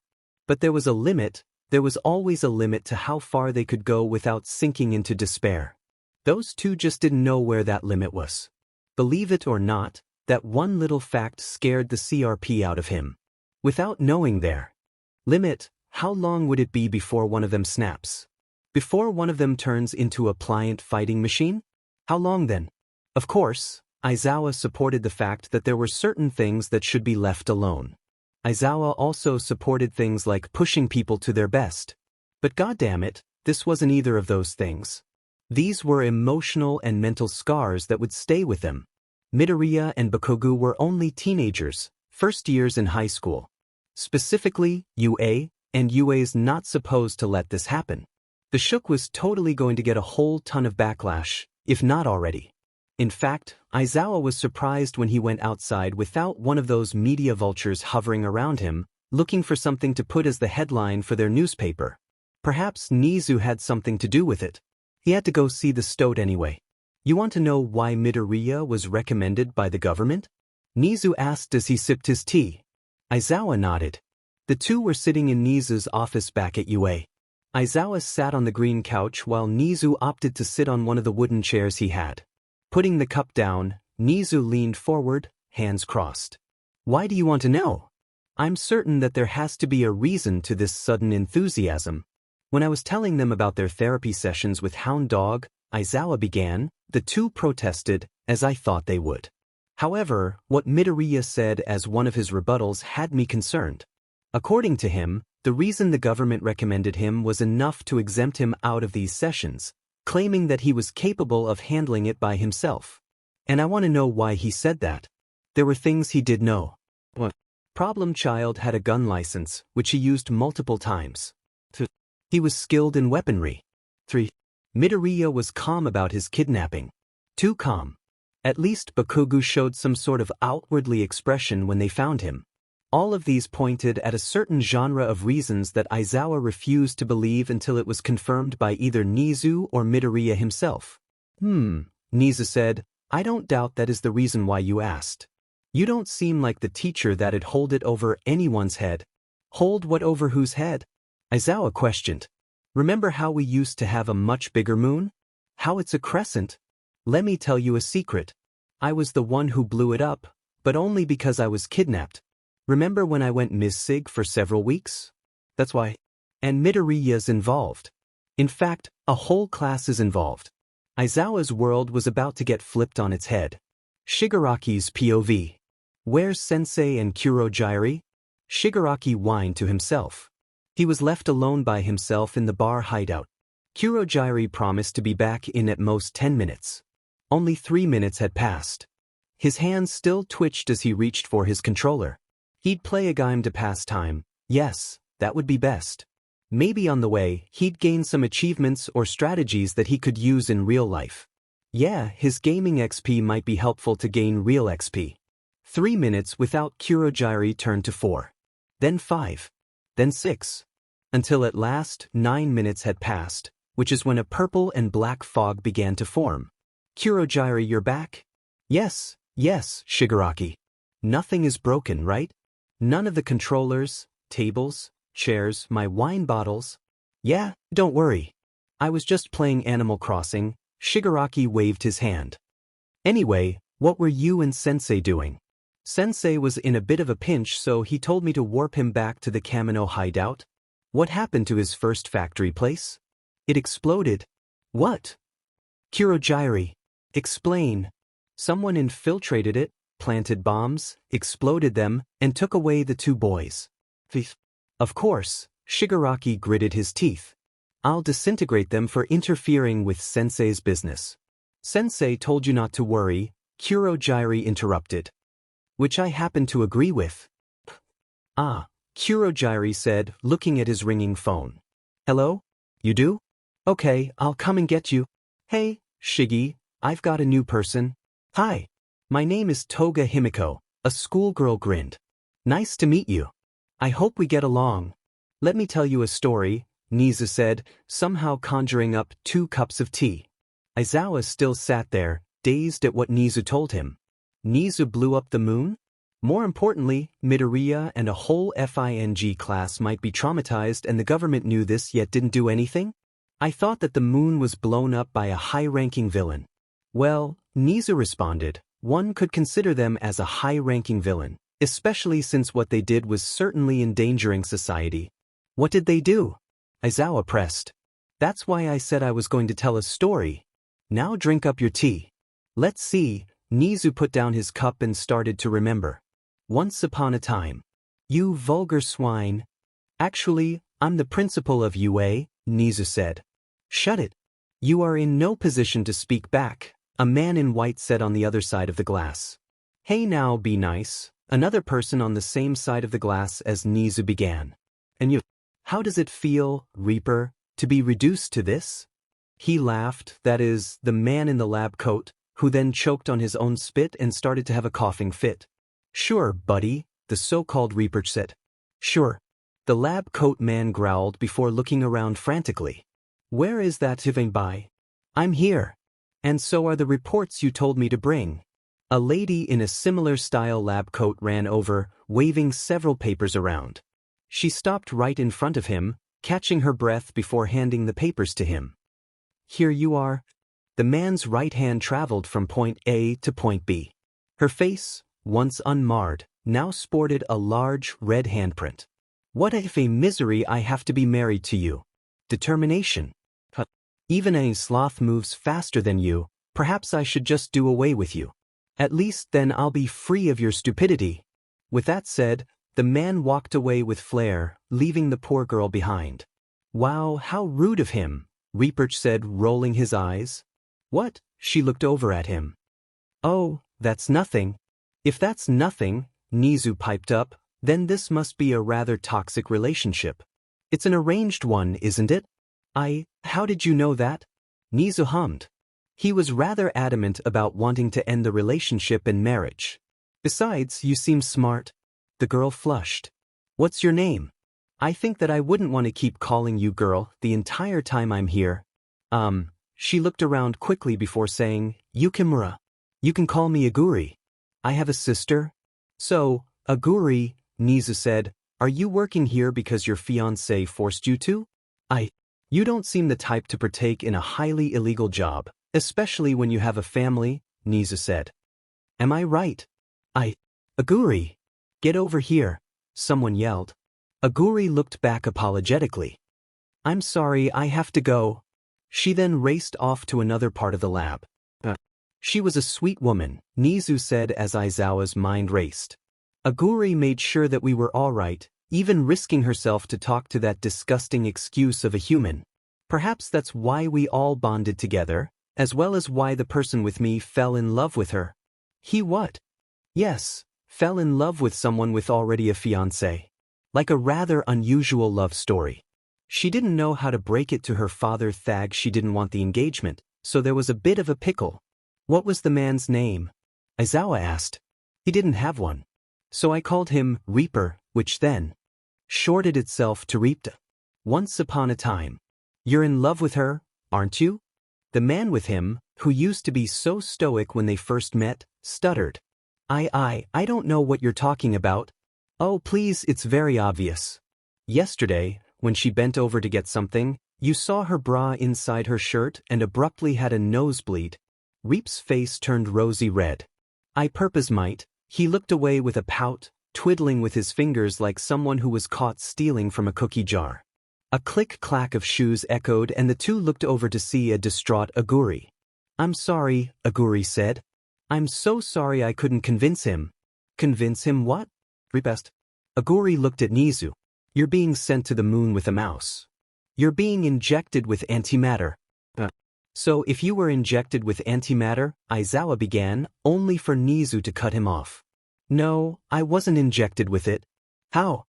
I managed to convince a rather forgetful man that it was only for the mouse to be injected.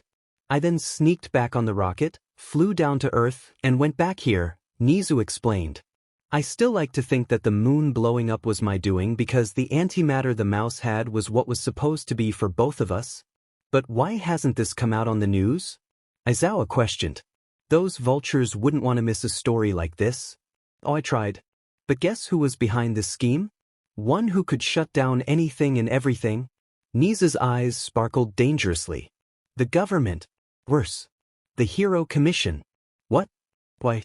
The fiancé, who I now know as Yanagisawa Kotaro, was planning on making something that could defy the laws of physics, a superhuman, if you would, better than All Might's power.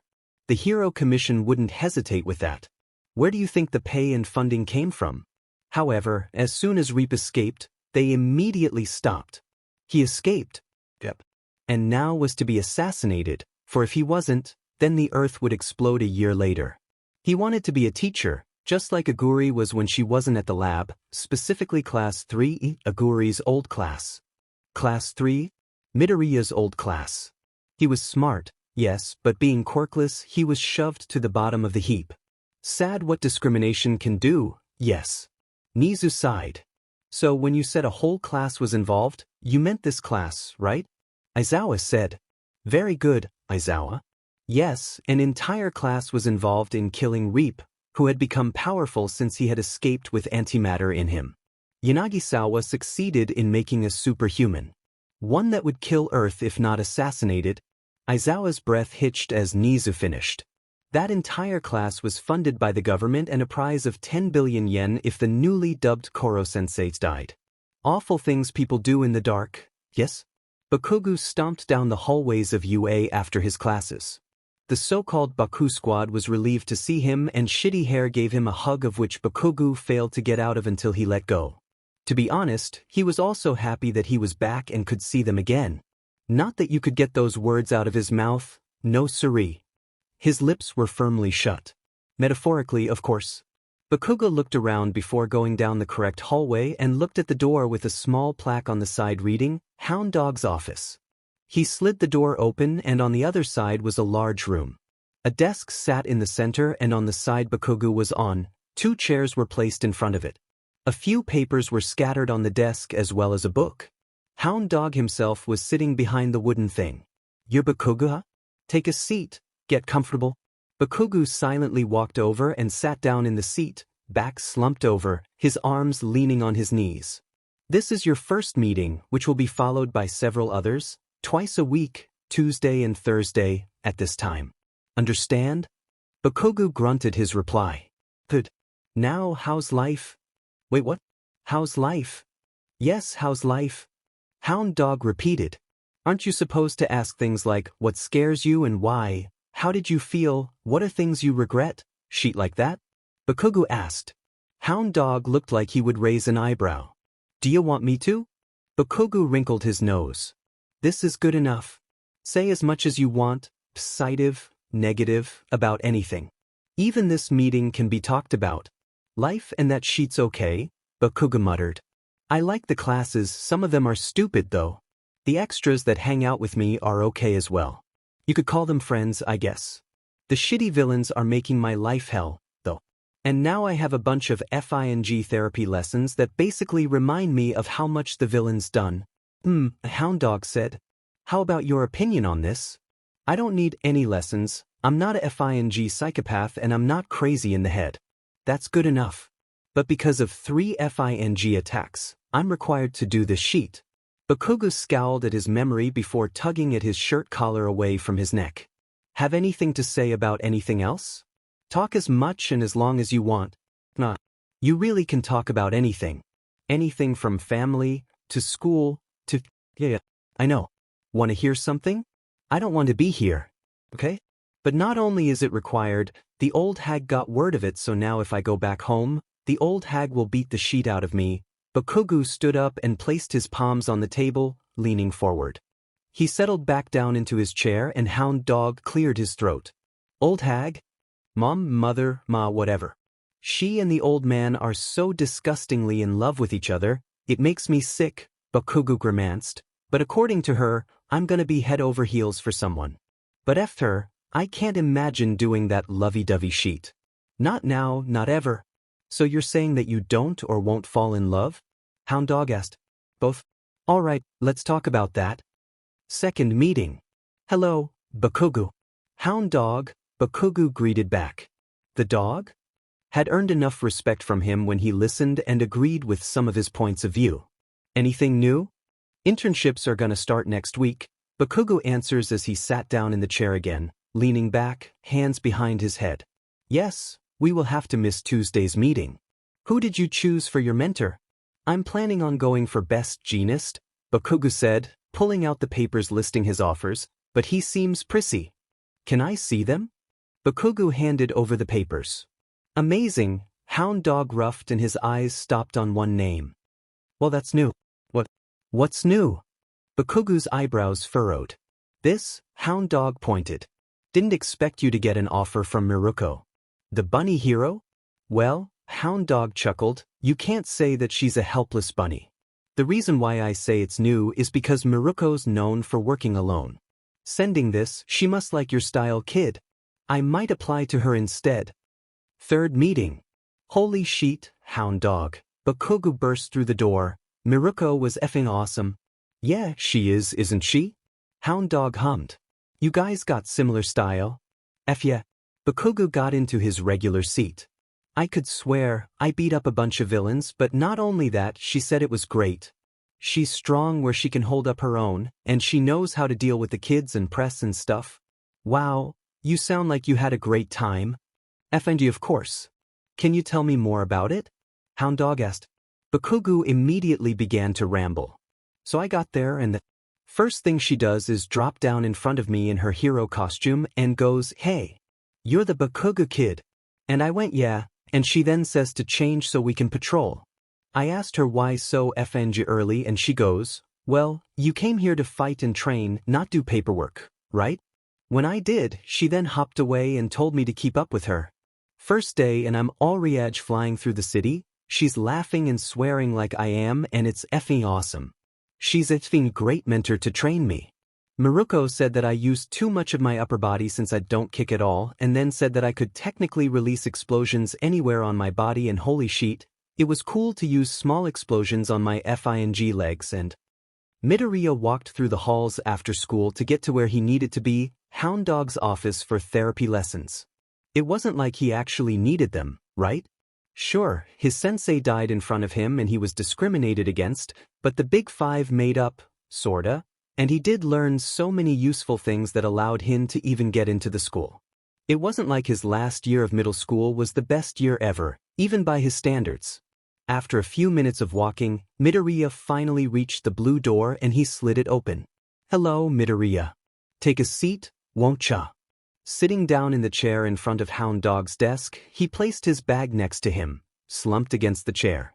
So, Midoriya, Hound Dog said, we're meeting up every Wednesday and Friday after school for the next few weeks. Aizawa raised the amount of therapy lessons you'll have to do, but only in quantity of the meetings. Now, you don't have to raise your hand, just tell me. Midoriya lowered his hand. Why have the number of meetings increased? Something about Kunijigakaka Middle School. He wouldn't allow me to know anything else, something about it being government-related and that Nizu might severely injure him if I was told without permission. He knew? Midoriya's fists on his lap tightened up momentarily. Did Aizawa think of him as a freak now? Pity him? Declare he had Stockholm Syndrome? Oh wait, if he thought that Midoriya had Stockholm Syndrome, wouldn't he tell Hound Dog? But if he didn't tell Hound Dog, maybe Hound Dog would do something like it if he could piece together certain pieces of evidence that aren't discreet enough? Midoriya. Midoriya. Midoriya. Midoriya, are you okay? I'm okay. Midoriya quickly responded. I'm okay. All right then. Make sure you don't space out on me. I know that my office is a bit cramped, but don't fall asleep so quickly. Hound Dog let out a series of barks, laughing perhaps. Sure, Sensei. Just call me Hound Dog, kid. Just not dog. Too rude for me. Hound Dog waved the sensei off. Sure, Hound Dog, Midoriya corrected himself. So, Midoriya, talk to me about life. How is it? Hound Dog asked. Was this a test to see how he would respond? If he was too passionate, would they think he's crazy? But on the other hand, if he's too apathetic, he might be kicked out. He's at a hero school, goddammit. Why did Midoriya think he could lie out of this earlier? The mention of Kunijigakaka made it almost impossible to. Perhaps he should improve his lying ability. His thoughts were racing at several hundred miles per hour when Hound Dog interrupted them. Don't overthink it, he said, just tell me what comes to mind. How is your life, right now? So that's what Hound Dog meant. Life's good, I guess, Midoriya muttered. Not that you can say life is that good after being kidnapped, but it's good. How's your family? How's school? Anything that comes to mind, say it. Surprisingly, it does wonders, saying stuff out loud. My mom is kinda worried. She's always been a bit paranoid, but that makes her a good mom. She's been worried sick about me after my kidnapping. I couldn't believe it when she allowed me to come back to school again, Midoriya started. Go on, Hound Dog said. I honestly kinda want my dad to come back, Midoriya continued, but if he does, he might be someone bad. Or maybe he expects me to love him right away. I don't like not knowing about what I want and how it'll turn out. It's not like I can argue with him, Mom would be so upset. You must love your mom, kiddo, Hound Dog commented. Yeah, I'd do anything for her, Midoriya smiled. Don't let go of that love. You can never be too tough to not care about your loved ones, remember that, Hound Dog advised. Midoriya knew that. His time with Koro-sensei was short but eventful. The most amazing people are the ones that support you throughout life, quietly as you reach your dreams. Never forget, Hound Dog continued. Did you lose someone? Midoriya asked before adding, I mean, it's none of my business, I'm so sorry. Hound Dog burst into laughter. Don't worry, might as well get to know me, right? I did lose someone. It was my own mom, so hearing you say all that made me real happy, you know? Not canon. Midoriya nodded. So, wanna tell me more about your mom? Mom really likes plants, but she's kinda bad at taking care of a lot of them. She also is really good at cooking and... Midoriya rambled on as Hound Dog smiled. Second meeting. Welcome back, Midoriya. Hound Dog greeted the teen at the door. Hi, Hound Dog, Midoriya said as he sat in the chair behind the desk once more. His bag was placed upright, not touching the chair. Interns are coming up. Who are you gonna go to? I didn't get too many offers, but I like this person, Midoriya pointed at his paper. Gunhead, but I don't know whether I should since I know self-defense already. Do any of the others interest you? Well, I looked up most of them and none of them really looked like someone who would teach me something that I don't know or really want. Not even Sir Night Eye? Isn't Sir Night Eye focused on intelligence? Well, you said that you already knew self-defense. If you want to improve that, go to Gunhead. Want to work on investigating, go to Sir Night Eye. These other heroes all offer something that you can improve on.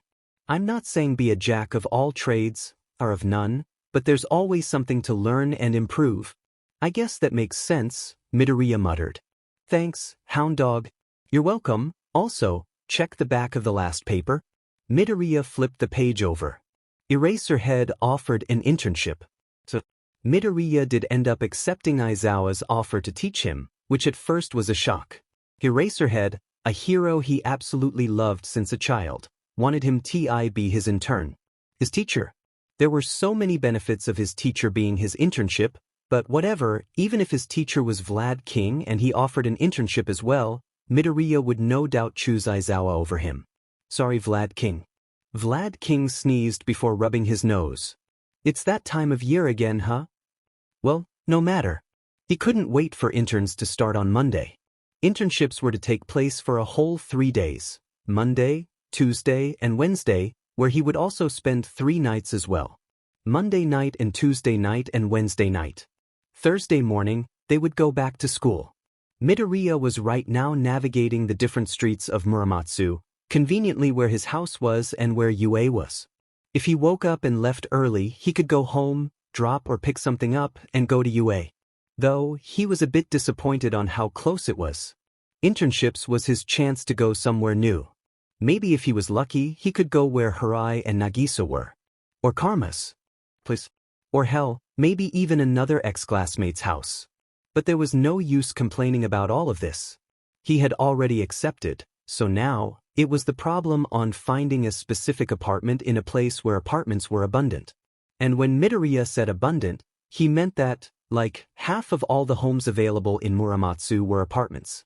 After finally reaching the correct building, he entered the lobby to find his teacher already waiting for him. Aizawa-sensei. Problem child, Aizawa nodded, greeting his intern. Why are you here instead of the apartment? Midoriya showed him the email that said to go to a specific room. He wasn't going to risk the address leaking. Actually wait, stop breaking the goddamn fourth wall. That's where you'll be spending your time sleeping. Or when you do sleep. Most of my patrols are late at night or early in the morning, so you'll be sleeping at midnight tonight. If I feel like you can handle that, you might be staying up the entire night before sleeping tomorrow. Of course, your curfew will be midnight on Wednesday for school on Thursday. Does that make sense? Midoriya nodded. Good.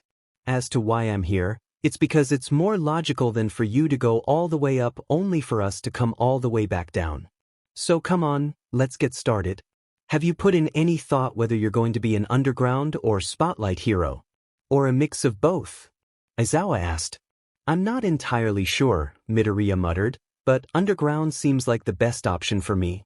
Oh, why is that?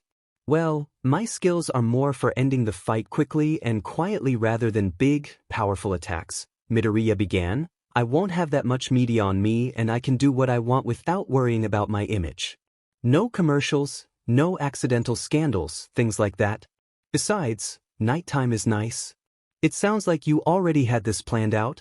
Well, yeah, but I don't know how I want to be remembered. So you want to go down in history for something? I guess it's more like I don't want to be forgotten. Even if I die, people's memories and thoughts still make me live on. What happens if they disappear? That's when I truly die, Midoriya explained. Well, underground heroes sometimes think that, Aizawa admitted. Midoriya looked at him. But I like how I can rescue people and they can remember me or talk to their kids about me. For example, Stain was a vigilante before becoming a villain and he was pretty famous in underground standards and even spotlight hero standards. And even if that doesn't happen, police records can't lie, can they? No, I guess not, Midoriya murmured.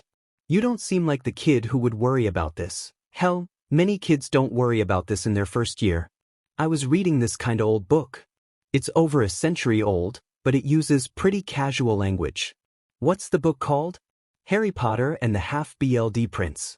There's this really old but really powerful wizard who dies, but before that, he says how he'll never truly die. I guess I got really hung up about it. Well, that man was right. For example, do you remember any teachers and how they felt to you? Family members? They still influence you even after you go away, Aizawa pointed out. I guess so, Midoriya muttered, a yellow octopus appearing in his mind. Exactly. We're here. The Muramatsu Police Department. Why are we here? Midoriya asked. Well, for one part, I've got to pick up something from them. Second, to let them know I have an intern, so if they see you fighting with me, they don't arrest you, and third, to have you build connections. Police can be very useful, more useful than people think. The two entered the building. Midoriya watched as Aizawa strolled up to the front desk as a woman looked up and said, "Oh, Eraserhead. You're here early." "Yeah, I have an intern with me." The woman looked past Eraserhead to see Midoriya. "Oh, okay. I'll let them know." "Thanks. Tell Tsukachi you said hello." "Yes, I know, even though you two usually see each other later." The woman nodded firmly, and she would have looked serious as well, if it weren't for the teasing undertone in her voice. She opened a drawer before pulling out a few papers and handing them to Aizawa. "Here you go." "Thanks, Aoi," he said, and Aoi waved it off. "No prob. All right, let's go." Aizawa turned to Midoriya and jerked his head toward the door. Midoriya nodded and followed Aizawa out of the building. "Who was that?" "The secretary? Always been managing front desks since forever. She's good at her job," Aizawa explained. He then looked down at Midoriya. "Problem child, what's your name?" "Midoriya Izuku, like always." "No, don't think that's it." Tired eyes stared into confused ones before Midoriya then answered, "Deku. The assassin hero." Midoriya swore that he heard the giggling of a certain yellow octopus in his ear. "Hey kid." "Yeah, Aizawa-sensei?" Midoriya asked. The two had just finished a spar, which ended in a draw. Despite Midoriya's techniques that relied on ending the fight fast and easy, the two ran out of time. Right now, it was best to pack up and go do their rounds around the neighborhood than finish the fight. "You've got good skills, especially with a knife. Special training, right?" Aizawa started. Midoriya froze before going back to normal. It was only for less than a split second, but Aizawa's experienced eyes spotted this reaction. "I guess that you could say that." "I had a good teacher," Midoriya replied. "I'm not going to dance around the bush, problem child, and I don't want you to be uncomfortable. But I can't push you to your best if both you and I are ignorant to the matter at hand." Midoriya looked at Aizawa in silence, which Aizawa took as an opportunity to say, "The teacher at Kunijigakaka, he must have been influential to you. Inspirational, I guess, as well." "Yes, so?" Midoriya brusquely answered. "Don't assume that we all never had odd teachers. For example, Nizu." Aizawa started. "He was an experiment himself, you know." "Experiment on what? For who?" "Who else but the man who experimented with the Reaper? He was experimented on before, you know, for his quirk." "Why are you telling me this? Isn't this something confidential or something?" "Why, you never rebutted a single thing. You didn't try to act it off and change the subject. Isn't the Reaper also a confidential thing too?" Midoriya settled with an expression that was a cross between a pout and a glare as he muttered while turning his head, "It wouldn't be right to act it off like it never happened. Koro-sensei will and always be a part of me." "That's good, you aren't denying or regretting anything. Isn't this the time where you accuse me of Stockholm Syndrome?" Midoriya butted in. "Everyone else does. And why do I have to do things like everyone else if I know they're wrong?" Aizawa raised an eyebrow, making Midoriya gape at him for a moment before continuing. "I didn't. Why are you believing me?" Midoriya stuttered. Aizawa stared at him. Sometimes what seems like the most delusional thing can be the one most real. We live in a world of quirks, heroes, and villains. I can handle a bit of absurdity. Besides, why would you lie? It'll be illogical. Midoriya blinked once, twice, before opening his mouth and saying, "Huh?" The two walked in silence until they reached Aizawa's apartment for a quick stop to change into their hero costumes. More like outfits, thank you very much.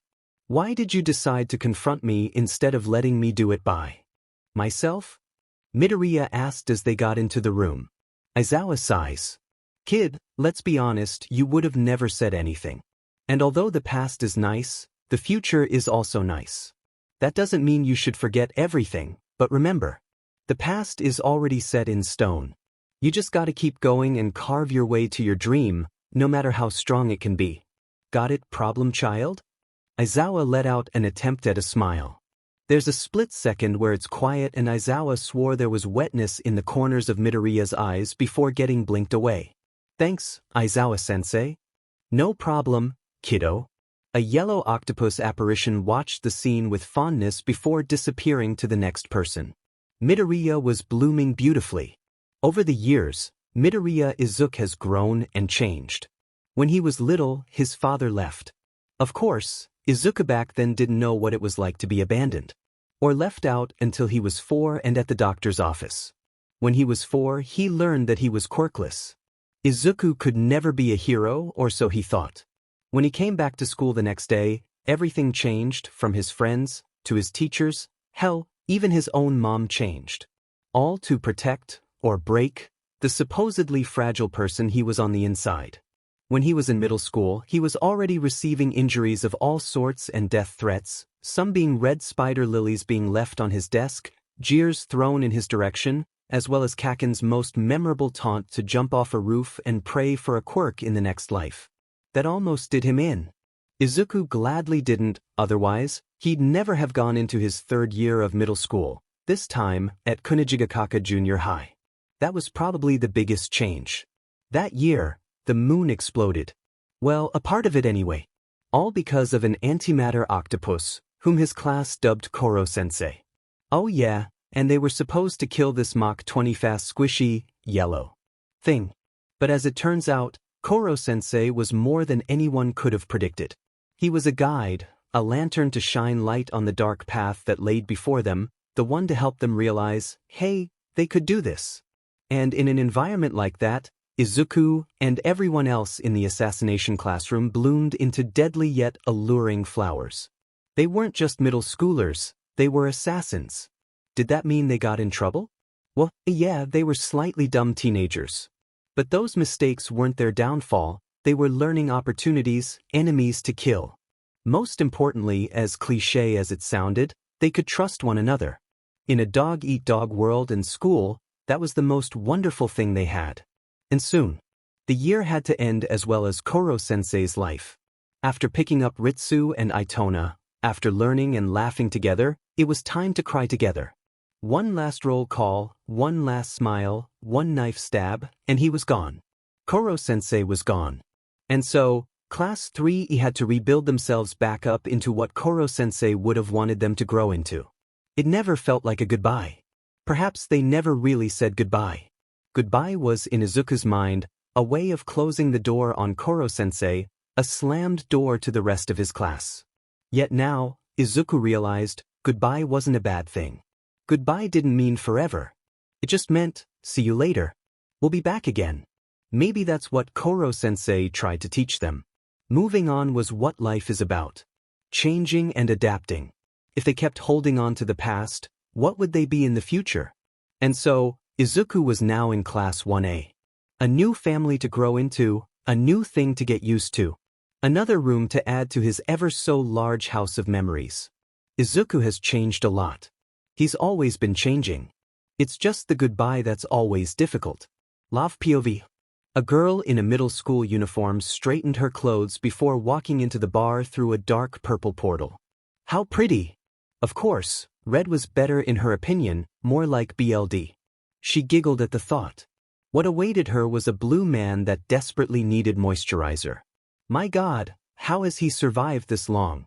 In any case, it was her job to infiltrate the League of Villains. It'd be so fun to be part of them and watch their astonishment when she backstabbed them. Honestly, she'd make a good villain if it weren't for the fact that she'd never go against Kirishima and her new best friends. Especially that green-haired girl. The man looked at her and said, "So, you want to join?" "Yep," the girl smiled. "So, what's your name, NPC?" "My name is Toga," she replied. "Toga Himiko." "Welcome." Oh, she'll make herself right at home in her new life as a double spy. How exciting. Phew. Nifofufyu, a transparent entity thought to himself as he watched Midoriya Izuku get along with his teacher at his work-study. It seemed like Midoriya understood. Good. On to the next student. Koro-sensei smiled an even wider grin. Even in death, he'll never be gone. The previously known Class 3 would make sure of that.